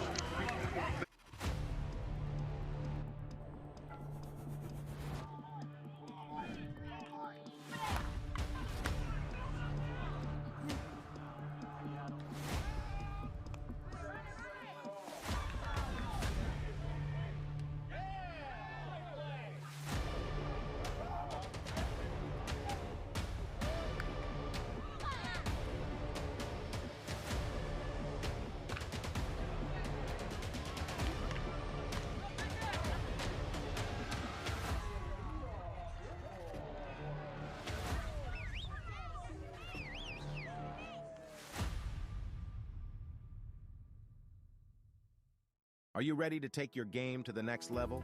Look no further than Smash It Sports. At Smash It Sports, we carry the latest in baseball and softball equipment and apparel. Our selection includes top brands like Easton, Rawlings, New Balance, and more. Plus, we offer free shipping on most orders and discounts up to 15% off. With our top-of-the-line equipment, you'll be hitting dingers in no time. And don't forget to represent the brand with our stylish apparel. So what are you waiting for? Head to smashitsports.com and gear up for the season. Smash It Sports. Get your game on.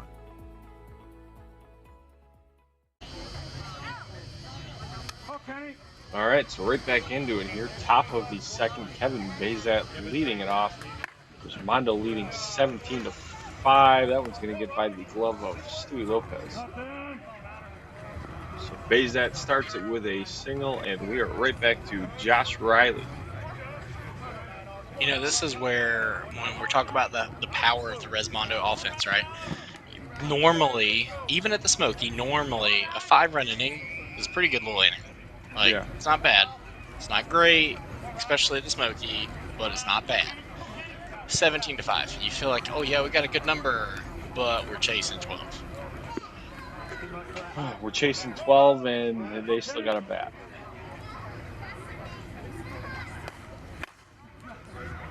Josh Riley, that one's going to get down. Somebody needs to text Riley and tell him to just check swing. Just check swing to center field, Riley. Yeah. It'll or go. Check swing first base line. It'll go out.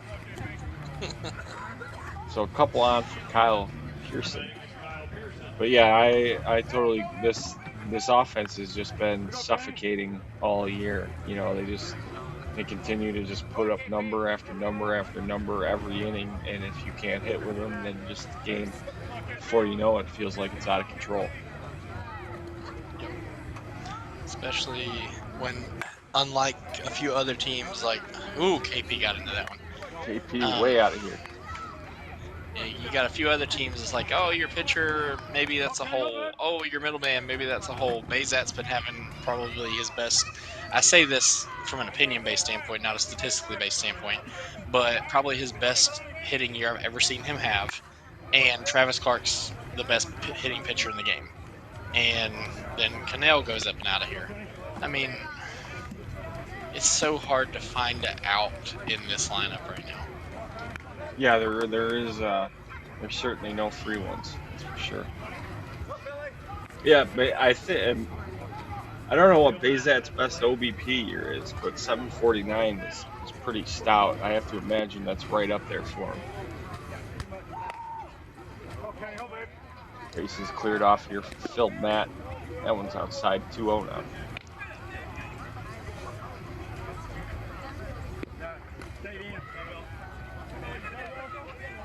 Phil Matt draws the walk. Gonna have Marshburn, Jones, and Clark. It's interesting to see too. I mean, you're almost nitpicking each guys, and these guys got so many at bats. So even the differences in OBP is realistically only a couple of hits and walks, right? But Brett really doesn't change his order at all, you know, and I'm not even saying that he should. This isn't the case for that, but Josh Riley, 759, batting leadoff, you know, and arguably the best hitter in the country. It's still fifth on the team, though. You know, and Brett doesn't stray away from that at all, because they just continue to win and produce runs. Tyler Marshburn gets 2 more for him there. I mean, that's the whole adage of if it ain't broke, don't fix it. Yeah, right.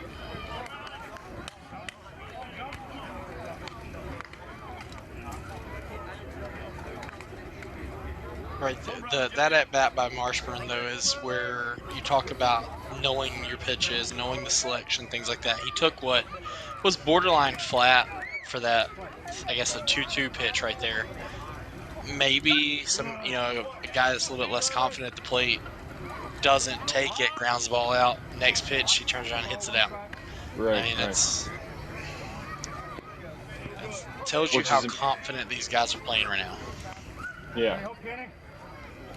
And I'm a big believer in pitch selection too. You know, I think guys swing at way too much stuff that isn't a strike.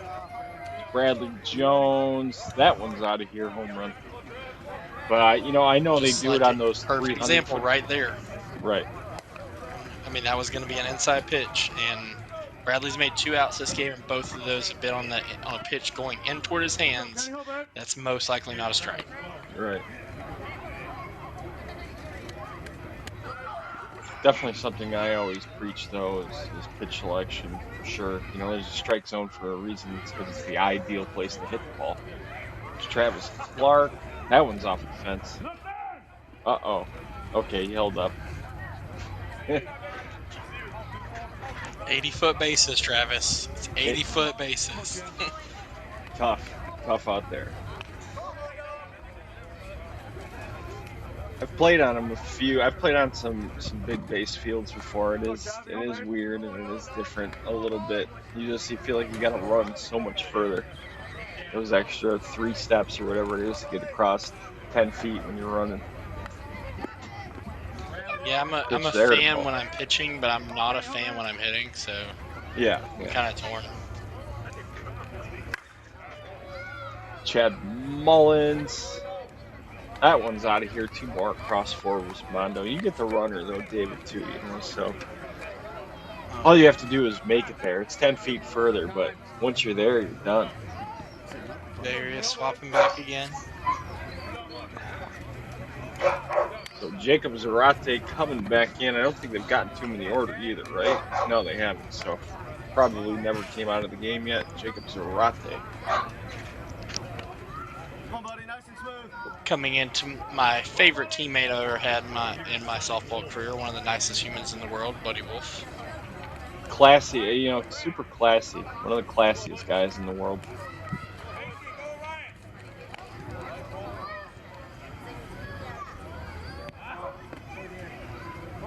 2-0 to him now inside. Look at how heavy that shift was. Your shortstop's on the second base side. Everybody knows Buddy's going for the tennis courts. I love it. Yep. I mean, the shortstop is never that far over, but even in, even in a home run limit tournament, a normal tournament, I see them play him so far pull, which he does pull it a lot, but he's got a decent left center swing and catches third base line sometimes. I get nervous for teams when they do that. Depending on the scenario, I mean, they'll do it with bases clear. When he's got 2 guys on home runs to use, absolutely why wouldn't he? But Corey Briggs, that one's going to get up here and out of here as well. 2 more across for Resmondo. You hit one good when you're at the Smoky and you hear somebody on the live stream say, "Wow." That's when you know you touched it good right there. That's solid. That's how you know you caught some barrel.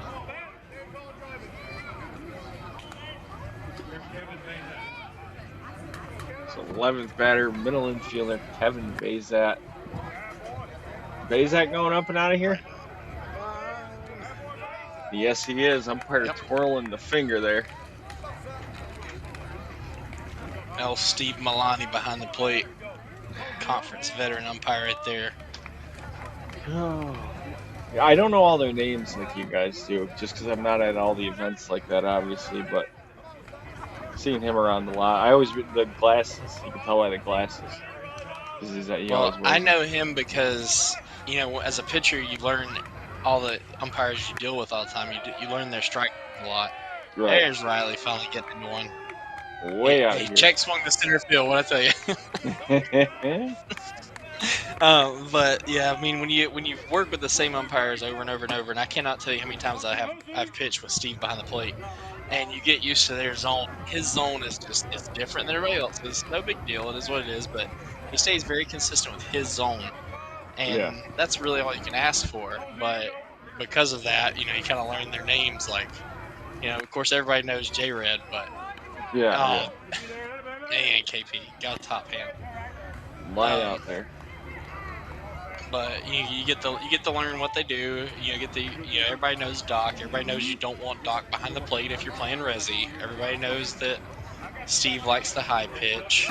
Slim will give you the last pitch comments. That's the kind of things that you'll start learning over the years. Greg Cadell up and out of here now, but but like you said, as long as he's consistent with it, I mean, you know what you're getting into going into this game. You know the calls that you're going to get and the ones that you're not going to get. So it's as long as he's consistent with it, it's tough to say anything bad about that. Absolutely. 30-5 right now. 2 outs here in the top of the second. Phil Matt. This is unbelievable, David. I can't. This team is out of control. I'm really hoping, and I'm going to make a mild assumption here that the stadium this year will be a good, normal stadium ball. If it is, I cannot wait to see that Friday night game and then into the Saturday night games with these teams going off. I mean, I don't it's care gonna if be it's amazing. MPT, Monster, Competitive Edge. I don't care. I can't wait to see what Resi does Friday and Saturday night. Probably put on the show. But that's going to end it here in the top of the second. Resmondo leading 31-5. Bay Area coming up next.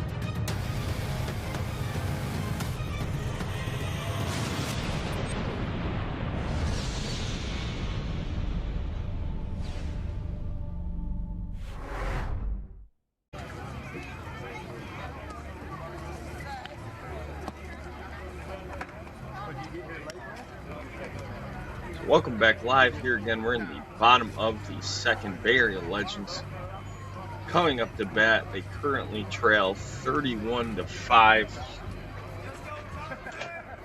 This is going to be bottom three in their order as well. Terrence Curdy, Jacob Zarate, and Dante Broom. You know, Terrence has been around. I want to say he had a stop on BTR as well there with Clint Stricker, Mateo Pacheco, and the boys. But Curry, Zarate, and Broom here coming up. How do you know when people are watching the live feed? Whenever you get a text because of something you said about somebody the inning before, I love it. Oh my goodness. David, you gotta be nice. That's all there is to it. No, it wasn't bad. It was just, you know, you say what you see.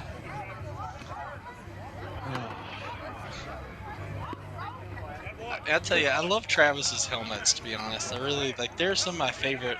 Like, I know that Pinkham and a couple of people had those, like, really shiny helmets. Travis even had one. But the American flag helmets, I love those. They're beautiful. I've always asked for one. Can never get one that looks like those. I'm sure his is custom, but Yeah. I really, really like those. Yeah, Travis has always got good helmets. For sure. So Joe Valdez there hit for Jacob Zarate. That's going to be a fly ball to the shortstop.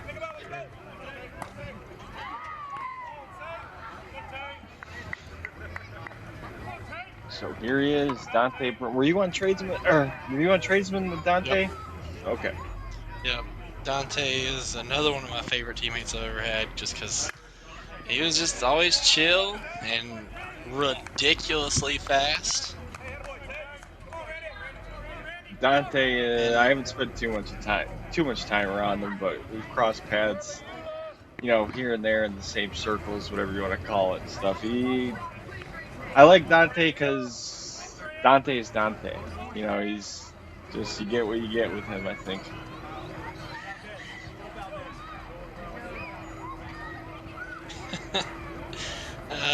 I got told to mention the fact, like, with the tradesman thing, we're talking about how many Smokies I've went to or been played at, right? Yeah. So in Seattle, the second duel, for some folks watching, second duel is unlimited home runs, and I got hit by Ussery in the first game of the second duel on the big field. Broke my fifth finger on my right hand down near my wrist. Wow. And so the fifth metacarpal. It's broken, hand swollen up. I don't know what I'm doing. Good swing by Frederick, but got a line drive out there. It's all swollen and everything. I cannot physically grip a knuckleball because of how it's broken, right? So we're playing some random local team on one of the smaller fields after we lost the game to New Breed, and we're chasing like 31 or something because they're just teeing off. And I came in to pitch, hand broken, I had to have help putting my shin guards on. I came into pitch hand broken and threw curveballs the rest of the game. Oh, that's brutal. Like, it was, and I swung and missed because I couldn't swing. I was swinging and missing, and the ball pitched to me, but yeah, it was not a fun time. That sounds terrible. That stuff like that is why they always say pitchers aren't the smartest people in the world, David. So that's going to end the top or the bottom of the second here. Resmondo coming up. They lead 31-5.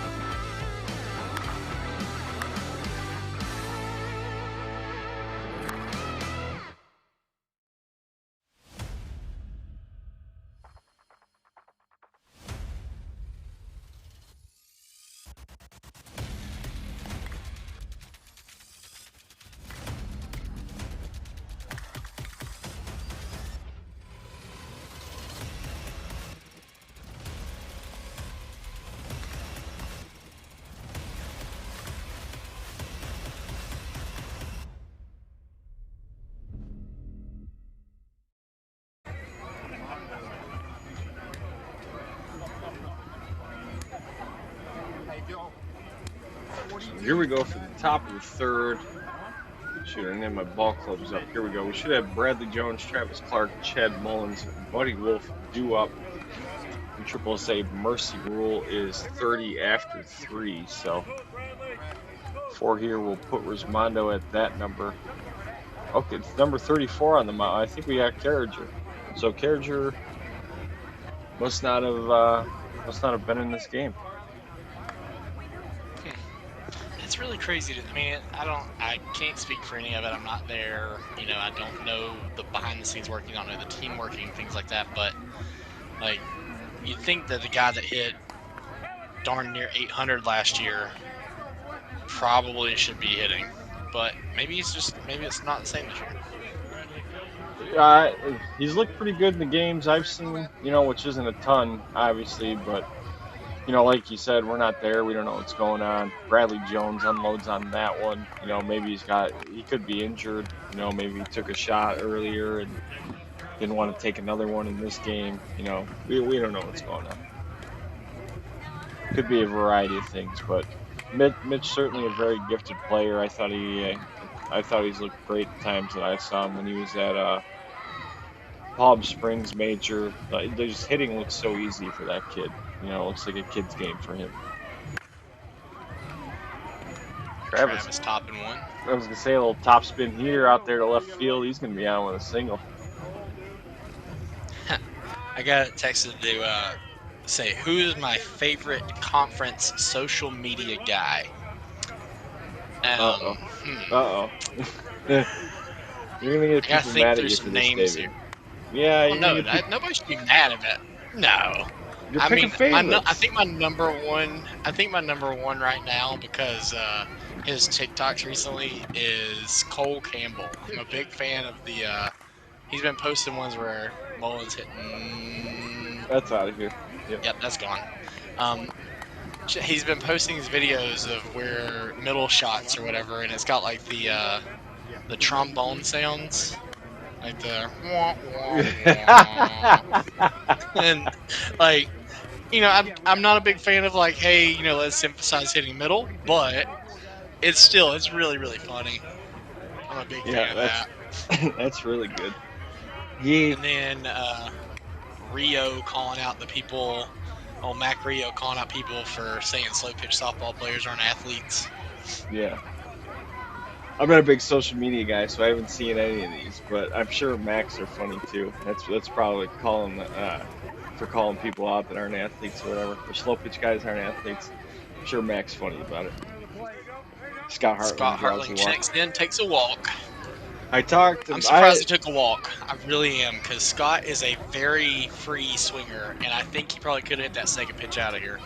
I don't see him walk very often. I'm very surprised to see that. I don't know what his walk numbers are. I know he can walk though. Like I've seen him have a good eye like that when he wants to. I don't have any data to back that up either though on how often he's walking. But yeah, Scott Hartling's a Northeast guy. I grew up in New York. I've seen him for a long time. Scott really plays the game well. As Corey Briggs sends that one out, but like Scott figured out early on, that you need in the park swings too, especially when he was coming up in B and A and stuff like that. He's always impressed me. I know he's a super hard worker too. Super nice guy. It was always nice to me because he knows my brother, my much more skilled and athletic brother. Overstreet checks in, sends one out of here. Oh man. So Where's Hartling hit Everett? for Everett's Wolf. gonna get a swing somewhere. Yeah, Hartling hit for Wolf there, and then Overstreet hit for Bayzat. So we're back at the top, just in case anyone was wondering that. I would say they're most likely going to let Overstreet go into the middle, and I would just about guarantee they're going to see Record go out to pitch the bottom half. Yeah, I wouldn't be surprised. Brett's good about getting bench guys in there too. They got a pretty commanding lead here. Again, it's going to be 30 after 3, so as of right now, Bay Area is going to have to score 3 to keep this one going. And I could be wrong on this. It's been a minute, but even if they did score, now they have to score 4. Even if they score 4, if they don't score enough to get it below 20, then it'll be a flip-flop, and Resmondo will become the home team, correct? I don't know if that's in effect in the Smoky. I don't think I've ever seen a flip-flop in a conference game. Are they flip-flopping your guys' games? No, now I'm thinking about it, that might not be a rule after above B. I'd have to ask like a J Red or Justin, somebody who works more conference games. Like locally, they'd be a flip flop, but I can't say for sure on the conference side. Yeah, I know they do that stuff locally. I'm trying to think. None of the games I've ever called have been a flip flop, and I don't have a good enough memory to remember if there's been a situation where it would be a flip-flop rule like that. And on cue, I get the text that says there is no flip-flop in the conference. Yeah, okay, I didn't think so. Love it. Greg Cannell sends that one out.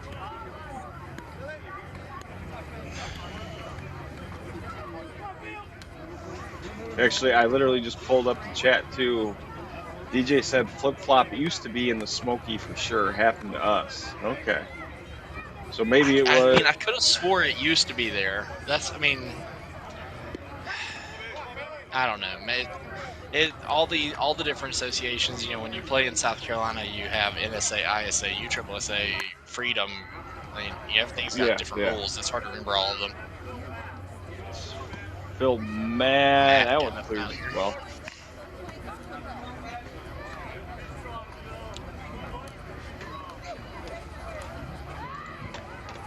It would be interesting to see if they did that. Well, you know what this ball and the way that these teams are hitting right now is reminding me of. Do you remember a few years back the almost 200 run games in the championships? Yes. It was 80 something, 70 something. This is giving me that vibe. I feel like we're gonna see that coming into one of these major versus majors. We 100% could, because we just I don't even remember all the scores now of all the games I've called, but if two major teams catch fire at the right time, and both of them are just unloading and this ball is good, as Carriage are coming out, this is going to be CJ Shepard, Arizona's own CJ Shepard coming in to pitch. If we're at 41 runs right now over 3, right? So that's a little over 13 and a half runs over each inning.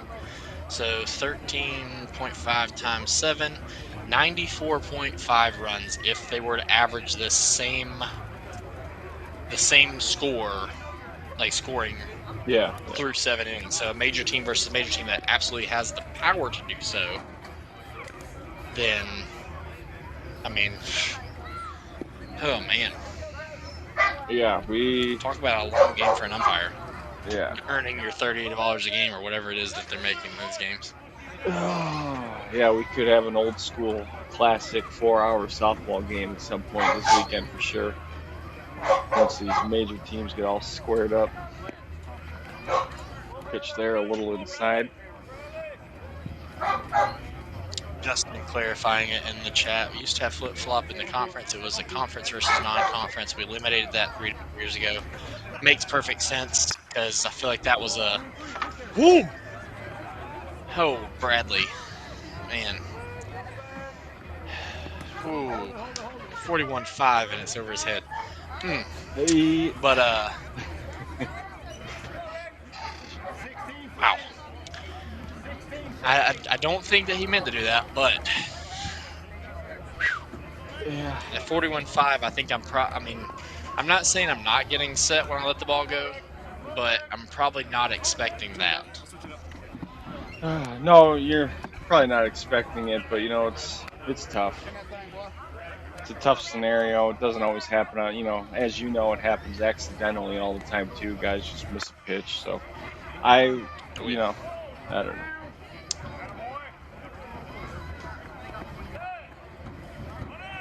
CJ pretty good. CJ's a tough kid. He'll be alright. Pitch for us at Toys for And that Tots was this year. Record pinch hitting for Travis there, so we will see Record in the bottom of the third like we thought. Great call, David. Great insight. Guy's seen 1 or 2 Resmondo games in his life. Yeah, I think I've been on the opposite end of one of these before where we get to the 4th or 5th and all of a sudden they open up and next thing you know, well, there comes Record. And that's not saying anything bad about him because for those of y'all that have never faced the two of them between Travis and Record there, Travis has a decent knuckleball. I'm not saying he's not a good knuckleball. He pitches very, very well to his defense, mixes up speeds, is a very intelligent pitcher. But 100% Record's knuckleball it moves more. Like it is much harder to hit. Yeah, well, they're totally different stylistically too, right? It's really not even a bad changeup because Record seems to throw flatter and faster a lot more than what Travis is too. Travis likes to scratch that ceiling a little bit more, and Record goes a little bit more with the flat and fast. At least from what I saw.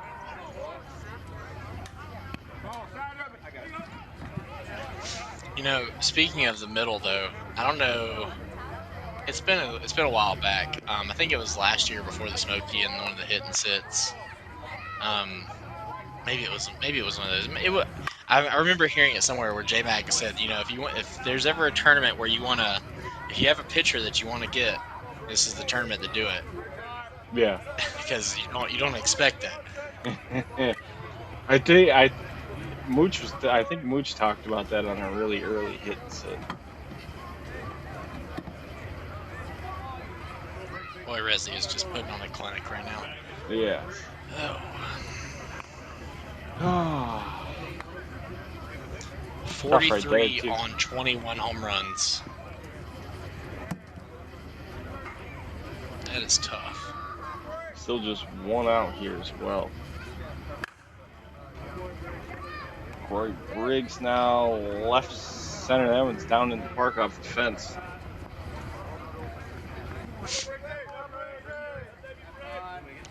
It's so disheartening to be the team in the field for all of this, but at the same standpoint, I think Beria, they drop to the loser's bracket after this. As outside of an act of God, they're dropping in the loser's bracket after this. When that happens, they're going to have a decent chance because they'll go to a little bit of a smaller field, most likely over the SCHR fields. I haven't looked at the bracket, so don't quote me. And because of that, they'll have a chance to really make a decent little run and potentially solidify their major berth. It's a pretty big deal for them.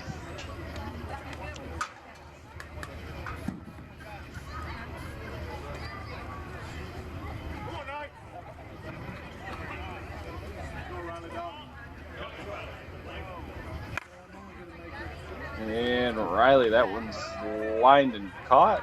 You catch that? Yep. Okay, yep. Catch. There was the fist pump. I always like to wait for the fist pump and the arms out to the side. So TK was the one that said, and I know he's one of the hardest working umpires. He was the one that said if they were running the same rules as last year, there is a flip flop. So I don't know. We got both sides going on in the chat room right now. Yeah, I mean, I do think that what he said is correct. It's this is the only event that I can ever remember even being brought up because of potential situations like this. So Kyle Pearson, ball couldn't be handled there. So a couple outs now here too that Bay Area has given away. Tough game as we get an Everett Williams sighting. Look at this. Nighttime Showfield, Everett Williams sighting. They say the stars come out at night. We'll see what Everett can do right here. I'd love to see him have a chance to reach out and get one on the tennis courts. Everett's one of my best friends, and I really always want him to have success. Yeah. Is he still playing on some of the Pace teams too? Yeah. Okay. Shout out to Pace. Well, I mean, right now, no, but yes, he is still with them for the BSC. Right, yeah, when he does BSC events. Yeah. As he draws the walk there, but my father played for Pace in the mid-90s. Glad to see that that's still going. Pace is the institution is what they have on the front of their jerseys. Big fan of that. They are.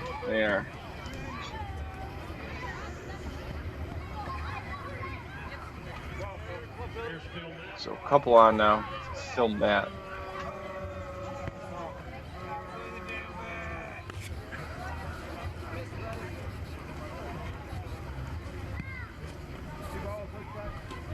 But they're also going to have to pull this game to within 30 to even potentially have a shot at the flip flop.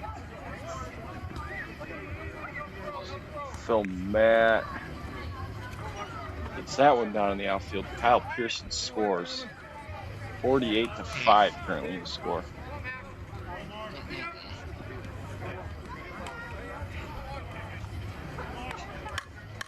So the Resi is on pace if they were to go 7 innings to score 112 runs for a 7-inning ball game right now. That's unreal. That is crazy. And Marshburn line drive, that one gets down as well. Everybody going station to station here. So TK said again here, hold on. I think it was 2016 or 2017 where it was Resmondo versus Laser Vision that the final game was 72-63 or some score close to that. So that would be what, 100? That's 135 combined there. Whew. That's just too many runs. And we're gonna give. Take like a break in the middle of it. Everybody go get some Uncrustables. You know. Well, my dad played Double-A with Pace in that era. You know, in the '90s era where they were scoring those crazy runs. Bradley Jones up the middle, that's a hit. And he used to have They used to, like him and a bunch of guys would literally have like the Metrics meal replacement shakes. Like they would have to have those ready for every game because they knew it was going to be a 4 or 5 hour game. That's unreal. I mean, shout out to the teams that are doing that. I mean, I get it. I mean, it is what it is. But golly. And having to pitch through that would be terrible right now. It's tough. It's one of those things, you know. You almost can't even be mad at yourself though, because it's just Resmondo's doing Resmondo things right now. You know, this team is totally built for offense and offensive suffocation, and they're just on fire right now. I mean, we talk about this when it comes to the way the major teams are built, right? They're not built to beat you on 300. Like it is what it is. They win a 300-foot game. They win 300-foot games. They're going to just because they can hit. They are built for 2 events, one of which is this one, the other of which is in Vieira, Florida in October. Yep, absolutely. And even I forget that. So, you know, like, people have conversations with you, you know, or when we go play analyst on the hit and sit show and stuff like that, you talk about it, but then you come to a tournament like this and it just all makes sense, you know, and it almost reminds you like this is what these guys are built for, you know, is this kind of thing. So, well, I'm sure they all panic a lot less than anybody on the outside looking in does when they lose games on those 300 or even 315 fields, you know, and they have trouble with the home runs and this, that, and the other thing. And in the end, it's just they're built for Florida, they're built for the Get out of the Smoky, inning. and Get out of the inning. get the third out there. So we got a 51-5 ball game. Bay Area Legends coming up next in the bottom of the third.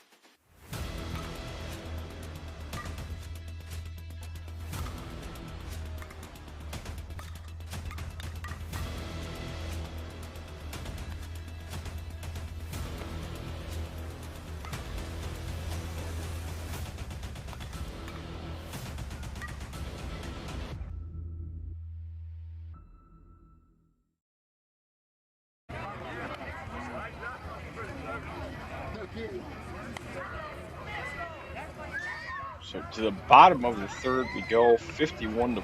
Resmondo leading Bay Area Legends. So we see Bradley Record coming out there again. The rule is 30 after 5, so Bay Area Legends gonna have to score 16 here to keep this one going. Brian Dean gonna get his swing. This is, you don't know this guy, Dave. This is one of the best center fielders you've never heard of, though. Glad to see him get a swing here. This kid's a phenomenal athlete. See what he's got. Bay Area needs a Resmondo's first inning in order to stay in this game. Yes, they do.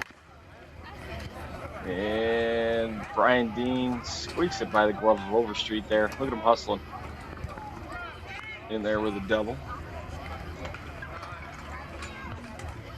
I'm not going to predict that they're going to make it happen in this inning, but if you're going to make a 17-run inning happen without the Resmondo power, that's the kind of thing you have to have happen.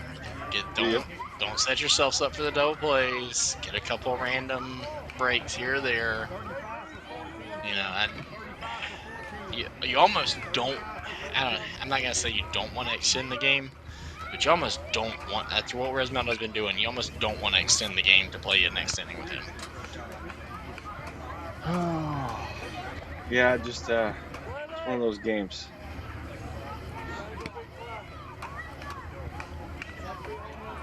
As the best hitting sponsor in softball here, Yoli Gonzalez. A couple more things from the chat too here. TK said it was 2017 Resmondo versus SIS TBD. TBD won 70-64. That one's popped up to center, and then J Stout said 86-72 in 2017. Smash it versus Resmondo. Smash it won. So 158 in that one. Then 134 in the other one. So sheer Smoky Mountain Classic could top one of those. It would definitely affect the home run number at the end for whoever wins the home run title this year. It very well could. If you can get, I mean, what is that, 6, 7, 8, 9 at-bats in the game? Mitch Carriger checking into this one way out of here.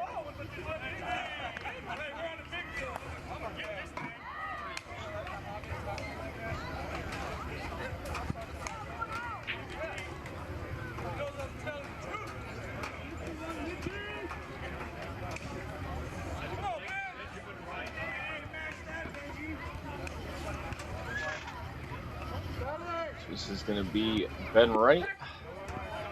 Called strike there.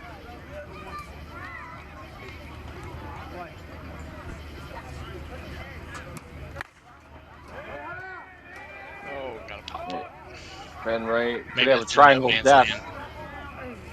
Ooh, sliding There you attempt go. there by Bradley. Couldn't pull it in.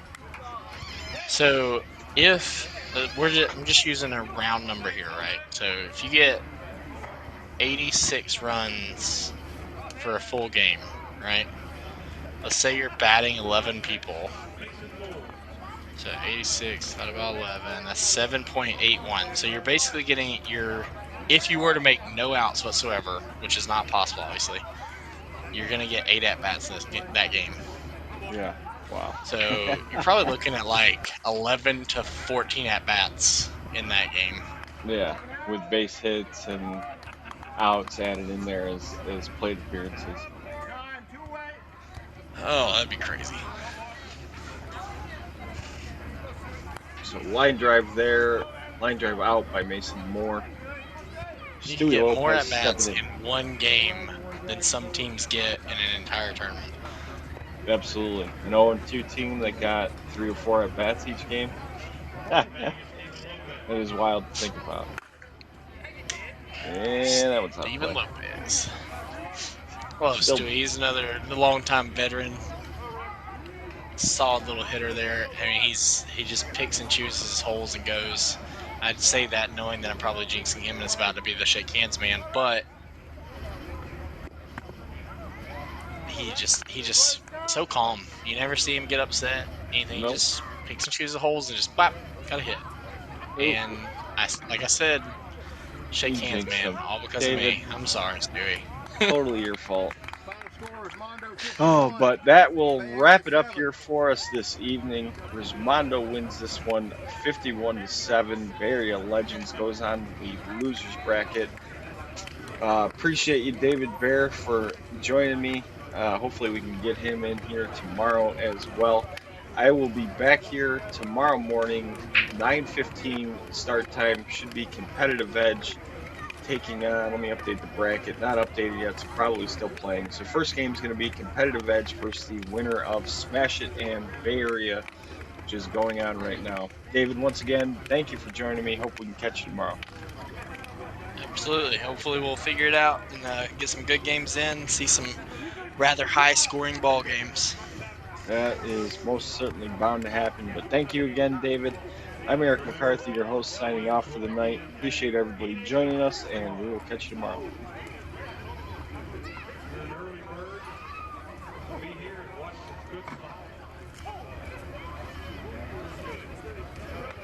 Good night. Drive safe.